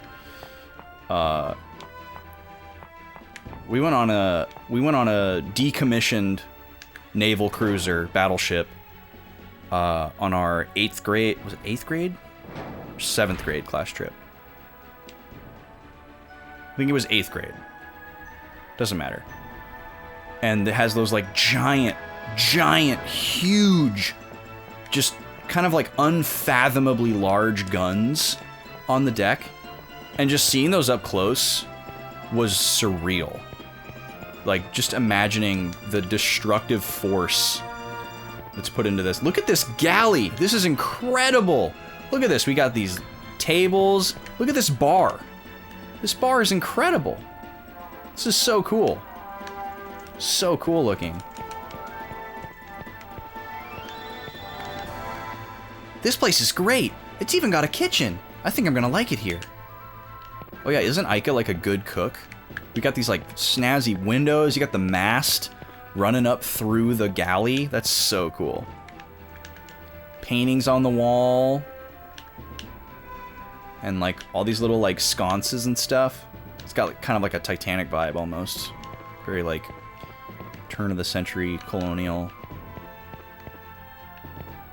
What do they call that time period? Like the early, like the first,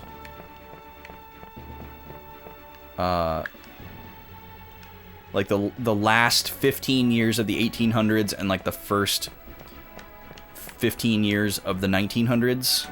Isn't there like a name for that time period? Like the mid-Atlantic. I don't know what I'm talking about.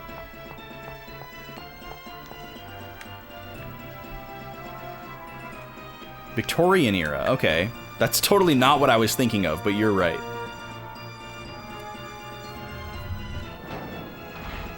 Yeah, like between, I guess it's, maybe that's like between, like post-Civil War, pre-World War I? Is that like the boundaries on that? Hey, Vice. I don't know where it's coming from, but I keep hearing this strange noise up here. Wait, he already said this. So we do actually need to find the noise that he was talking about?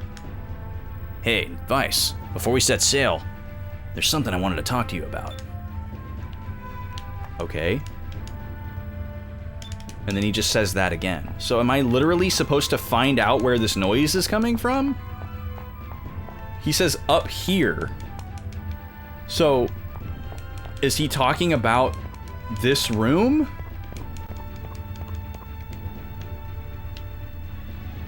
I don't get it. We've already been everywhere that we can go.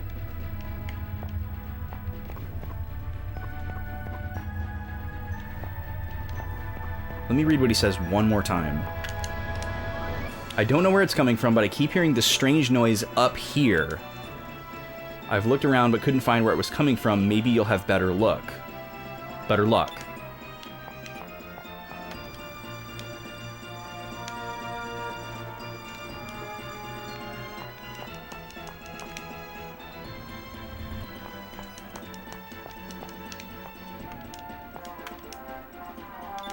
He won't let me set sail. I can't interact with anything else on this panel. We get that flavor text on this panel. Oh, a moonberry. Okay. This is a treasure chest. Okay. Are these all, like, Millennium Falcon smuggler compartments? Oh, here's another one. What's this? Is something in here? Oh no, we're gonna have a stowaway.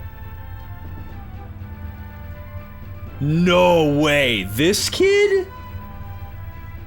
Hey, long time no see, Vice! Marco, what are you doing here? I heard that the prince's ship was finished and was being prepared for departure. So I snuck on board and I was planning on escaping Valua in it. Well, I'd heard that the prince was a really nice guy, so I figured he wouldn't kill me for trying to escape. Well, at least not right away.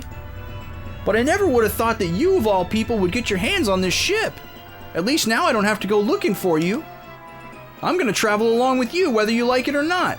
But don't worry, I'll stay out of your way, okay? Huh. You're pretty pushy there, kid. Why not? I'll make you my first crew member. Wait, don't we hate this guy? Don't we, like, hate Marco? Isn't he, like, really annoying? Didn't he try to, like, do something really bad to us when we first met him? Yeah, he tried to rat us out and throw us in jail. This is where Marco snuck aboard the Delphinus. Huh, maybe that kid is cut out to be an air pirate after all. Okay, so that was what we were supposed to find. So wait. Okay, my RPG brain is telling me that he's now been assigned to some random spot on the ship, and I should go find him because he'll probably say something different that we haven't seen yet. It might not be important, but nonetheless. Let's go see if we can find him. So this leads to the crow's nest, right? Okay, so that's where Enrique was. So where did we not see anybody?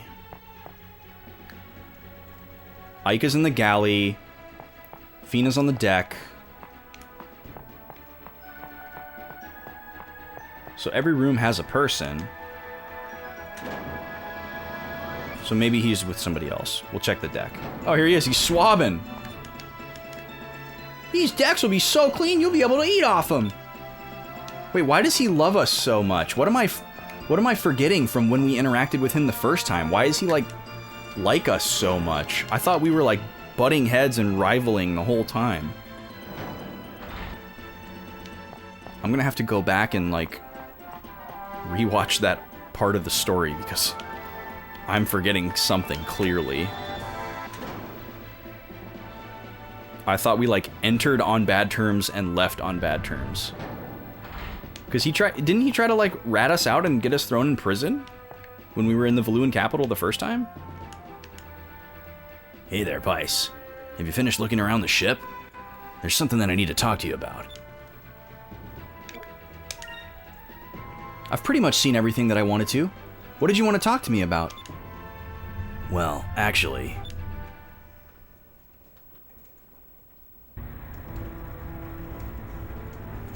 I'm leaving. I'm going to head back and meet up with the Claudia. What? I figure this is probably my only chance to escape from Clara. I don't think I'm ready to settle down just yet. Sure you are. You guys make a really cute couple. Vice, don't even joke about that. Alright. Sorry, I couldn't resist. But seriously, we're all going to miss you. Thanks. Before I go, I have 3 pieces of advice for you. First, you need to get a crew. A crew? Yeah. With a ship this size, you'll need a lot of crew members to take care of the specific duties. Get a good watchman, a cook, a gunner. I'm sure there are plenty of skilled sailors out there who will join the fight against Valua. If you run into anyone who can help you, bring them aboard. The more crew members that you have, the better your ship will operate. Second, you'll need a base. You'll need a place to repair your ship, and your crew will need warm beds and warm meals every once in a while. Your father has his own base, right? You said it was on Pirate Isle. well, you'll need your own headquarters as well. What about that deserted island that I found you on? I believe it's called Crescent Isle. That island looks just about right. Why don't you head back there? And most of all, no matter what happens, never give up.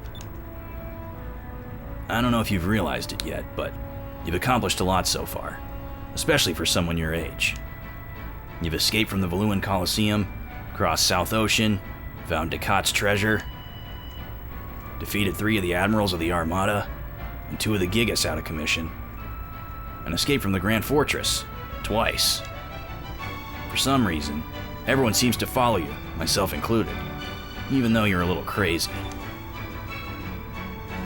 Actually, it's because no matter what happens, you never give up. Anytime something stands in your way, you never let it stop you. Your crew knows you will always do everything in your power to protect them. I can tell by the way they all look at you. And on this bridge with this ship, you're going to sail around the world. You'll probably run into things 10 times more dangerous than you've already faced. But no matter what happens, don't give up. And if you follow my advice, you'll accomplish things that you've never even dreamed of. Thank you. Oh, Gilder, where are you? Oh no, it's Clara. Sorry, Vice. I can't stay and chat any longer. She'll catch me and it'll be all over. That's the only door out of this room. Where could he possibly be going? So long, Vice. I hope to see you again someday. I usually just sail around in search of fun, but the time I spent sailing with you was probably the most fun I've ever had. Keep it up, kid. Thanks for everything, Gilder. Same door. Oh, Vice! Hey, Vice! Why did Gilder run off in such a hurry like that? He said that he was, going back to the Claudia. What? Well, I have got to catch him right away. He's not getting away from me that easily. Well, it looks like Gilder's going to need more luck than me.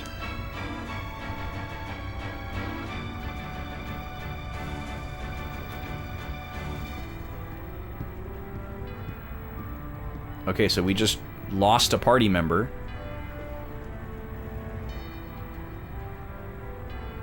I can't believe it. I'm finally the captain of my own ship, and the Delphinus is quite a ship. Alright, let's go. Full speed to Crescent Isle. The brass engine dials on the bridge say Chadburn, which is a real-world company in Liverpool, England that started manufacturing them in the 1870s. Huh. That is a very interesting detail for them to choose to include. And also a fun fact. Thank you for that, Lobster. Wait, Enrique has joined the party? Is Enrique a party member? Does he fight? Hold on. In truth, Delphinus has not yet been completed. The hull hasn't been fully reinforced yet, so it would probably be impossible to fly through stone reefs at this point. And the engine's output settings haven't been properly adjusted yet either, so we probably won't be able to fly through sky rifts. Wait, why does it say engine? The engine is talking? I think that's supposed to just say Enrique still. However, if we can find some way to fix the hull and the engine, I'm sure sky rifts and stone reefs would pose no problem for this ship. What is that meter on the bottom left? Wow, Enrique is a party member. Okay. Cool. So, lost one, gained one, I guess. So it's like a Final Fantasy IV type of situation. And look at this. Now we see that we have every party member. So Enrique is the last party member. Drachma's on there. Gilder's on there. So no more playable characters, presumably. Man, that rain is really coming down there. Out there, y'all. I don't know if you can hear it, but... He is definitely a pirate now, it's true. He's earned his stripes, or his Jolly Roger, or whatever. I just didn't expect him to be playable. I thought he was just going to be like a, you know, a guest character. But this is pretty cool. I'm not upset about it. Oh, wow, and he's got a great start on magic. Holy crap, he's got everything. He's got everything that everybody else has. Maybe that's how it works. But he's got no super moves. And we wasted 2 of our moonberries on Gilder, who just left, which is unfortunate, but... We'll go ahead and give him this one with our 1 moonberry that we just found. Slashes at a single enemy in a flurry of precise sword attacks. Royal Blade. Cool. Welcome, Enrique. So we're going to Crescent Isle. Where are we on the map? Oh, wow, I just noticed that, like, our compass is a different design because we're in a different ship. Oh, the map got bigger. Hold on. The map got bigger. That is an unexpected twist. That is a very unexpected twist. This was like the outer boundary of the map previously. And it just like whoo, zoomed out. Well, we're right by Sailor's Island, so I'm going to stop here and sleep, save, say hello to Pop. All that good stuff.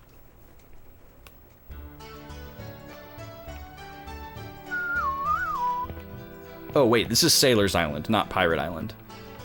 Whatever. We can still sleep and save here. Oh, there might be some new bounties and stuff, too. Let's take a look in the guild office, or whatever it's called. Yep, we got some new stuff. We'll buy that.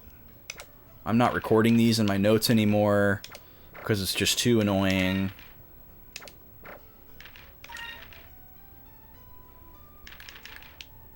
Loose Cannon Lapin. We haven't been doing any of this side stuff, though. We've just been kind of going around.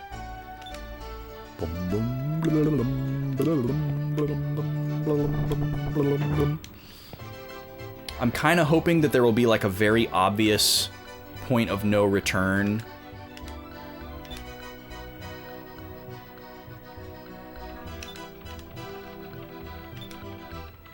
Oh, wow. Okay, so this guy can actually join our crew, but we have to pay for him.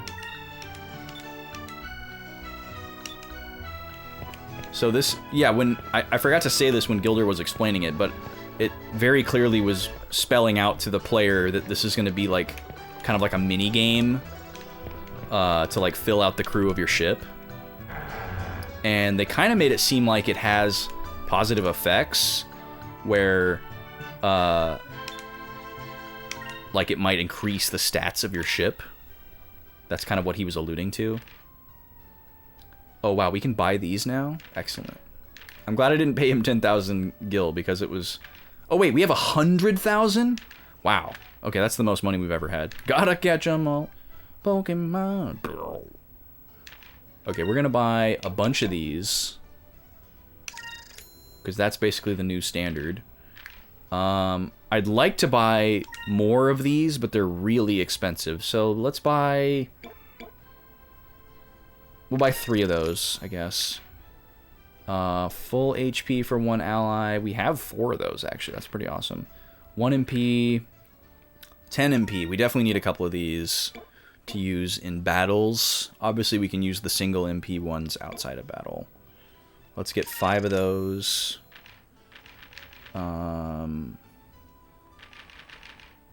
We can buy the Chom. I still don't understand why you would use that. 50% chance to revive. Increases the power of 1 ally. So is this not a permanent thing? I wouldn't think that I could buy this if it was a permanent stat upgrade, because that would be incredibly broken. Yeah, okay, this is like a consumable version of the spell. Okay, that's right. We knew that already. Okay, and that's everything. Oh yeah, we need to sell that thing that we found.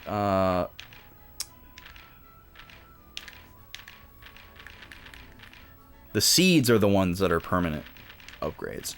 Where is that thing that we found? What was it called? The dagger? Something dagger? Here we go.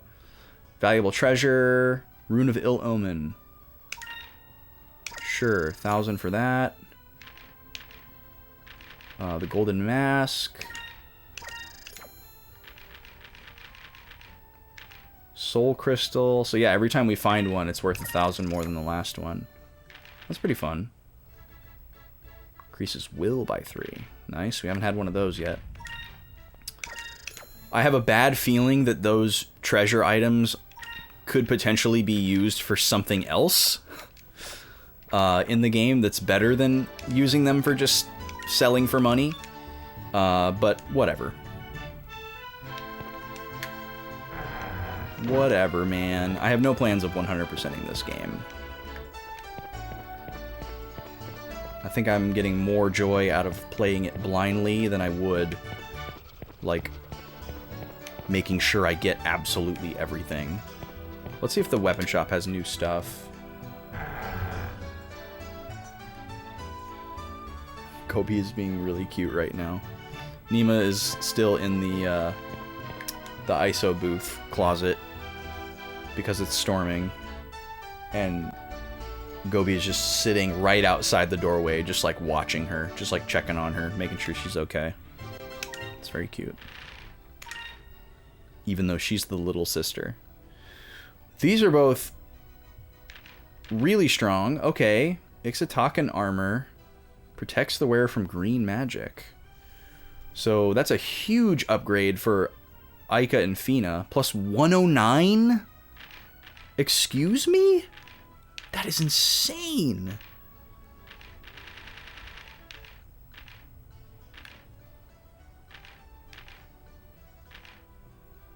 That's absolutely insane. We've never seen an increase of more than like 10 or 15 points. So this is wild. Protects the wearer against magic. Oh, wow. Oh, wow. We might need to get that to everybody. Increases will. Okay, so that increases the power of your magic.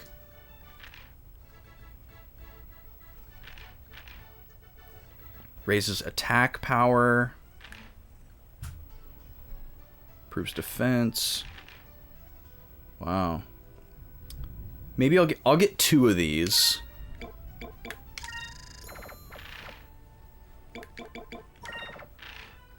And then the one that increases magic power, I kind of want to get 1 of these. I kind of want to give it to Fina. Because she already has the highest will. She has the best magic power. So this would just make her a more potent magic user.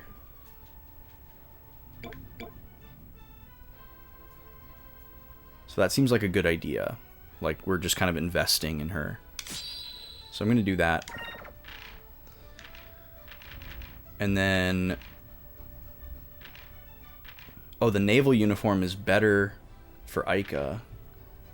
But we would lose the green magic protection.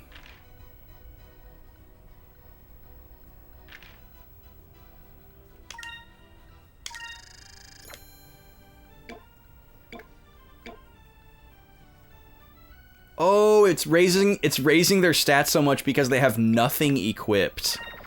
Okay, shoot. I need to go into the menu and equip them first. They had all their stuff. They've been fighting naked this whole time? How did we not realize that?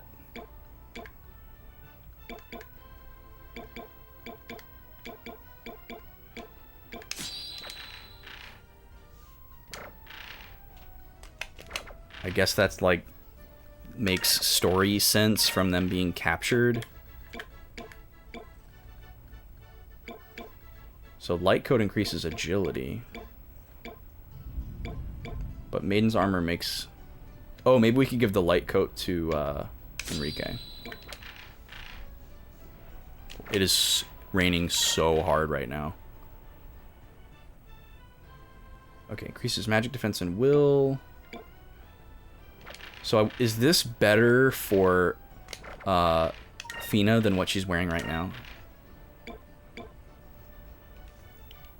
Magic defense is better, but will is not. Okay, so I'm fine sticking with what we got.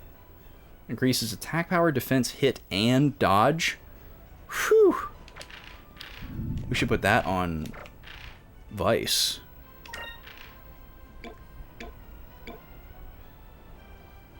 It decreases our magic resist, but let's see here. I mean, the good outweighs the bad. Dodge going up by 10 seems pretty good. Hit going up by 20 seems really good, because hit has been an issue. Defense up by 10, attack up by 10, magic defense down by 12, and magic power down by 12 as well. I think this is worth it. Obviously, he'll have to watch out for magic, but not much more than he already would have to. Okay, and then Aika's not wearing an accessory. Protects the wearer against magic. Does that just mean it raises their magic defense, or does it actually, like, resist elements? It's kind of hard to decipher. Oh, Gilder's Amulet. We got all of Gilder's equipment? That's kind of cool. Improves defense, magic defense, attack power, and will. Okay, this is actually kind of perfect for Aika, because Aika is like our mixed attacker. Oh, you can hear it? Yeah. Yeah, the gain is pretty hot on this mic, and I don't have any type of like noise gate on there, because I don't like the way they sound, because sometimes they take out like voice sounds that I don't want it to talk out, and it's raining pretty hard, so I'm not surprised that you can hear it.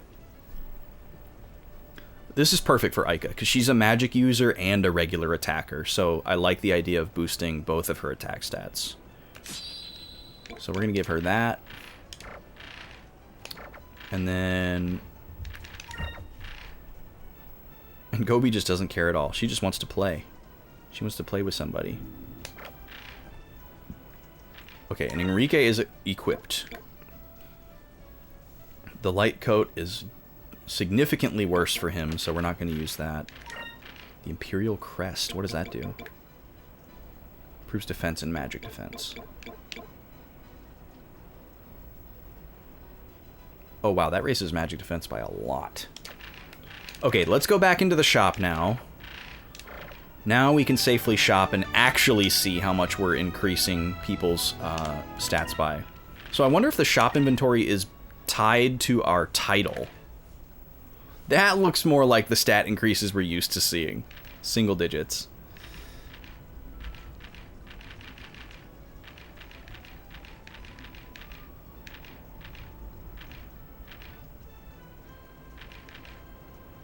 I guess it probably is tied to the title, because the title is tied to our story progress, and the inventory is probably tied to the story progress as well, so it's all kind of like intertwined with each other. Okay.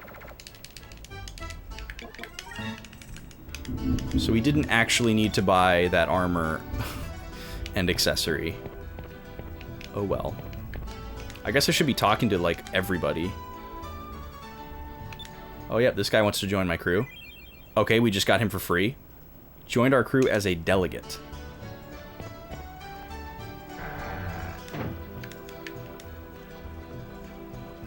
Word is that someone blasted a huge hole in the gate of the Grand Fortress. They're saying the same guy who escaped from Valua before is the one who's responsible for it. Man, it's too incredible. What is he doing down there? Look at this guy. Whoa. Hey, isn't this guy one of the guys on the wanted list at the Sailors Guild? This guy looks like he's in a hair metal band.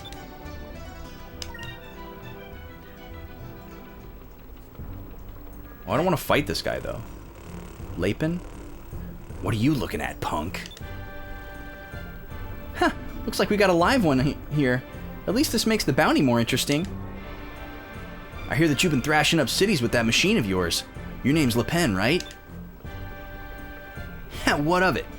And what? You're here to try to stop me or something? Well, that's the plan. My name's Vice. Vice of the Blue Rogues. We're here to earn a little cash. So, you're this Vice everyone keeps talking about. You're making quite a name for yourself. This day's turning out to be quite interesting. If I can defeat you, that means I'll become even more famous than you. Let's fight outside of the city. I don't want anyone not involved to get hurt. Come to my ship and we'll fight there. His mouth? Yeah, he has a weird mouth. Coward. But if fighting outside makes you feel comfortable, whatever. You'll need all the help you can get to beat me.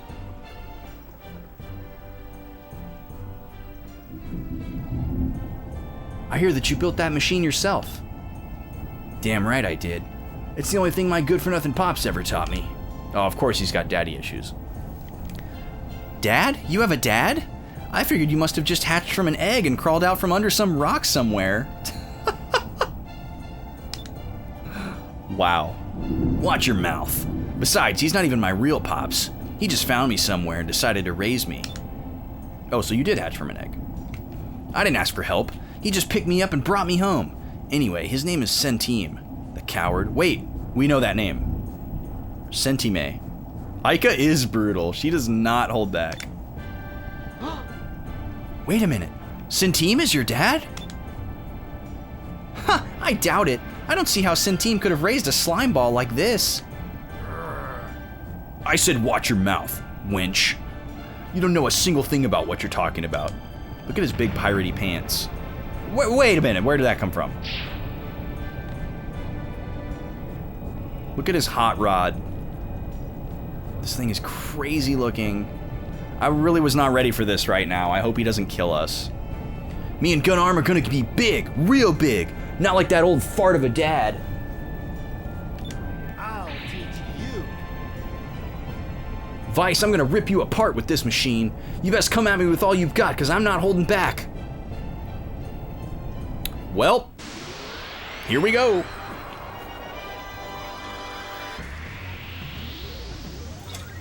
Last time we fought one of these guys, we got thoroughly trounced. Oh, of course he's got minions. Okay, these guys have yellow squares, so they are thunder elemental. We don't even know if electricity has a weakness, but we're assuming it's water? Based on the other relationships?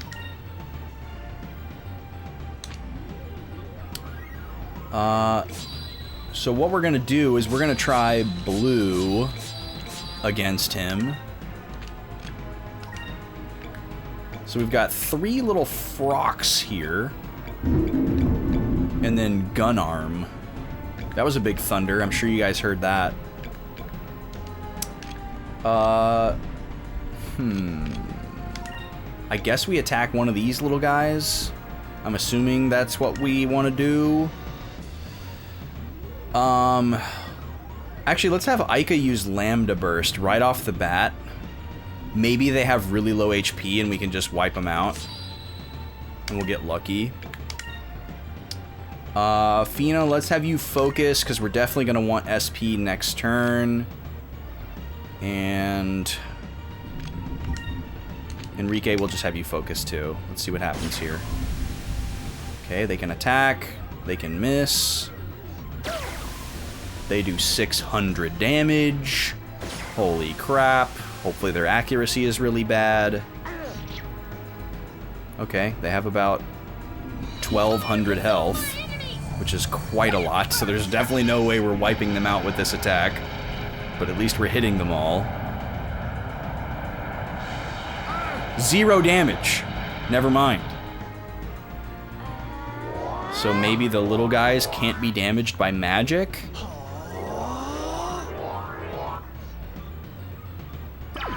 Target search. Okay, so he's probably like charging up some really strong attack.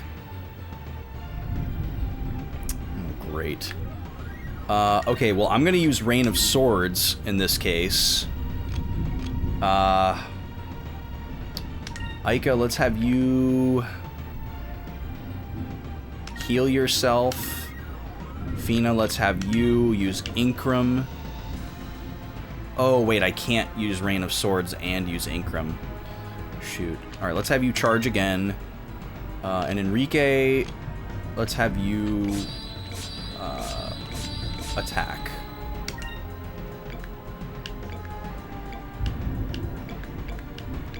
Man, a lot of big thunder happening. The storm is here, y'all. No! Aika, you're supposed to be fast. Come on, girl. Man, I did not want to get in this fight. The conversation option was talk to him or not talk to him, not battle. Alright, one of those guys is gone. Second one's almost gone. Now Gobi hears the rain and she's like, whoa, what is that? Yeah, you hear that storm, Gobi? What do you think? Jesus! 3,800 damage? We are not ready to fight this guy. Man, this sucks. We're gonna have to go back really far when we lose this battle. There's no way we can win this. This sucks. And these guys can clearly come back because the guy who's gone is still on the map. Just with 0 HP. So that's fantastic. I can even choose to target him. Or maybe he just has really, really low HP? I can't tell.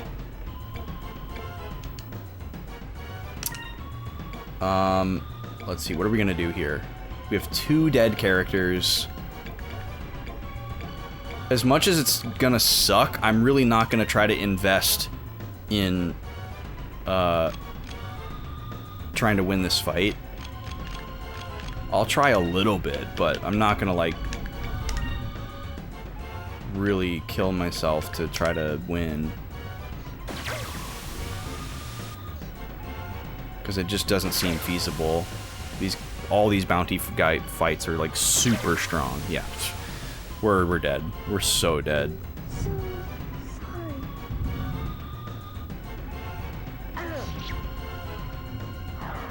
Okay, yeah, the other guy just wasn't dead. But yeah, this will probably do like 3,000 damage again.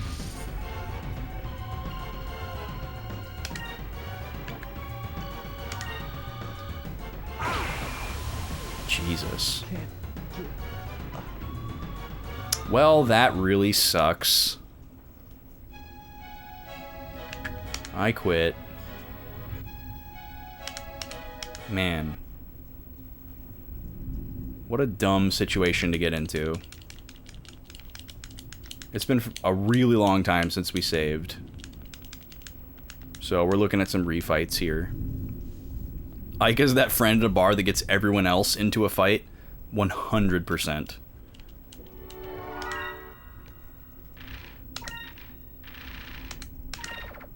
Back to the Grand Fortress, guys.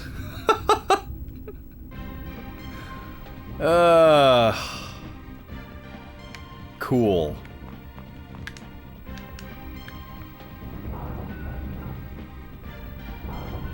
Oh, wrong way. There was nowhere to save on the frickin'... We were literally coming to that island so that we could save because it had been so long since we saved. So we're just gonna have to mash through a bunch of text here. We're gonna have to do that ship fight again. Oh, we gotta do this fight again first. Oh my god. They should have like a... Like, if you lose the bounty fight, you just, like, you know, go back to town or whatever, instead of, like, a true game over. You know what I mean? Alright, we need purple for this guy.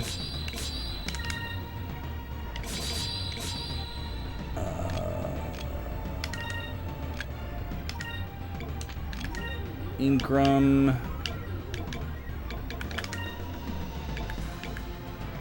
But hey, we can not spend that money. We'll save a little bit of money once we get back to where we were. That's the smallest of silver linings here.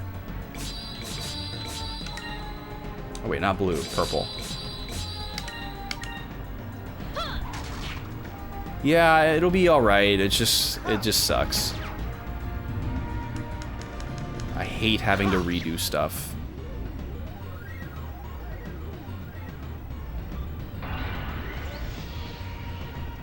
This wasn't like a super easy fight, so...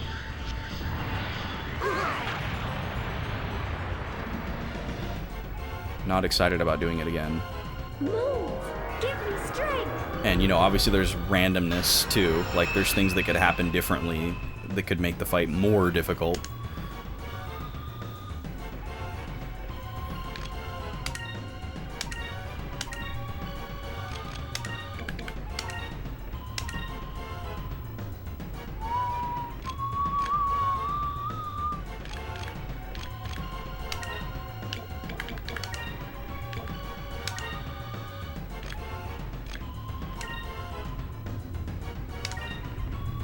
Let's try this! Okay, good. She went first like she's supposed to.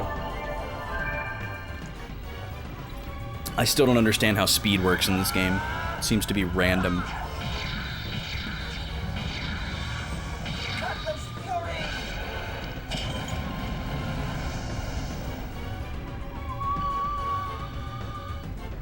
Move!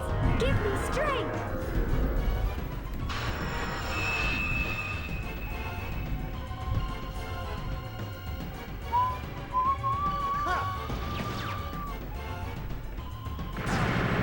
Counter.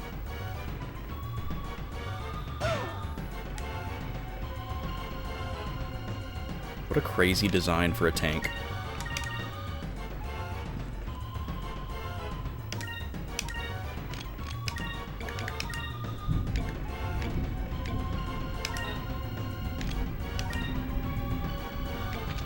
What's this do? Blocks adverse effects.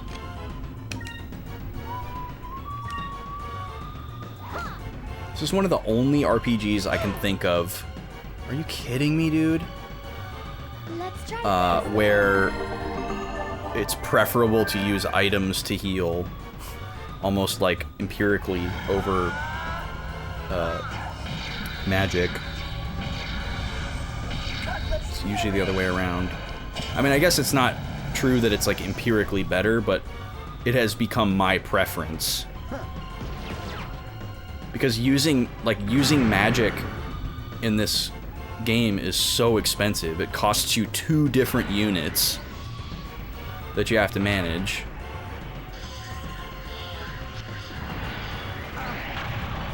And especially beforehand when we could only restore 1 MP at a time. Now we have the ability to restore 10 MP at a time, which makes magic a little bit more viable. But even still, like, using an item to heal is so much more convenient right now. And then you save the magic for, like, when you run out of items, I guess, in, like, a long dungeon or something. Okay, Aika, you heal yourself.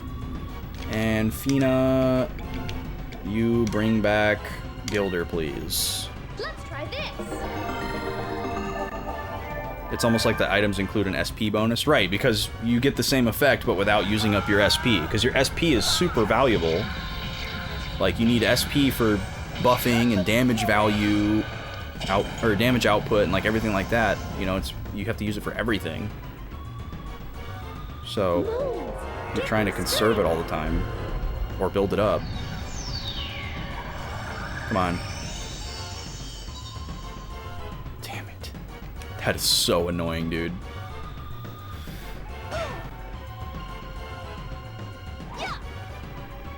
Good job, Aika. Nice counter.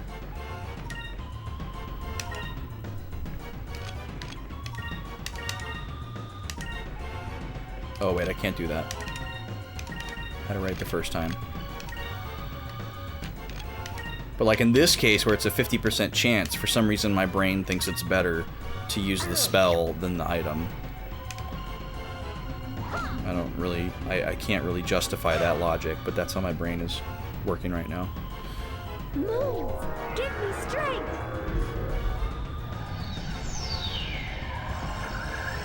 Please. You bastard, dude. Dragon Quest does the same thing to me. Leave Aika alone! Please don't kill Aika.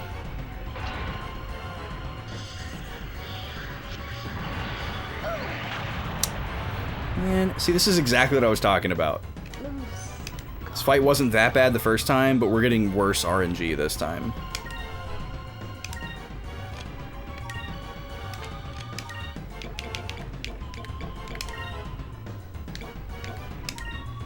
Please, Fina, please.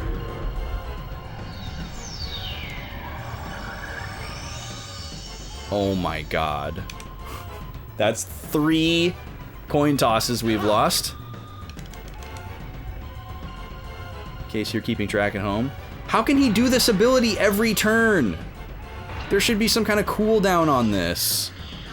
Does he just have a random chance to choose this attack every turn? We're gonna freaking game over on this fight.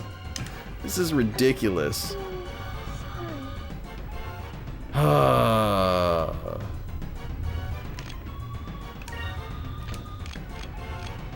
I don't want to use my fight, or my items to bring people back. It's a huge waste. And he'll just kill me while I'm trying to do it anyways. I'm just gonna keep whacking him, and if he dies, he dies. And if he kills me, he kills me. That's how this is gonna go. And if Vice has to get all the experience, so be it.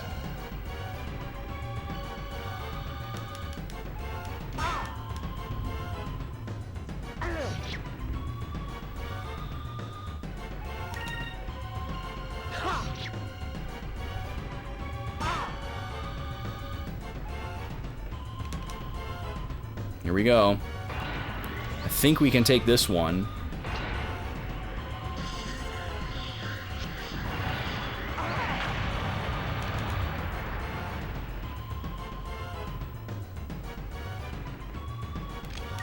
All right, here we go.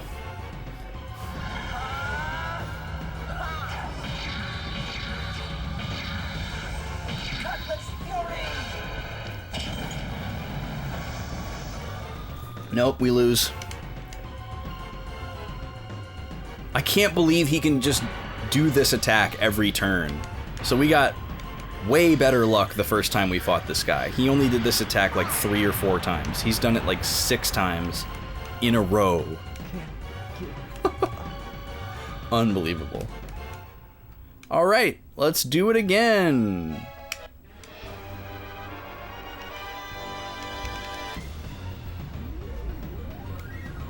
Yeah, that was terrible RNG.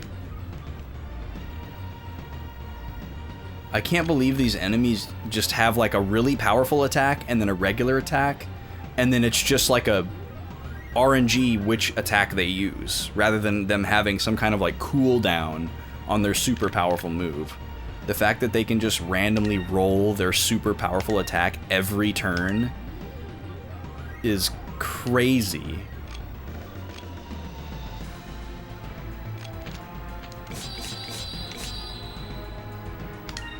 Alright. Attack. Incrum.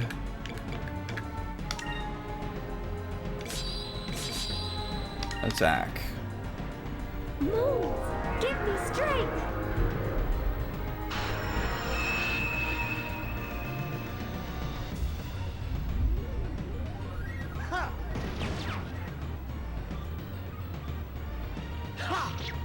Can we get less wheel blasts this time around, please?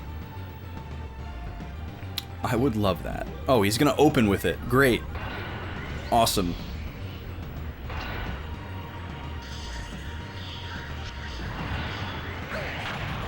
Just instantly kill her. Jesus. Me too. Fina. Me too.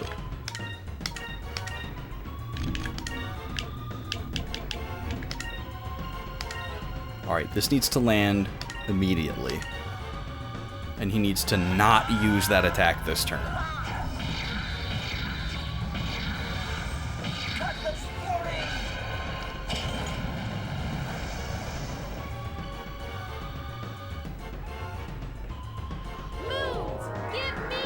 Please, Ica, please. Of course.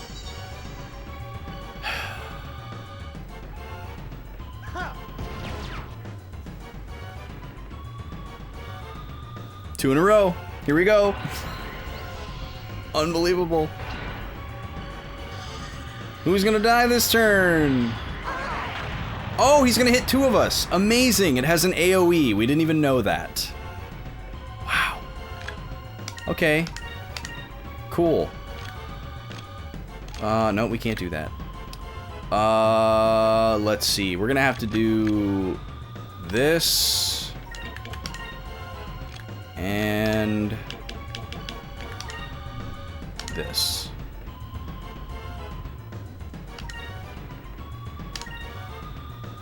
Here goes. Okay, that's a huge waste. Unfortunately. Doesn't even get Ica out of kill range. Give me strength. The dice gods require tribute? It should be going the other way around. Oh my god, dude. What is this luck? This is unreal. The RNG should be blessing us because we have to go through this.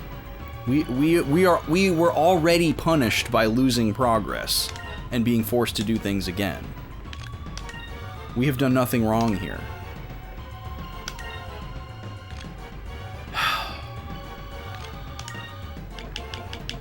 Ica, can you please revive Fina?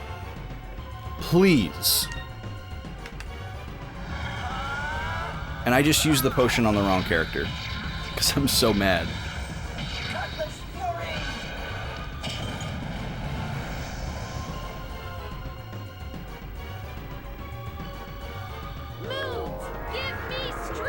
So now, Ike is gonna die. Oh, you finally decided to join us. Thank you, Fina. Please attack Gilder. Please attack Gilder. Please attack Gilder. And only Gilder. The one turn he uses regular attack. Oh my god, she lived. I don't believe it. I actually don't believe it. Okay, Cutlass Fury. Sacrum Crystal. Sacri Crystal. Attack. Let's try this. Jesus. Okay, can we get caught up here, please? Let's try this. Get everyone out of kill range. Take that.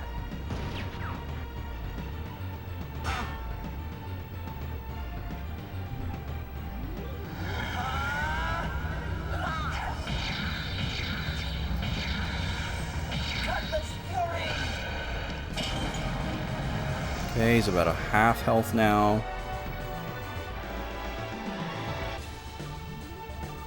I think it's a little early for the triumphant music, but okay.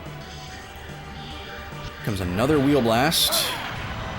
Yep, Ica's dead again. Sweet. Oh my god. This is so dumb.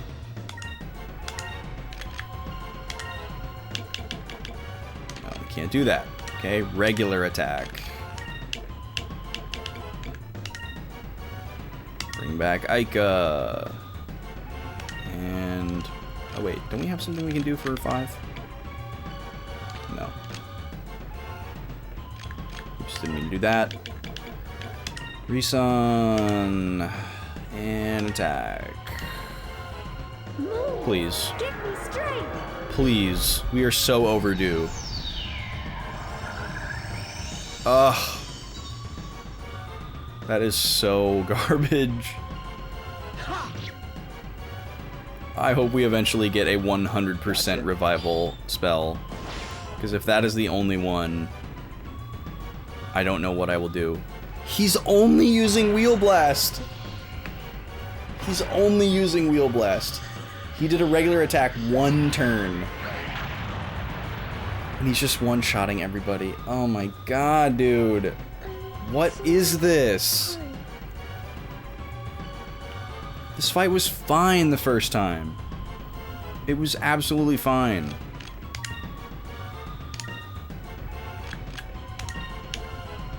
He doesn't have it.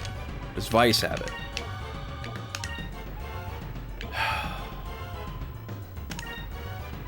Actually, let's revive Fina first, because she has a small chance of being out of kill range at half health. Fina has no chance. I guess I should try to go for double revive here.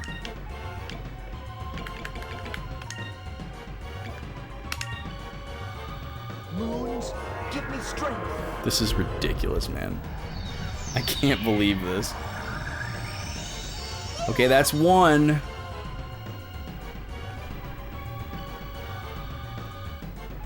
This should work. It should.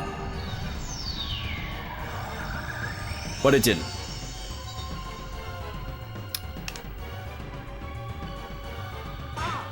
Finally, a regular attack. God. It's about time. Okay, you keep laying... Oh, you have the wrong color sword, I just realized. You keep attacking. You're going to... try to raise... You're out of MP. Fantastic. Okay, we'll use an item. So... Cutlass Fury.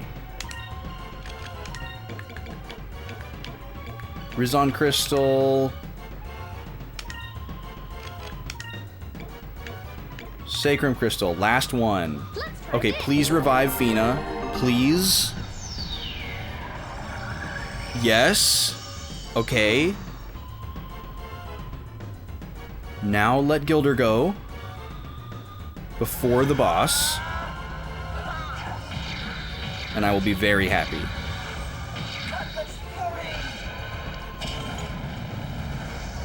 Come on. Gilder. Yes. This should work. Okay, that's our last one of those. Now that I know I can buy them. Ugh.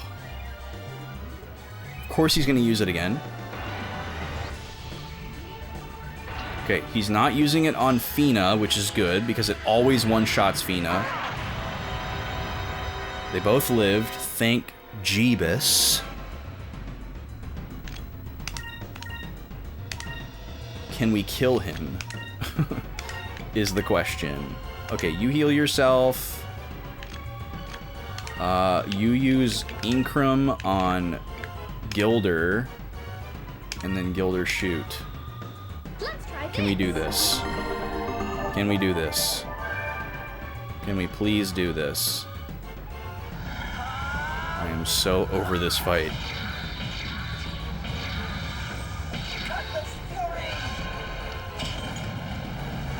Come on, Gilder. Come on, Gilder. Take that. Oh my god, he didn't get boosted first. Moons, give me strength. Well, somebody's gonna die next turn, but we should be able to win either way.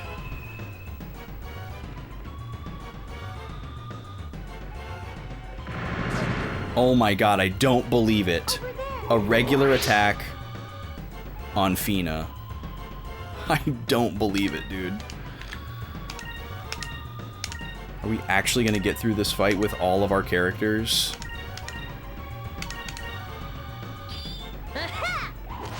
Get out of here. Jesus. That sucked. I can't believe how bad that went twice.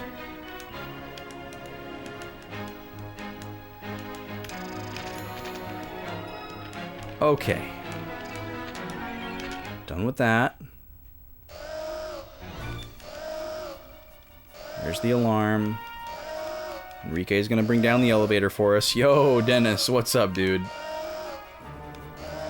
I don't know how long you've been here, but we're feeling a bit sheepish right now.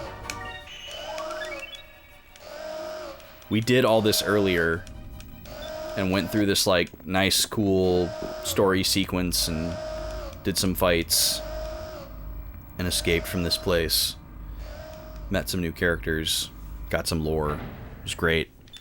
And then we got back to like kind of like a stopping point, and I was like, okay, cool, we can finally go back to town and like restock our items and save. And then I like talked to this guy who was like a bounty fight and went too far in the conversation, and he like challenged us to a fight and wiped the floor with us, and it was just a game over. So we're now having to redo all that stuff that we did like several hours ago. And we just refought a boss 2 times in a row and had horrible RNG compared to the first time that we fought him, where he was pretty easy. So I'm a little sour right now. But luckily most of this will just be mashing through text.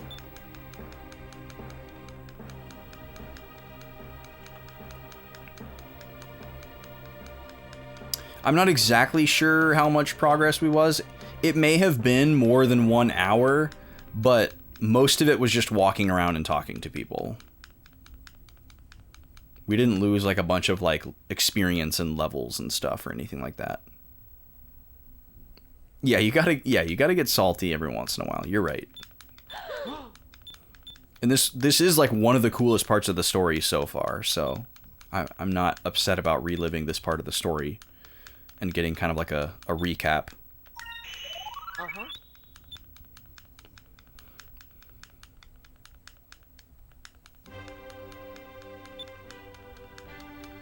Hey.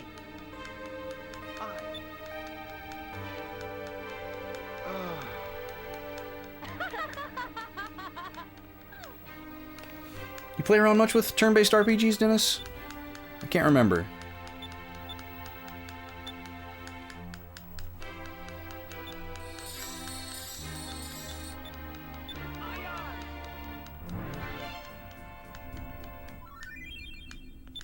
Got him back. Not so much anymore, but you used to. In the GBA days, interesting. So did you play like the GBA ports of the Final Fantasies? Golden Sun. What else even is there on the GBA? Mario and Luigi. I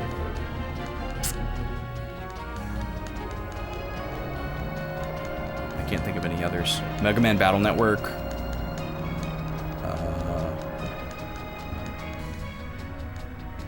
Yeah, Golden Sun is a really, really cool and unique game. You played a ton of Battle Network? That's awesome. I wasn't aware of those when they were contemporary. But they actually look like really, really well thoughtfully designed games. I was very surprised. Never got into Final Fantasy. Okay.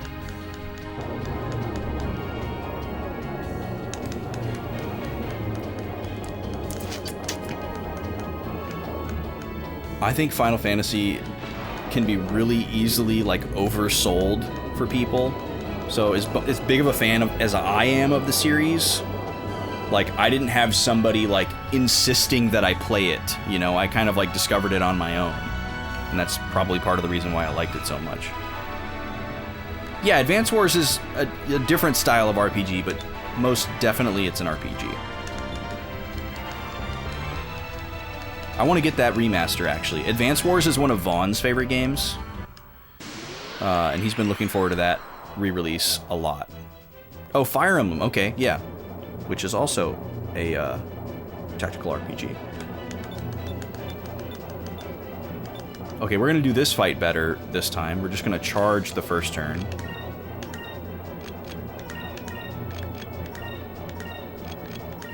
So we can get out of here on the second turn instead of the third. Onimusha Tactics. I had no idea that existed.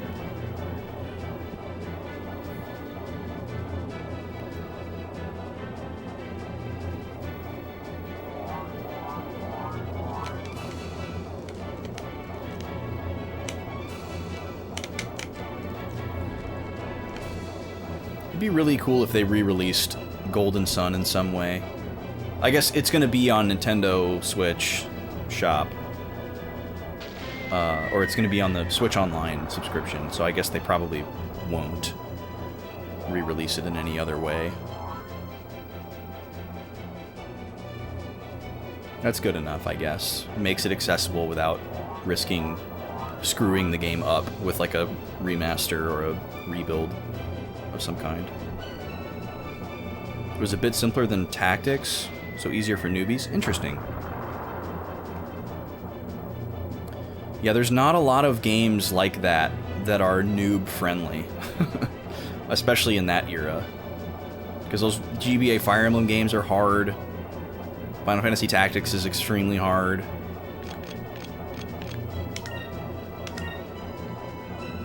It's not an easy subgenre to break into.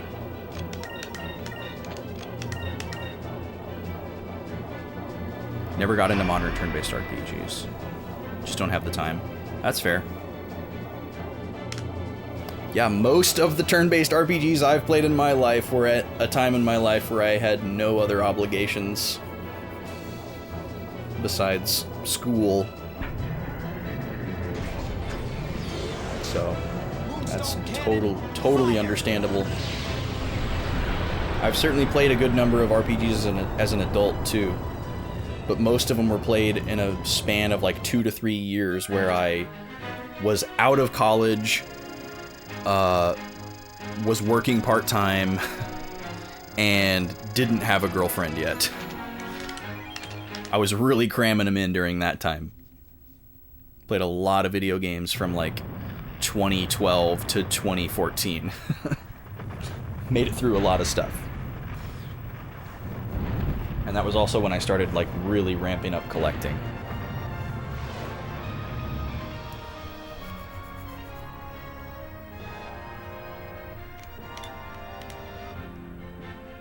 I probably got through more games in those 2 years than I got through like the whole rest of my life up to that point. Which is crazy to think about. Because I even played a couple of really long games during that period. Like I played Xenoblade 1 to 100% completion during that period, which was 180 hours. I played the Mass Effect trilogy during that period, which is probably 100 hours. I played Ni no Kuni to nearly 100%, which was like another 80 or 90 hours. Bravely Default to 100%, which is probably 70 hours. I was also still playing Animal Crossing every single day at that time in my life too, because I was horribly addicted to it. Dude, Ni no Kuni is so good. I don't like to throw around the word masterpiece, but that game is just so special. It's a really, really special experience.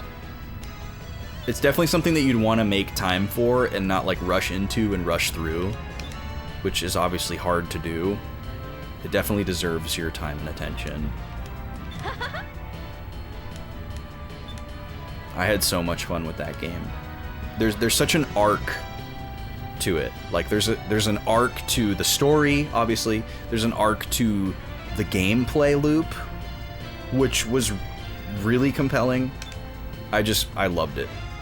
I loved everything about it. The things that it's like a combination of is just like, they're like all things that I like, but not things that I would expect to go together. 44 hours for Ni no Kuni main story? Yeah, don't we all wish there were more hours in the day? Or that we didn't need sleep.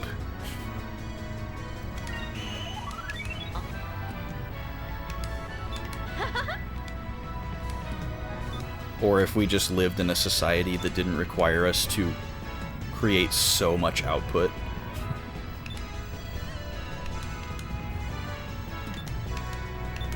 So that the hyper-rich could continue to coast.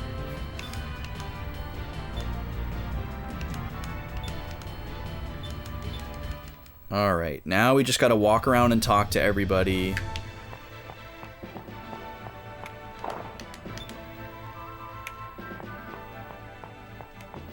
If there were extra hours in the day, you'd probably spend them sleeping. But see, that I think that would, even if that were the case, you would like, it would still even out in your favor, I think. Like if the day, let's say the day went from being 24 hours long, let's say we moved to Venus, right? I've always said that my circadian rhythm matches Venus more than it matches Earth. Venus has a 30-hour day instead of a 24-hour day. So let's say we move to Venus, we have 30-hour days, and we sleep for 10 hours a day instead of 8. So instead of being awake for 16 and sleeping for 8, you're going to be awake for 20 and you're going to sleep for 10. So you're going to get more sleep, but you're still going to have more waking time in a day and going to get more done overall in that formula.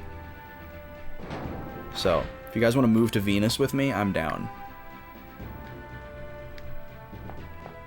We can just start a new, like, neo-capitalist society on Venus.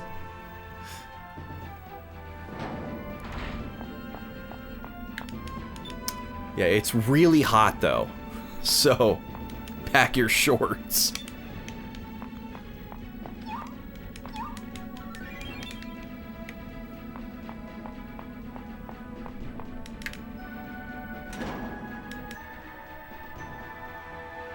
Yeah, I remember when I found that out, I just became obsessed. I was like, that's where I belong. My fuzzballs might not like the rain. Yeah, I mean, to be frank, I don't think the doggos would make it. I don't think the doggos would make it through space travel. Between the pressure changes and the air that we breathe, content changes. I don't think doggos would make it. I think the doggos would have to stay on Earth if we went to Venus.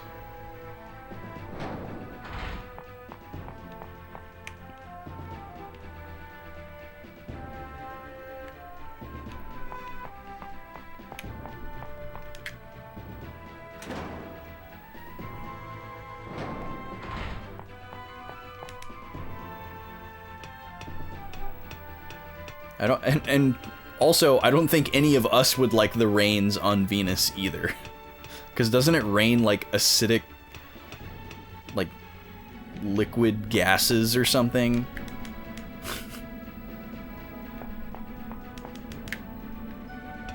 It's like an extremely volatile and dangerous planet. It's not habitable at all. But that 30-hour day, though. Come on.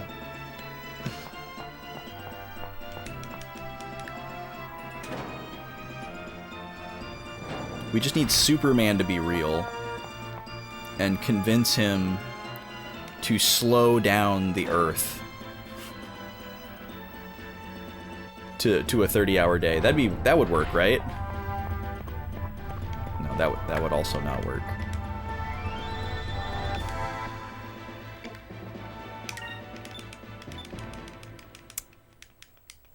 Because we would die as well if the Earth slowed down its rotation. Even if its revolution around the sun was the same speed, but we just slowed our rotation, we still would... It would become inhabitable to humans. Neither one can change drastically. Neither one can really change much at all. Super wild how volatile it is. Although I think... I gotta recheck this. I am not a scientist, by the way. Just gotta put that out there. Not that anyone's assuming I'm a scientist, but just know that I am just talking right now and that I'm not, like, citing any type of research or whatever. But I think the planet is gradually... I can't remember. I can't remember if it's gradually speeding up or slowing down, but it's doing one of the two. I think it's speeding up.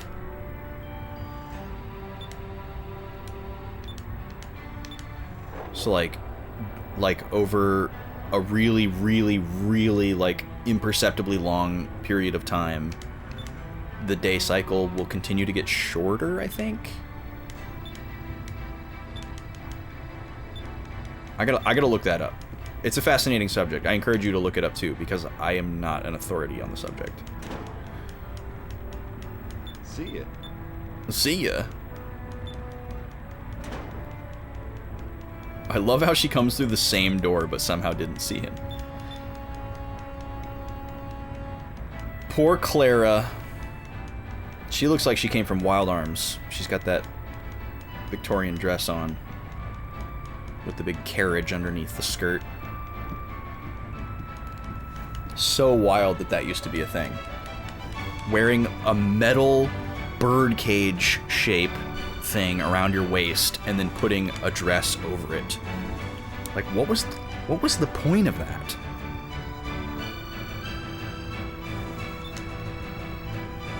What were they thinking? Well, we want it to be as difficult as possible for these women to move and be danced with. Okay, so we're gonna go to Pirate Isle, and we're gonna save immediately. Or Sailor's Island, excuse me. We're not gonna talk to anybody. We're not gonna say hello. We're going straight to the inn. We're sleeping. We're saving. And we're most definitely not talking to the frickin' Brett Michaels dude outside the weapon shop. Alright, give me room. Well, if it isn't Vice the Bold. $60 to stay the night. Man, you got yourself a deal. We're in Motel 6 out here. Alright, progress regained.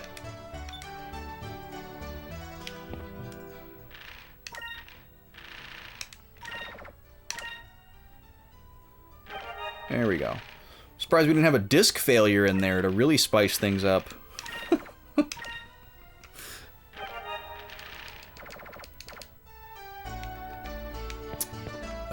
Maybe I'll just stop here for the night, honestly. It seems like a really good stopping point. I could go for another hour, but maybe I'll just stop here for the night.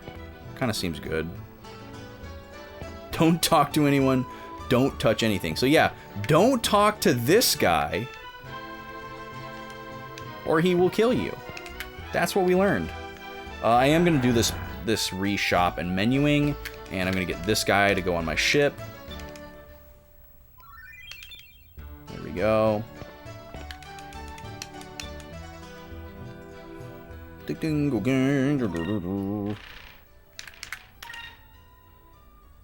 Alright, but before we shop, that's right, we got to equip our other party members, because they all got unequipped. Which is why we were getting so decimated in that boss battle. And I'm surprised that I forgot. Yeah, these poor...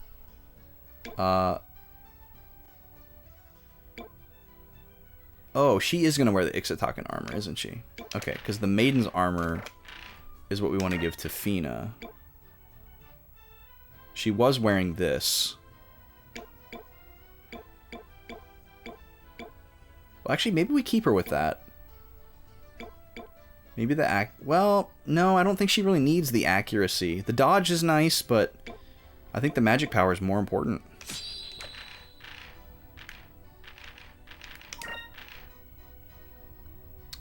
And then we gave her...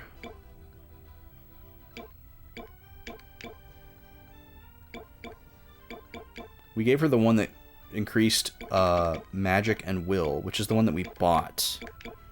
Right? Yeah. So I'm going to equip her with the thing that raises magic by the most. Oh wait, no, magic, defense, and will. This is the one that we want. So we're going to compare that with what's in the shop. And then Aika is going to wear the Maiden's armor.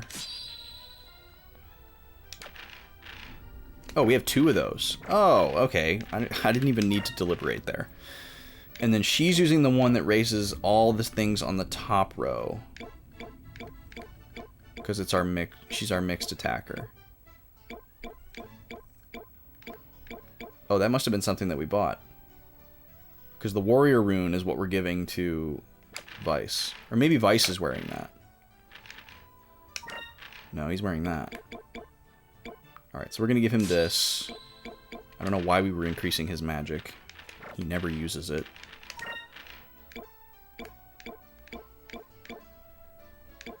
Alright. And then Enrique is equipped with the best things that he has available already.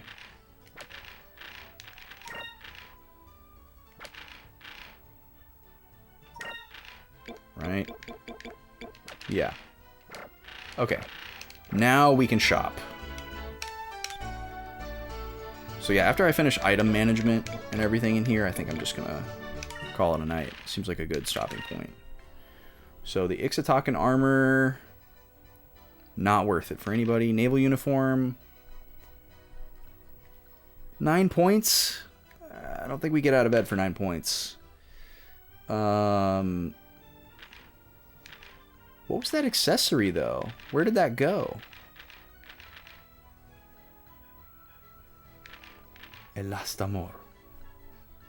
So these pages are like previous versions of the inventory. That's interesting.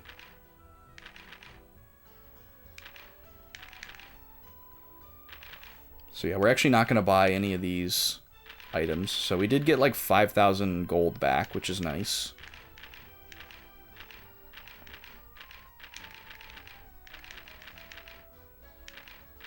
I don't know what that accessory was, though. There was an accessory that we had that raised attack, defense, will, and magic. And we gave it to Aika. Does he say anything new? No.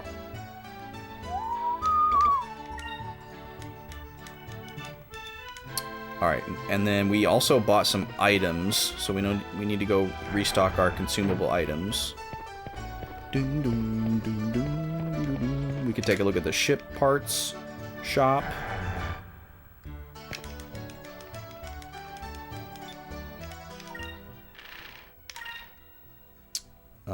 Okay, so we're gonna buy a bunch more of these. We bought 30 of those. We bought like 5 of these, I think.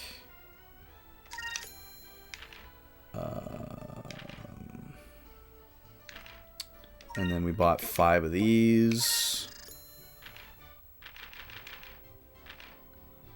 Probably buy another 10 of these. We'll go 12. Around 20. We don't need any of those. And that's everything. And then we have a few things to sell. We have the treasures that we got from those sub-bosses. Zivelin Bane. Yeah, since there's no, like, crafting system in this game, and we've never used, like, a consumable item for anything other than use, I'm gonna go ahead and assume that it's very unlikely that we don't just sell these. And I'm not gonna think too hard about it. If we end up finding out later that they were able to be used for, like, ultimate weapons or something, I'll just cry when that happens, and we'll move on. Alright, let's go check the ship shop.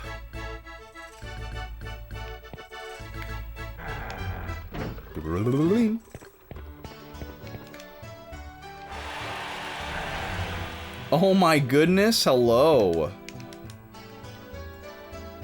Lisa Page, look who it is. How nice to see you. Welcome in, everybody. What's going on? Broatmeal, love to see it. Yo, what was going on tonight? Everyone, please go follow Lisa Page. Really chill, great streamer, big fan. Love to hang out there while I'm working. Lisa has good taste in games and is usually playing something pretty cool. So, go hang out in there. How was Mario Kart 8 tonight? Was that like a community night type of deal? Oh yeah, you just said that. You just answered my question. Played some Fall Guys and Mario Kart. Nice. Welcome in, Voltar. Nice to see you. Another name we like to see around. How's everybody doing tonight? How was the stream? How was Mario Kart? Who won? You played terribly as usual. Skies of Arcadia is your favorite Dreamcast game of all time. You know, I've got to say mine too, because it's one of the only ones I've ever played. I was not a Sega kid. Never owned a single Sega console. I was a strict, unabashed Nintendo kid. Initially the choice made by my parents, and then I just kind of stuck with it until I found out about Final Fantasy, and then I became a PlayStation person as well. And those are kind of my two camps. Never had a Sega anything, never had a Microsoft anything. That's kind of where I'm at. You won 15 consecutive matches. That sounds like me. That sounds like me. Oh, but also beat half of you. Okay, so she's being modest for 07. Okay, she's being modest. Pog streamer is modest, I guess. Yeah, I'm kind of used to being the person that people get tired of playing Mario Kart and Mario Party with, because they get, like, exhausted by me usually winning. And I try to just make sure everybody has fun. And if they get too upset about it, I'm like, well, we could just put in Smash Bros. And flip the script, and then you guys will all destroy me at that. But rarely do I have any takers. But anyways, welcome in, everybody. My name's Austin. I'm one of 2 Backlog boys that streams on this channel, hence the plural. We're both retro-leaning streamers, but with very different tastes. We're just trying to clear our backlog. If you're curious what's in my collection, I do have a link to a spreadsheet. My camera's not ready, though. Hold on.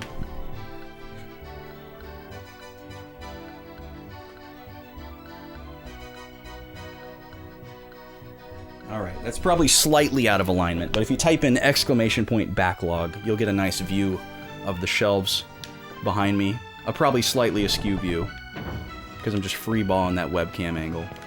And a link to a spreadsheet, if you're curious about that kind of stuff, no pressure. But yeah, we're playing Skies of Arcadia for the first time here. This is what I've been working on Fridays. However, this is going to be the last Skies of Arcadia stream for a little bit, because next week, Zelda is taking over the channel.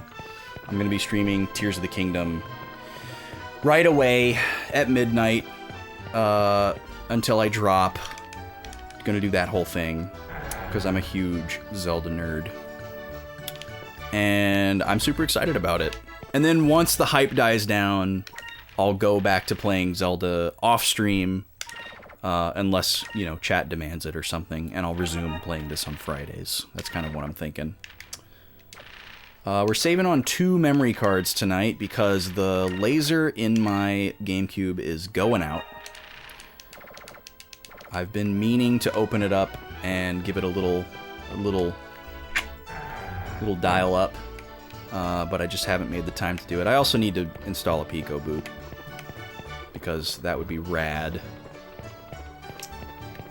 But I just haven't made the time for it. I've been a busy lad past couple of months, and things have just kind of resettled.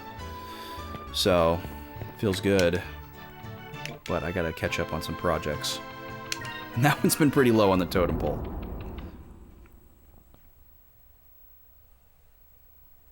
But I might be able to make some time for it now. So we just got back to the world map after kind of a long story stretch. And also the map itself has blown out. It's bigger. There was previously a smaller boundary to the map, and now there's, like, presumably more world, which I was not expecting. But we're going here. We're going to Crescent Island. Stolen from Diddy Kong Racing, and I don't mind. And we're going to set up a little base, apparently. We're going to set up our pirate headquarters. HQ. We just got this new giant frigate battleship. We got a new party member. Things are happening. Things are happening around here. So it's kind of fun. I don't have the manual for this game, and I keep forgetting to look up a PDF of it. So I feel like there's a lot of stuff that I don't understand about this game that I probably should. It's a pretty unique battle system compared to other turn-based RPGs that I've played, and I've played quite a few. But this does a lot of things differently.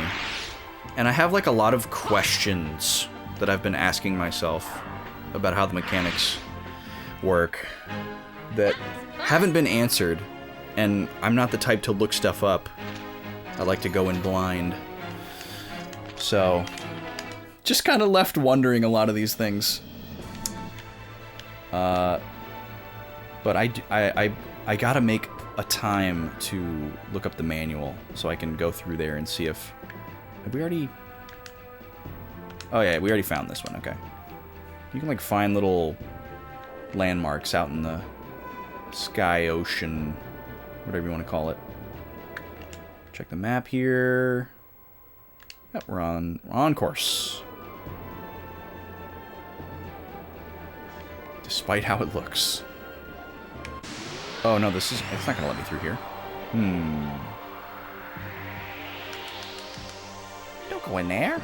It's dark. Oh, it's these guys.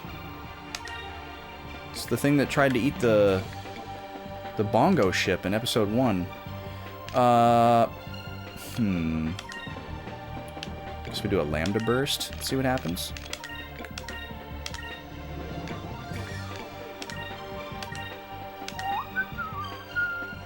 Fire, consume my enemies! Yes, consume. I must consume.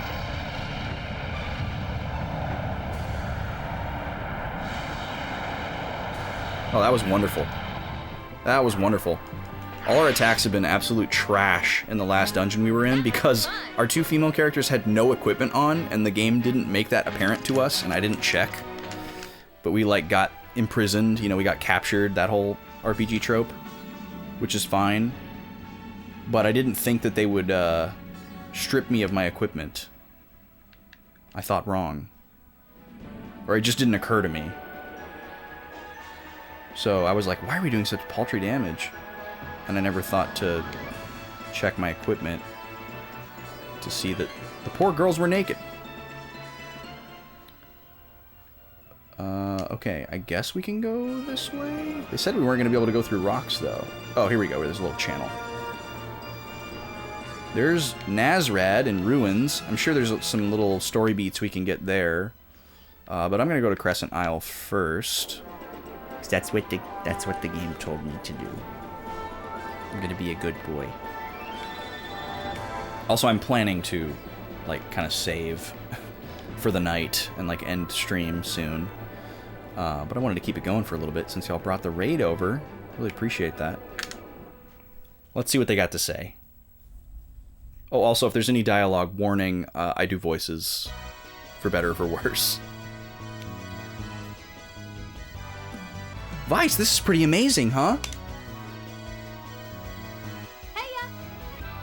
Hey, Enrique, how does it feel to be outside the Imperial Palace? Huh? Oh. He's seasick. In the air. Everything is so beautiful. I've never seen anything like it before. Looks like someone's a little airsick. Oh, they call it airsick. Okay, there we go. We got the answer we wanted. Perhaps all this traveling is a little rough for our sheltered prince. Yes, Ika, you're correct. I never realized that sailing could be so rough. This was my decision. Can't let a little air sickness slow me down.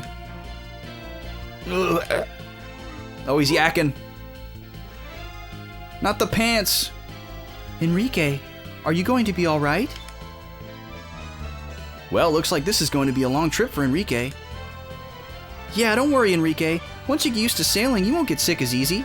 I'm sure you'll be okay.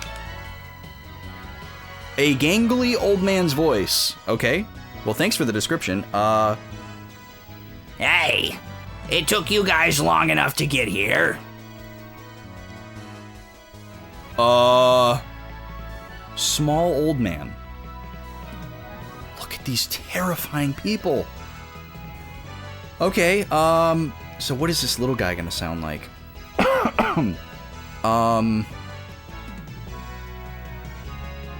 He needs like a squishy voice. Hey! Hey! It's good to meet you. You're Vice, right? And then this guy sounds like a zombie skeleton man. He's like all 3 members of ZZ Top combined. Gilder told us that you needed a crew. We're here to report for duty. I'm Brabham. If anything's broke, I can fix it. I'm the greatest engineer that ever lived. That's a nice looking ship. If you want, I can get it running smoother than ever. Crank it up a few notches, give it more power. Baba Bam! I'm Ismael. You want something built? I build it. You don't want something built? I build it anyway. I'll build some buildings for you. You're gonna need a base, right? He has a giant nail in his mouth. Sure, thank you. Leave it up to us. But before we get started, we'll need some funds to cover expenses and labor. Oh, here we go. First, I'll fortify the hull of your ship so we'll be able to pass through the stone reefs. Then I'll upgrade your engines so you'll be powering through sky rifts in no time. But it'll cost you 25,000 gold. Ooh, that tug of his beard and like unhinging of his snake jaw was horrific. I plan to build you a port and some living quarters first. Let's see. Cha-ching, I'll need about 75,000 gold. What a bargain. Okay, so this game just became Animal Crossing. What? So altogether, we'll need to give you 100,000 gold? Well, the Delphinus does need some modifications, and we're gonna need more than a couple of caves to call this a base. Enrique's right. Let's put off our search for the other moon crystals until we can get 100,000 gold to pay these, gentlemen. Yeah, it'll be fine. The whole, empire on our tail, world-shattering events, those can wait. Let's scrape together some cash. We actually do have 100K right now. We have 102.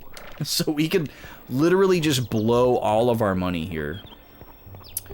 Although, I guess if the game is going to force us to do that, that's just what we do. But I'm going to save here for the night. I'm going to call it a night. We've been streaming for 6 hours. It's pretty solid. I will be back on Tuesday with the epic conclusion of Donkey Kong Country 3. Also a first playthrough. The game that's going to be following that up is going to be Pokemon Platinum. We're going to be doing a custom Nuzlocke challenge. And then, of course, next Friday is Zelda. I'll be playing Tears of the Kingdom, first thing midnight, late Thursday night into Friday, if that's something that you're looking to see. On Thursday mornings, we do a throwback theater where we watch some old YouTube content and just hang out in the chat. It's very chill. We'll be doing that as well. That's a Thursday staple. But starting next Friday, Zelda's going to take over the channel. It's going to replace the normal Friday and Tuesday streams for a TBD amount of time. So it's going to be all Zelda here all the time for a little bit. And then at some point, the hype will die down. I won't be worried about spoilers anymore. I'll be a good ways into the game. And I'll just shift to playing Zelda off stream. And we'll bring back Skies of Arcadia on the Friday slot. And a new game on Tuesday. And oh my god, here comes Street Rat with another raid. My dude, nice to see you. How you been? What's up? I was just talking about our next Pokemon Challenge Run that we're going to be doing. And a Pokemon Challenge Runner comes in. Welcome in, everybody. Go follow Street Rat. Does a lot of Pokemon Challenge Runs. Were you guys doing Emerald tonight? Yes. Nice. How was that going? I'm like signing off right now and I'm about to raid out. So we're actually going to do a raid train here. But I really appreciate y'all coming over. If you want to stop by again, my name's Austin. I'm one of 2 people that streams on this channel. Currently the only person streaming on the channel. Starting next week, Zelda's going to take over my channel on launch day. So if you want to watch somebody play Tears of the Kingdom, feel free to come on over. After the hype dies down, I'm going to be starting a Pokemon Platinum Challenge Run custom Nuzlocke that we call Boys Lock. That's really, really hard and a lot of fun. Street Rat knows a little bit about it. He was around when we were doing our Emerald Boys Lock a few months back, because we're Boys Locking every generation. And then I'm playing Skies of Arcadia right now, which is my current RPG playthrough that I do on Fridays. That'll resume after the Zelda hype dies down too. So, I appreciate y'all coming through, but I gotta get out of here and go to bed. The raids keep coming in. But I hope to see y'all again. We're just gonna go raid B. B's doing a charity subathon, or not a subathon, I'm sorry. She's doing a charity fundraiser for a really good cause, and I don't get to see her very often because she has a very different schedule than me. So we're gonna go say hi to her. She's doing the Final Fantasy Shuffler, which is really cool if you've never seen it before. She's got a ROM for Final Fantasy 1 through 9 and an emulator. And the emulator just randomly shuffles the game, I'm sorry, to a random Final Fantasy game like every couple of minutes or so. And she's trying to keep track of all the different playthroughs and stuff. Oh, you just beat Juan. Congrats, dude. Congrats. Finally about to finish your run. Hell yeah, I'm proud of you, man. Yeah, the Platinum run is going to be super exciting. I'm super stoked about it. It's going to be a lot of fun. But all I can think about right now is Zelda. I got a one-track mind. I got a new TV for Zelda. I got the game all set to get picked up at midnight. Doing a physical copy. But yeah, let's go say hi to Eyes on B.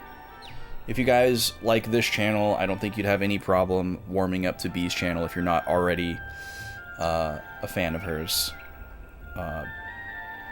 Good friend of the stream. Yeah, man, I'm so excited for Tears of the Kingdom. It's crazy.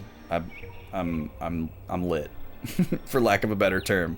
But anyways, I hope y'all have a good night. If it's your weekend, I hope you have a good weekend. Thank you guys so much for the raids and the subs and everything tonight. Really appreciate it. It helps so much. I'll see you on Tuesday for Donkey Kong Country 3, Theater on Thursday, and then Thursday night, Zelda. Y'all have a good night, y'all. Let's go say hi to B.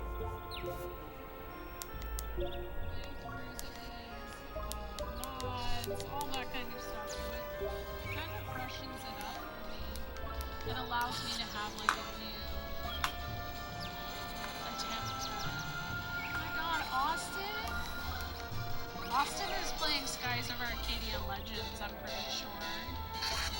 I'm doing good, Andy. How are you?